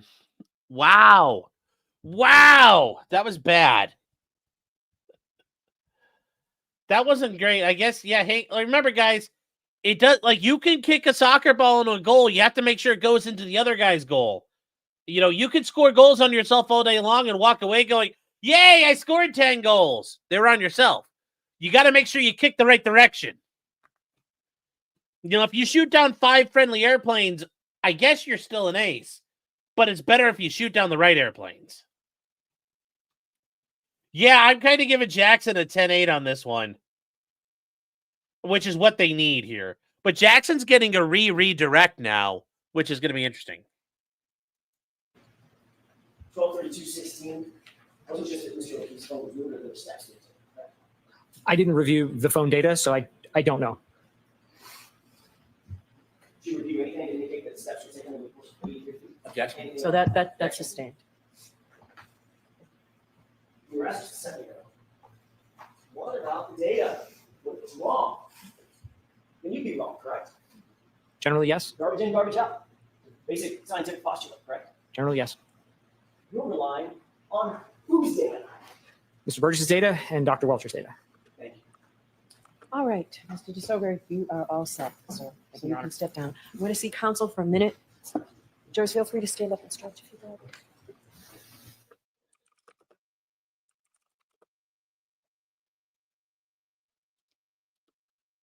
All right, chat. Let's see here. Oh, don't do this to me. We're so where we need to be. Come on.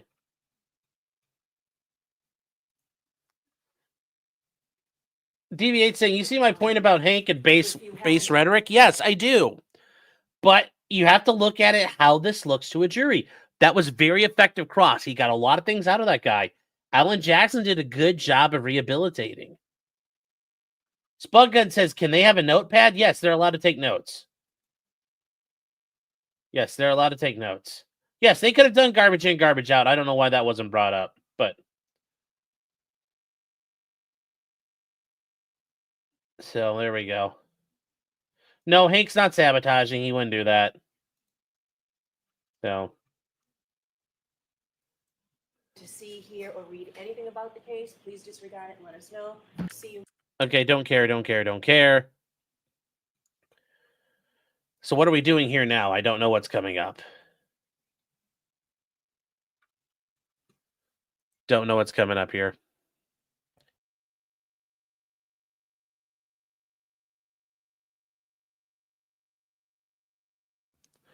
All right, hold on, chat. Let's see here. 6:35:04. Let's. I guess we'll refresh. Disregard it and let us know. Additional caution, please be very careful. Continue to be careful with your social media use. We will see you Monday. Monday will be a full day. We'll start right around 9 on Monday. Okay, come on. Oh, Jesus Christ. I just moved 10 seconds. So.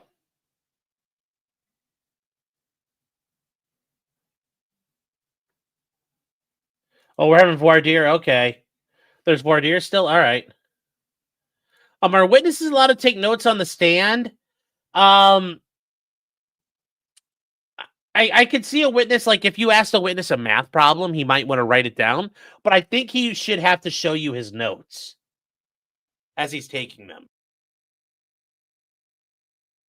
Because I would ask, sir, you wrote down some notes. May I see those notes? Because that was generated in response to my questions. I would just want to make sure I'm looking at what he's looking at. So I think he has the right to do it, but they have the right to examine what he writes down, the attorneys do, before he gets off the stand. Oh, for God's sake, Internet, come on. This is so obnoxious. Okay, so we... All right, here we go. Let's see what we got. There's here. a microphone a little is back. Okay, we'll go right here. All right, chat. Okay. I'm not gonna fuck with it for a couple minutes then, because this is getting retardo. But yes, they should have the right to see like what Welcher was writing. They should have the right to check to see what he's writing down.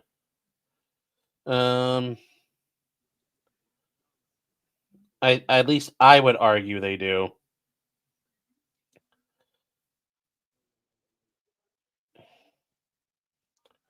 You are unmuted.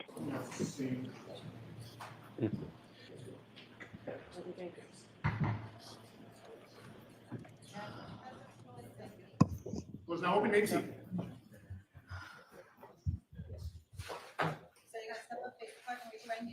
You solemnly swear the evidence you give the court in the case now and hearing to the truth, the whole truth, and nothing but the truth, so help you God. Thank you. Take a seat. Thank you.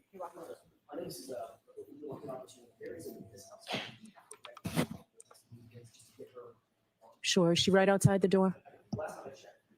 Do you mind, sir, if you can stay right there? Sure. And it'll just be a few minutes, okay? Ms. Gianetti, when do you need this witness back? Monday?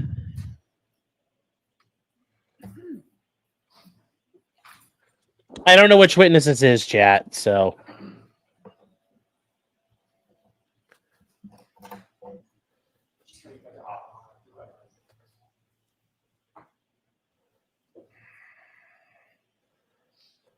So I'm going to need That would her be microphone. fun, Do you Mike. have one on council table there? So the podium. It'll be a lot one of fun. those back where Eugenia is. Thank you.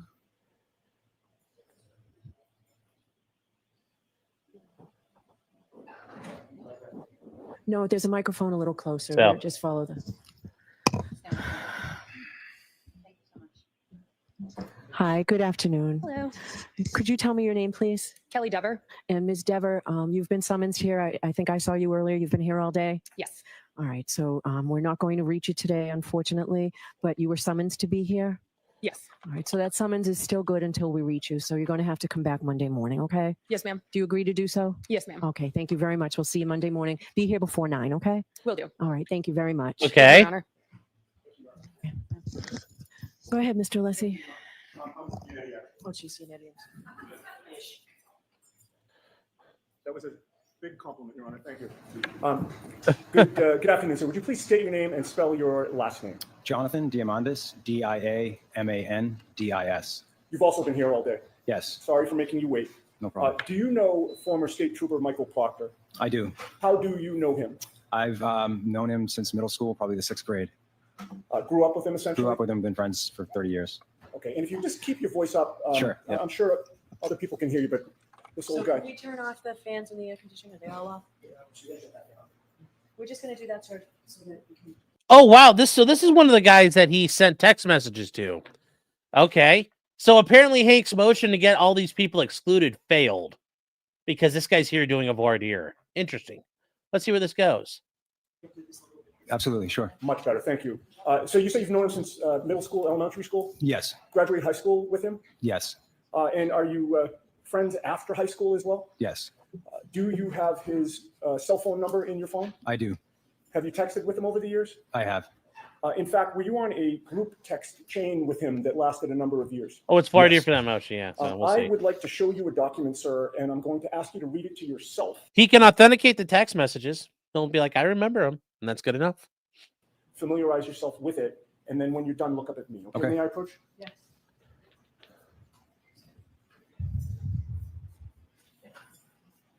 Would you like this marked for identification first, Your Honor? Yes.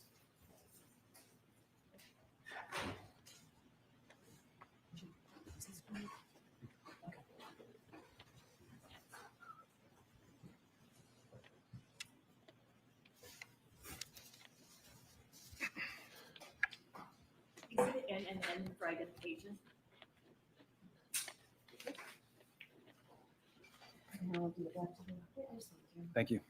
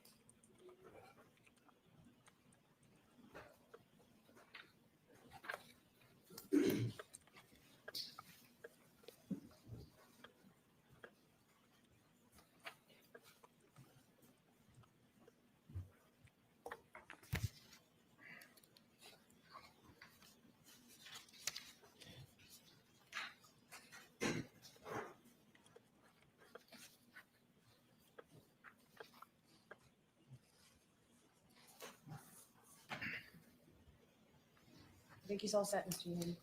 Thank you, Your Honor. Sir, have you reviewed that entire document? Yes, Does that look familiar to you? yes. What do you recognize it to be? It looks to be a text chain with a group of my friends that I grew up with. Okay. And so would all of those friends have been people that you went to high school with? Not all the same high school, but the same time. Some of us went to different schools. And you were friends during that era? Yes. And you've remained friends for how many years since then? I mean, we've been friends for 30 plus years, probably. Do you know precisely when that text chain started? I do not know when the text chain started. Months, years? Years, definitely years. And that's a portion, in other words, there's a start time and an end time to that, but the text chain started before the start time that's listed on that document? That's correct. Now, I'd like to ask you about 5 different categories of information that allow you to identify the text chain. First of all, directing your attention to page 1. That is an unredacted version of this. Do you see your phone number on page 1? I do. And is that accurate in terms of your phone number? It is. Well, do you have a passcode on your phone? On my phone, yes, I do. All right, and have you had that for years? Yes, So as of January of 2022, you would have had a passcode to get into your phone, correct? correct. With regard to the typing of text messages, you didn't appear to be too active on this thread, is that correct? Not from what I see here. Did you see one entry that you actually did text? Yes, one. Okay, and I think these page numbers, they're all numbered. Could you direct us to the page where you actually chimed in? And if I suggested to you, it might be 4 from the end.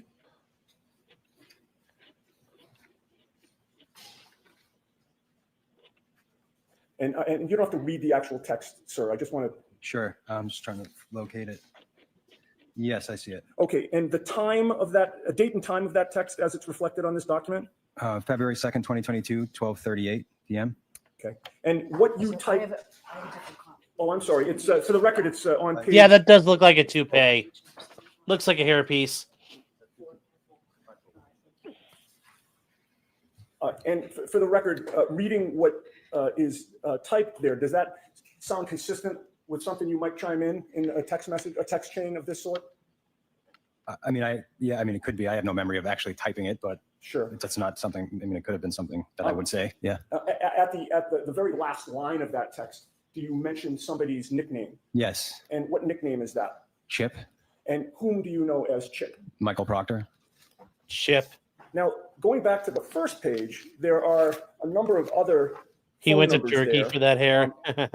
Have you checked your phone prior It looks to like a taking the toupee. stand today to match those phone numbers with other friends of yours? Yes. And if you could, and hopefully you remember them all, can you list by first name only your friends who are included in this text chain?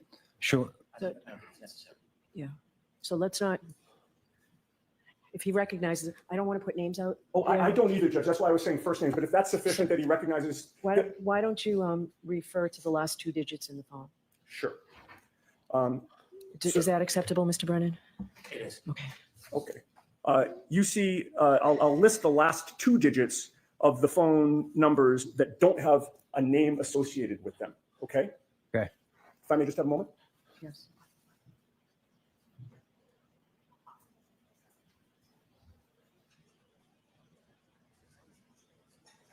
Yeah, of course. Okay, starting with the phone number that ends in 51.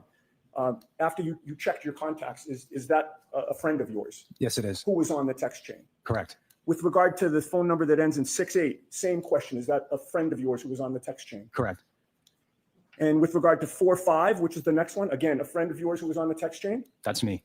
Oh, I'm sorry, that is you, Yeah. of course. With regard to 95, is that a friend of yours who was on the text chain? Yes, it is. And with regard to 93, same question, friend of yours on the text chain? Yes. And then there are 3 numbers there, one that ends in 11, one that ends in 46, and one that ends in 82. Do you see that those particular numbers have a nickname associated with them? Yes. Those nicknames, do you recognize them as being also friends of yours who are on the text chain? I do. And then finally, there is somebody listed as local user. We'll get back to that one. Okay. With regard to the other ones that you've just identified, sir, have you texted back and forth with them on those phone numbers over the years? Yes. And also with regard to this particular text thread? Yes. All right. Now, I'd also ask you with regard to the content of these messages and who said what, and particularly focusing on the one that's identified as local user. Having read that text chain, were you able to determine who local user is? Yes. And who is that? Michael Proctor. And was that by the content of the messages that Michael Proctor typed that you recognized it? Yes. And with regard to whether this is a complete, accurate record of what it purports to be, what is your testimony in that regard? I believe this to be a record of our text chain for this period of time. Appears to be accurate and complete. It does. If I may have a moment, Your Honor. Okay.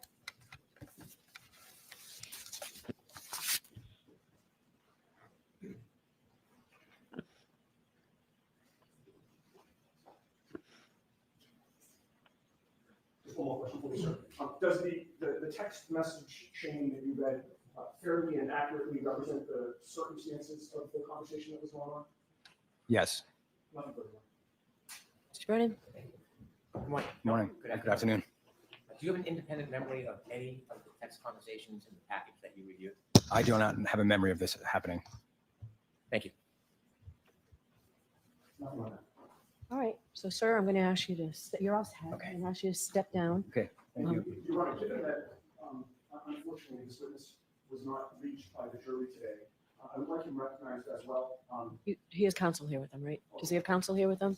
All right, sir, you'll make sure your client is here when we need him? I will do so. All right, thank you. My name is Thomas Campbell. My office is in Boston. And I'll speak with Mr. Campbell in terms of an appropriate time of day. He's Oh. very welcome. He did mention garbage in, garbage out. I don't recall. Thank you. All right, and thank you, Mr. Campbell. We'll see But you. overall, it was very We'll well let you know done. when we need you back. It's Thank you. probably going to be Monday first thing. Understood. Thank you. So Roger, set for me again.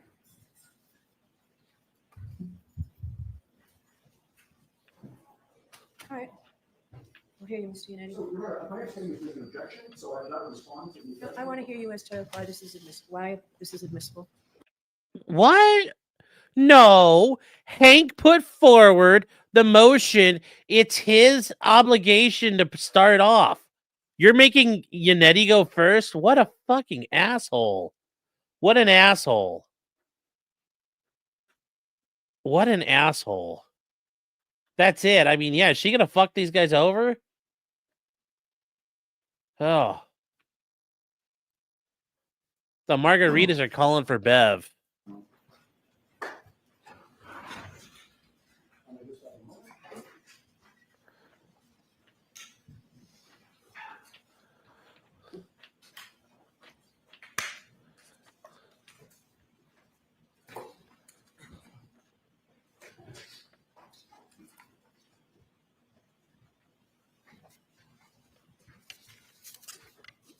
So, Your Honor, with regard, I assume we're just dealing with authenticity at this point? No, we're dealing with both. You're the proponent of the testimony, so let's deal with both. Okay, all right. So regarding authenticity, Your Honor, there are several ways that are either independent or connected with each other by which or through which a party can authenticate text messages. The majority of the case law out there are defendants having appealed judges' decisions to admit text messages offered by the Commonwealth, and the majority of the case law that exists affirm judges' allowance of text messages into evidence. The Commonwealth filed a memorandum in opposition to these text messages being admitted, and not one of the cases cited by the Commonwealth apply here or are appropriate. The case of Commonwealth versus Purdy, in that case, the Commonwealth introduced text messages from computers seized at a massage parlor. The defendant objected that there was no evidence that he had authored any of the, these actually were emails, not text messages, any of the emails that were admitted into evidence. Nobody saw him do it. Nobody saw him type it, and nobody discussed any of the emails with him. But the SJC cited a longstanding rule, including Rule of Evidence 901B1, evidence may be authenticated by direct or circumstantial evidence. And the circumstantial evidence is essentially what we covered here in court today: the appearance of the electronic communications, the content, the substance, internal patterns, or other distinctive characteristics. Commonwealth versus Welch. It was a murder case where a boyfriend killed his girlfriend, was charged with killing his girlfriend, was convicted. The Commonwealth sought to introduce text messages between them, and various text messages from the victim's cell phone were admitted into evidence because, for one reason, they referenced the defendant's distinctive nickname. And in this case, we have a text chain with 3 nicknames, all of whom the witness recognized as being his friends. We have more to authenticate this text chain than in any case I have seen, and also more than in any case the Commonwealth has cited. In this case, we have an identification of every phone number pursuant to the last 2 digits. We have an identification of Michael Proctor's message relating to the contents. We have evidence of the witness's cell phone requiring a passcode, meaning that in order for his phone to be active in this chain, he would have had to have unlocked the phone with the passcode.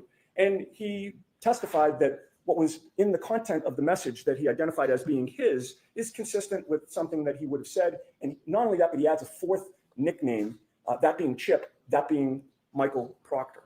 The Commonwealth, with regard to Commonwealth versus Welch, which is again cited in their memorandum, this opposition, Your Honor, they state what appear to be rock solid black and white legal principles, but when you scratch below the surface and you actually read the case stands for nothing in terms of what they've represented it to be.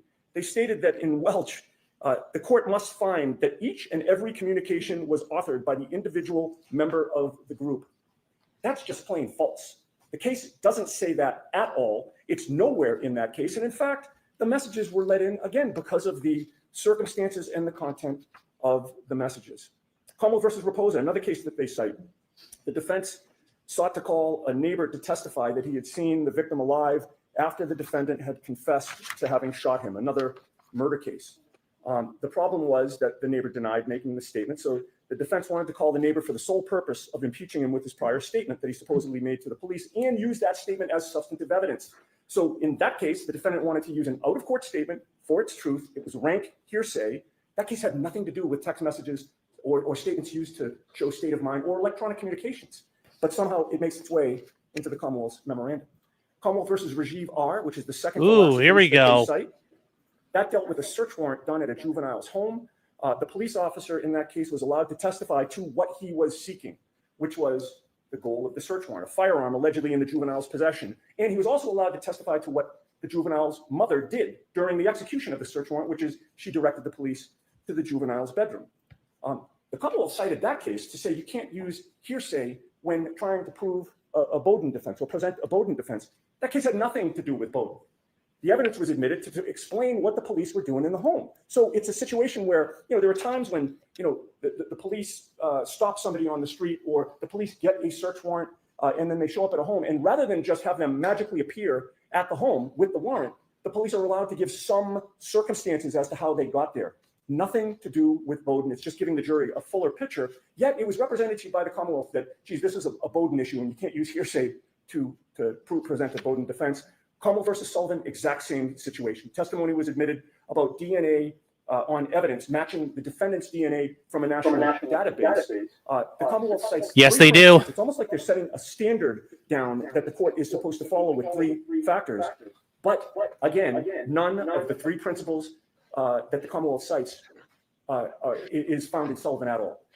They're not even mentioned in the case. They're simply made up and put in a memo to ask this court to do something that the case does not support. And again, it has nothing to do with Bowden. So now we come to the arguments about the fact that the Commonwealth is claiming that these statements are hearsay. They're not. These statements contain insults of my client. I'll be kind and just mention the word. So I read them. Yes. Okay. Well, I mean, Your Honor, if you're going to allow this into evidence, I'll stop talking. Otherwise, I have to make my argument. I understand what you mean by insults. Okay. So I won't even mention them then. The Commonwealth is essentially arguing that we're offering these text messages to show that the insults were true.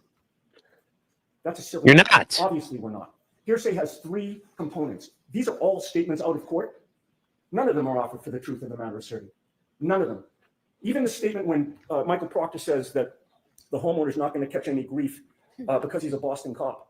We don't know if that's true or not true.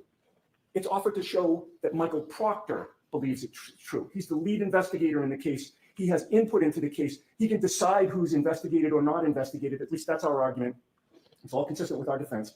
It's offered to show his state of mind. Everything that he says is offered to show his state of mind and to show his bias. He, as the lead investigator, his bias in what he does or doesn't do. And in fact, Mr. Brennan said a sidebar earlier when we started this conversation that Bowden deals with what was done or what was not done. We're entitled to explore what was not done and not done, and we're entitled to explore why. We have evidence of why. We have Michael Proctor's words about why he did or didn't interview people separately, why he waited, for instance, a year and a half to interview a plow driver who was out there on January 29th, why he treated some people with kid gloves and other people with brass knuckles. He's stating it in these text messages. She's going to go down for this.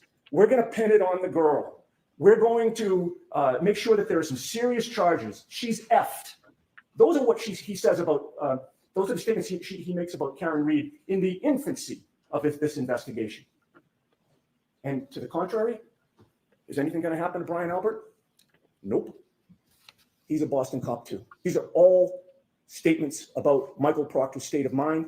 The prosecutor and I have been over the statements. I realize he's objecting to the admission of these statements. I don't think he has a legal argument that passes muster to do that, but should the court allow them in, we're agreed on everything except for 3 entries, which I think we could deal with pretty quickly. And unless the court has questions, I'd rest on that. No, but Yeah, they're clearly not hearsay. Copy of whatever you've agreed upon.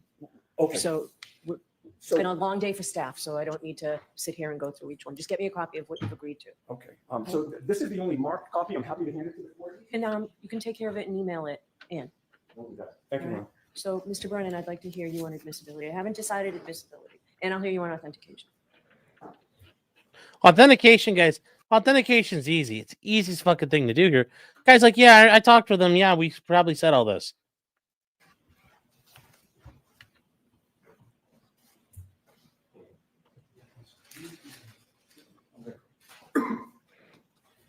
On the first issue of authenticity, this witness has no memory of any of the text messages. I think it's fair to conclude he's on the text message string. He recognizes the people on it, but there is no authenticity if he doesn't recognize them. The person that could best authenticate these text messages is Michael Proctor.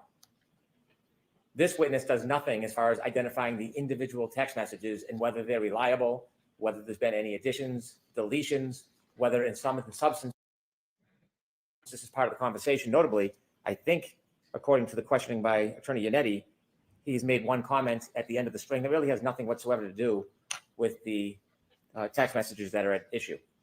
So authenticity, I don't believe this witness reaches that conclusion for them. Regarding admissibility, I do not dispute that in the right context, these text messages are admissible. If there is an investigator in a case that makes derogatory remarks about an accused, I can't say that doesn't go to bias, nor do I reject the idea that it shows an unfairness or a motivation. But really, you need to put that in context, and I think Attorney Yannetti highlighted that. He says that this is not hearsay, it's how he thought, or whether it affected a particular part of the investigation. It may have, it may not have. Even if he denies that it affected his investigation, it's still an appropriate question to ask just because that type of negative commentary, inappropriate commentary was made. But to explore the state of mind and put it in context, you need to ask the person that you're accusing of having the bias, because perhaps it did affect the bias. Perhaps the person was very biased and made decisions based on that animus, or perhaps the person made negative comments but had nothing whatsoever to do with the investigation. It is surmised to say because these comments were made, a witness was not investigated, or there was some other amorphous, undefined ill that happened. That's the whole reason why the witness who made the comments should be confronted with the comments they made so the jury can fairly assess, is this relevant? Is it material? And what is the value of it? I am not opposed to the admission of bias against a witness, especially a police officer, but it should be against that witness because they need to have the opportunity to admit, deny, define, accept, and explain. By putting these messages in with sidestepping, calling Mr. Proctor, they are trying to gain the advantage of putting information in front of the jury that has no context, suggesting it has a value that has not been defined, and then, as Mr. Yannetti just did, making an argument that because the comment was merely made, that therefore there was a consequence, and specify a consequence where there's no factual basis to conclude. Because he made a derogatory comment, he didn't investigate or speak to a plow driver for a year and a half. That defeats the purpose of defining the value for which this is being omitted. I do have some issue that it's really not under the context of Bowden, because this doesn't have to do with the adequacy of a police investigation. It has to do with bias. And that purely is the state of mind of the person who made the comment. I would not get in the way of confronting the witness about their bias if they were called to the stand. But to put it in this way invites speculation, it invites manipulation, and it invites a party on either side to portray this in a way that is not factually viable. It will be distracting, confusing for the jury, and it could be unfair for either side because it will lead to arguments. It doesn't matter about if it's what it unfair for means you. without a factual basis. And so my position is, I don't necessarily disagree that it's relevant, but it should come through Michael Proctor. And if the defense wants the value, they should call Michael Proctor. Ms. Yannetti, do you want to respond? I know we're the hours late, Your Honor. I won't belabor the points. I would state the following very as succinctly as I can, which is, yes, it goes to bias, but it also goes to the adequacy of the evaluation. The two concepts are intertwined. If you're biased or exhibit bias, the defense should be able to argue that the investigation was not adequate. I would note Mr. Brennan is not sitting at defense counsel table in this case. We appreciate the offer to help us with strategy about which witness we should call, but that's solely the province of the defense to determine. Ah! Wow, we're getting that. This is what happens, chat. At times, like a 2-hour hearing, you can be at each other's throats. Yannetti is out for fucking blood now, and he's probably Hank is a colleague, probably a defense colleague, but Yannetti has just fucking had it. So,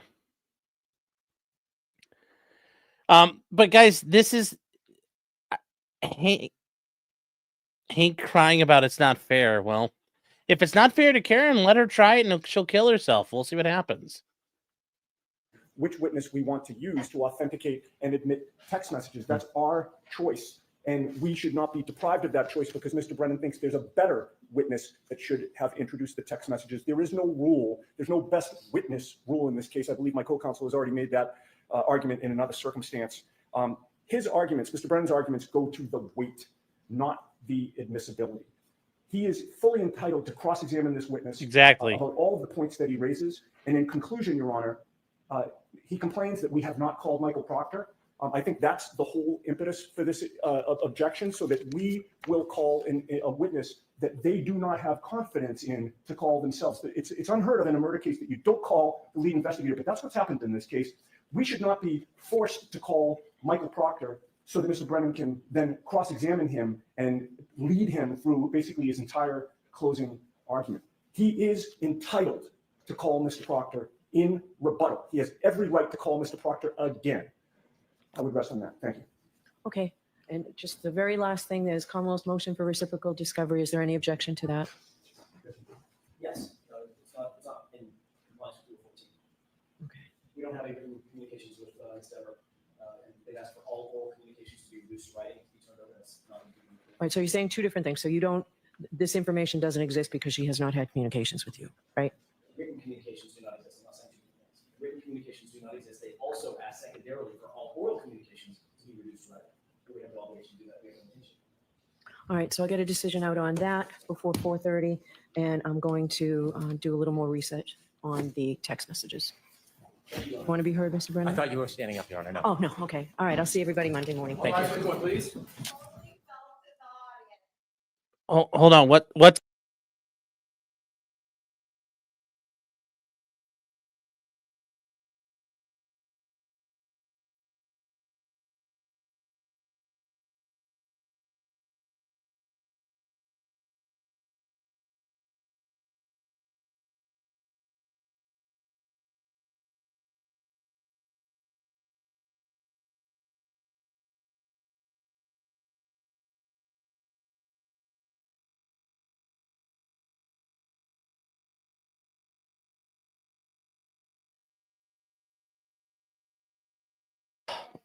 All right, baby. Well, I'm gonna finish up here real quick, okay? I think so. I'll take care of that in a second. In 1 second. All right, guys. So that's it. I don't know what Bev did on her ruling. Do you guys know? Did she release her decision? Because she said she was gonna do it today, but I don't know what she did. So now, what was this all about? Well, it's about the issue of hearsay, guys. Remember, because we talked about it a million times before. Hearsay is an out-of-court statement being used to prove the truth of the matter asserted. She said, email me. Okay. Bev demanded the communication. She said, Monday. Is it out? She fucked them? Well, that's not a surprise. That one's a little more kind of like, of the decisions Bev has made, I can understand that one. So it's not a surprise she did that, but I can understand it. So, what's on Twitter? Well, I'm not looking on Twitter.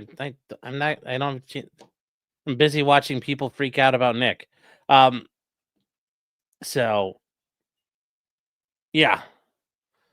She wants Jackson to summarize conversations with Deaver. Okay, well, she's like the YSL judge at some point. I don't know. I mean, ultimately, did DeSorga do his job? Yes. Is Karen still in the fight? Yes. Was it an absolute home run? No, but Hank did not get anything done today. That made Hank overall, that was a poor performance. He scored, he was effective on his cross, but the way he handled it, he pissed a lot of that away. So yes, Karen came out on top today, which is good. She needs to come out on top again and again and again and again and again and again and again. But for right now, she's hanging in there. Deviate says, we need another poll. Why does Sean ask for likes and subscribes? Humility or laziness? I ask for like and subscribes. I think I normally do, but I assume people do that generally anyway. I mean, like, if you guys haven't, please like and subscribe. I would appreciate it. Jefferson Post says, Hank is calling an airstrike in on his own witnesses. Yes, he is a little bit there. Yeah, he is. And it's not a good idea. It's not a good idea the way he's doing it. Garrett Pace says Katie has her Hitachi all primed up and ready for ARC on Monday. I could see that. A lot of women are going to be ready for the crash daddies. They're going to be seat bottoms getting moist all over the country. Katie B says, Proctor saw Karen's confession texting Eddie, and then Vince is afraid he'll mention it on the stand. If he did that, it'd be a mistrial. So he's got nothing to lose. Yeah, that'd be a mistrial, and then Karen walks. So, yeah, that's going to be a problem. It's not coming in like that. Obviously, if that was such a killer thing, Hank would have brought him in. But he can't. He won't. So, doing that, you can't just go out the reservation as a hostile witness. That's how you get a mistrial. So, I mean, if Proctor wants to do it, that'd be great. So, one of the crash daddies has 6 children, yes. Well, yeah. The crash daddies love Clyde, yeah. We'll see. Probably prejudice too, I would agree, yeah. Yep. So.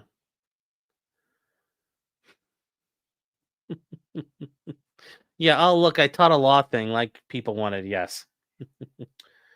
Moist is both an awesome and terrible word, yes. Yes. All right, chat. So, yes, Karen is still in the fight. Remember, Hank, they got to close the gap. But right now, Karen is still in the fight. So, Bukaki's third language. Yes, thank you, Trooper Bukaki. Yes, he was only hired to interpret what was there. Yes, I agree. You guys are saying,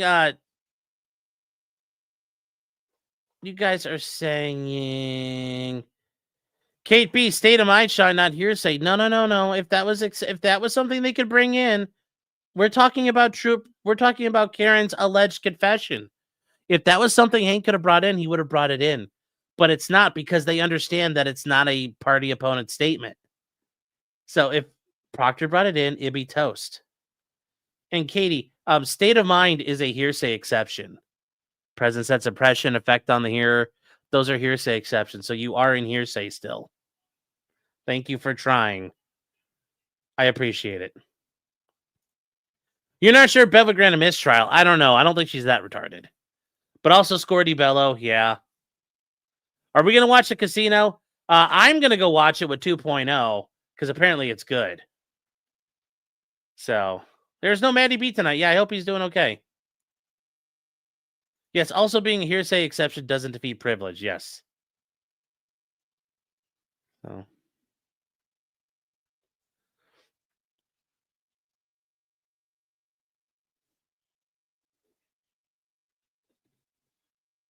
So I watched during the trial during the day, then you at night. Well, thank you. But yeah, the casino's lit right now. They're going through the Knicks stuff. Apparently, PPP said he'd do a whip it on stream, and the goal was met. So, all right, guys, I will see you guys at the casino. You guys enjoy your weekend. Tomorrow we gonna try to figure out if we could do the 6-hour thing real quick. If not, we will come up with something to do for tomorrow night, and then we will do some model stuff. So we will have a lot of fun there. And yes, based on oh, you guys are welcome. Not talking over too much. Yes. So okay. Let's see here. Mike the annoying one, I don't know. Yes, F1 is in Spain this weekend. We will be watching that from the circuit to Catalonia. So it'll be a lot of fun. So anyways, chat. Remember, guys, I think everybody here, you guys, all your super chats, all your texts, your likes, every single thing about you, every single thing. Thank you so much. I appreciate all of it. It's been a fun week. We got another week to go, guys. Angela says, what's the code for locals? The code for locals is summer 2025. Angela, if you have a problem with that, email me at my email address below, potentiallycriminal@gmail.com. I'll hook you up, okay? If you're having a problem with that, let me know. I'll hook you up with a free run through. So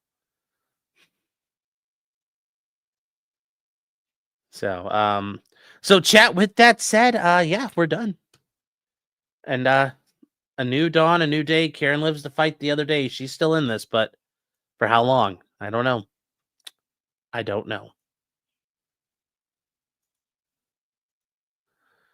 So, who's my favorite F1 driver? I am a Scuderia fan. I am a fan of the Scuderia always, forever.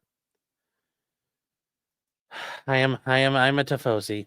So, with that said, chat, you guys all have a great day. And remember, till next time, just because you did it does not mean you're guilty. And Karen Reed is still not guilty.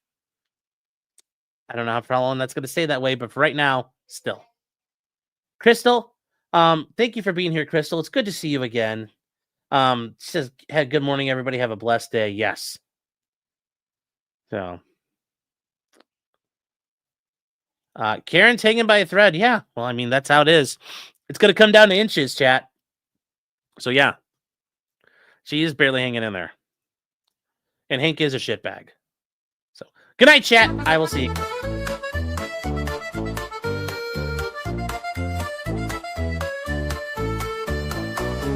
Blacksmithing and models of planes, esoteric works and even some trains. Much merriment had while drinking White Claws, tips on hunting and even talking the law. Whatever you do, just don't talk to cops, even when they nab you on illegal stops. Just 'cause you did it doesn't mean you're guilty. But please talk to a local attorney. Was that the fat guy?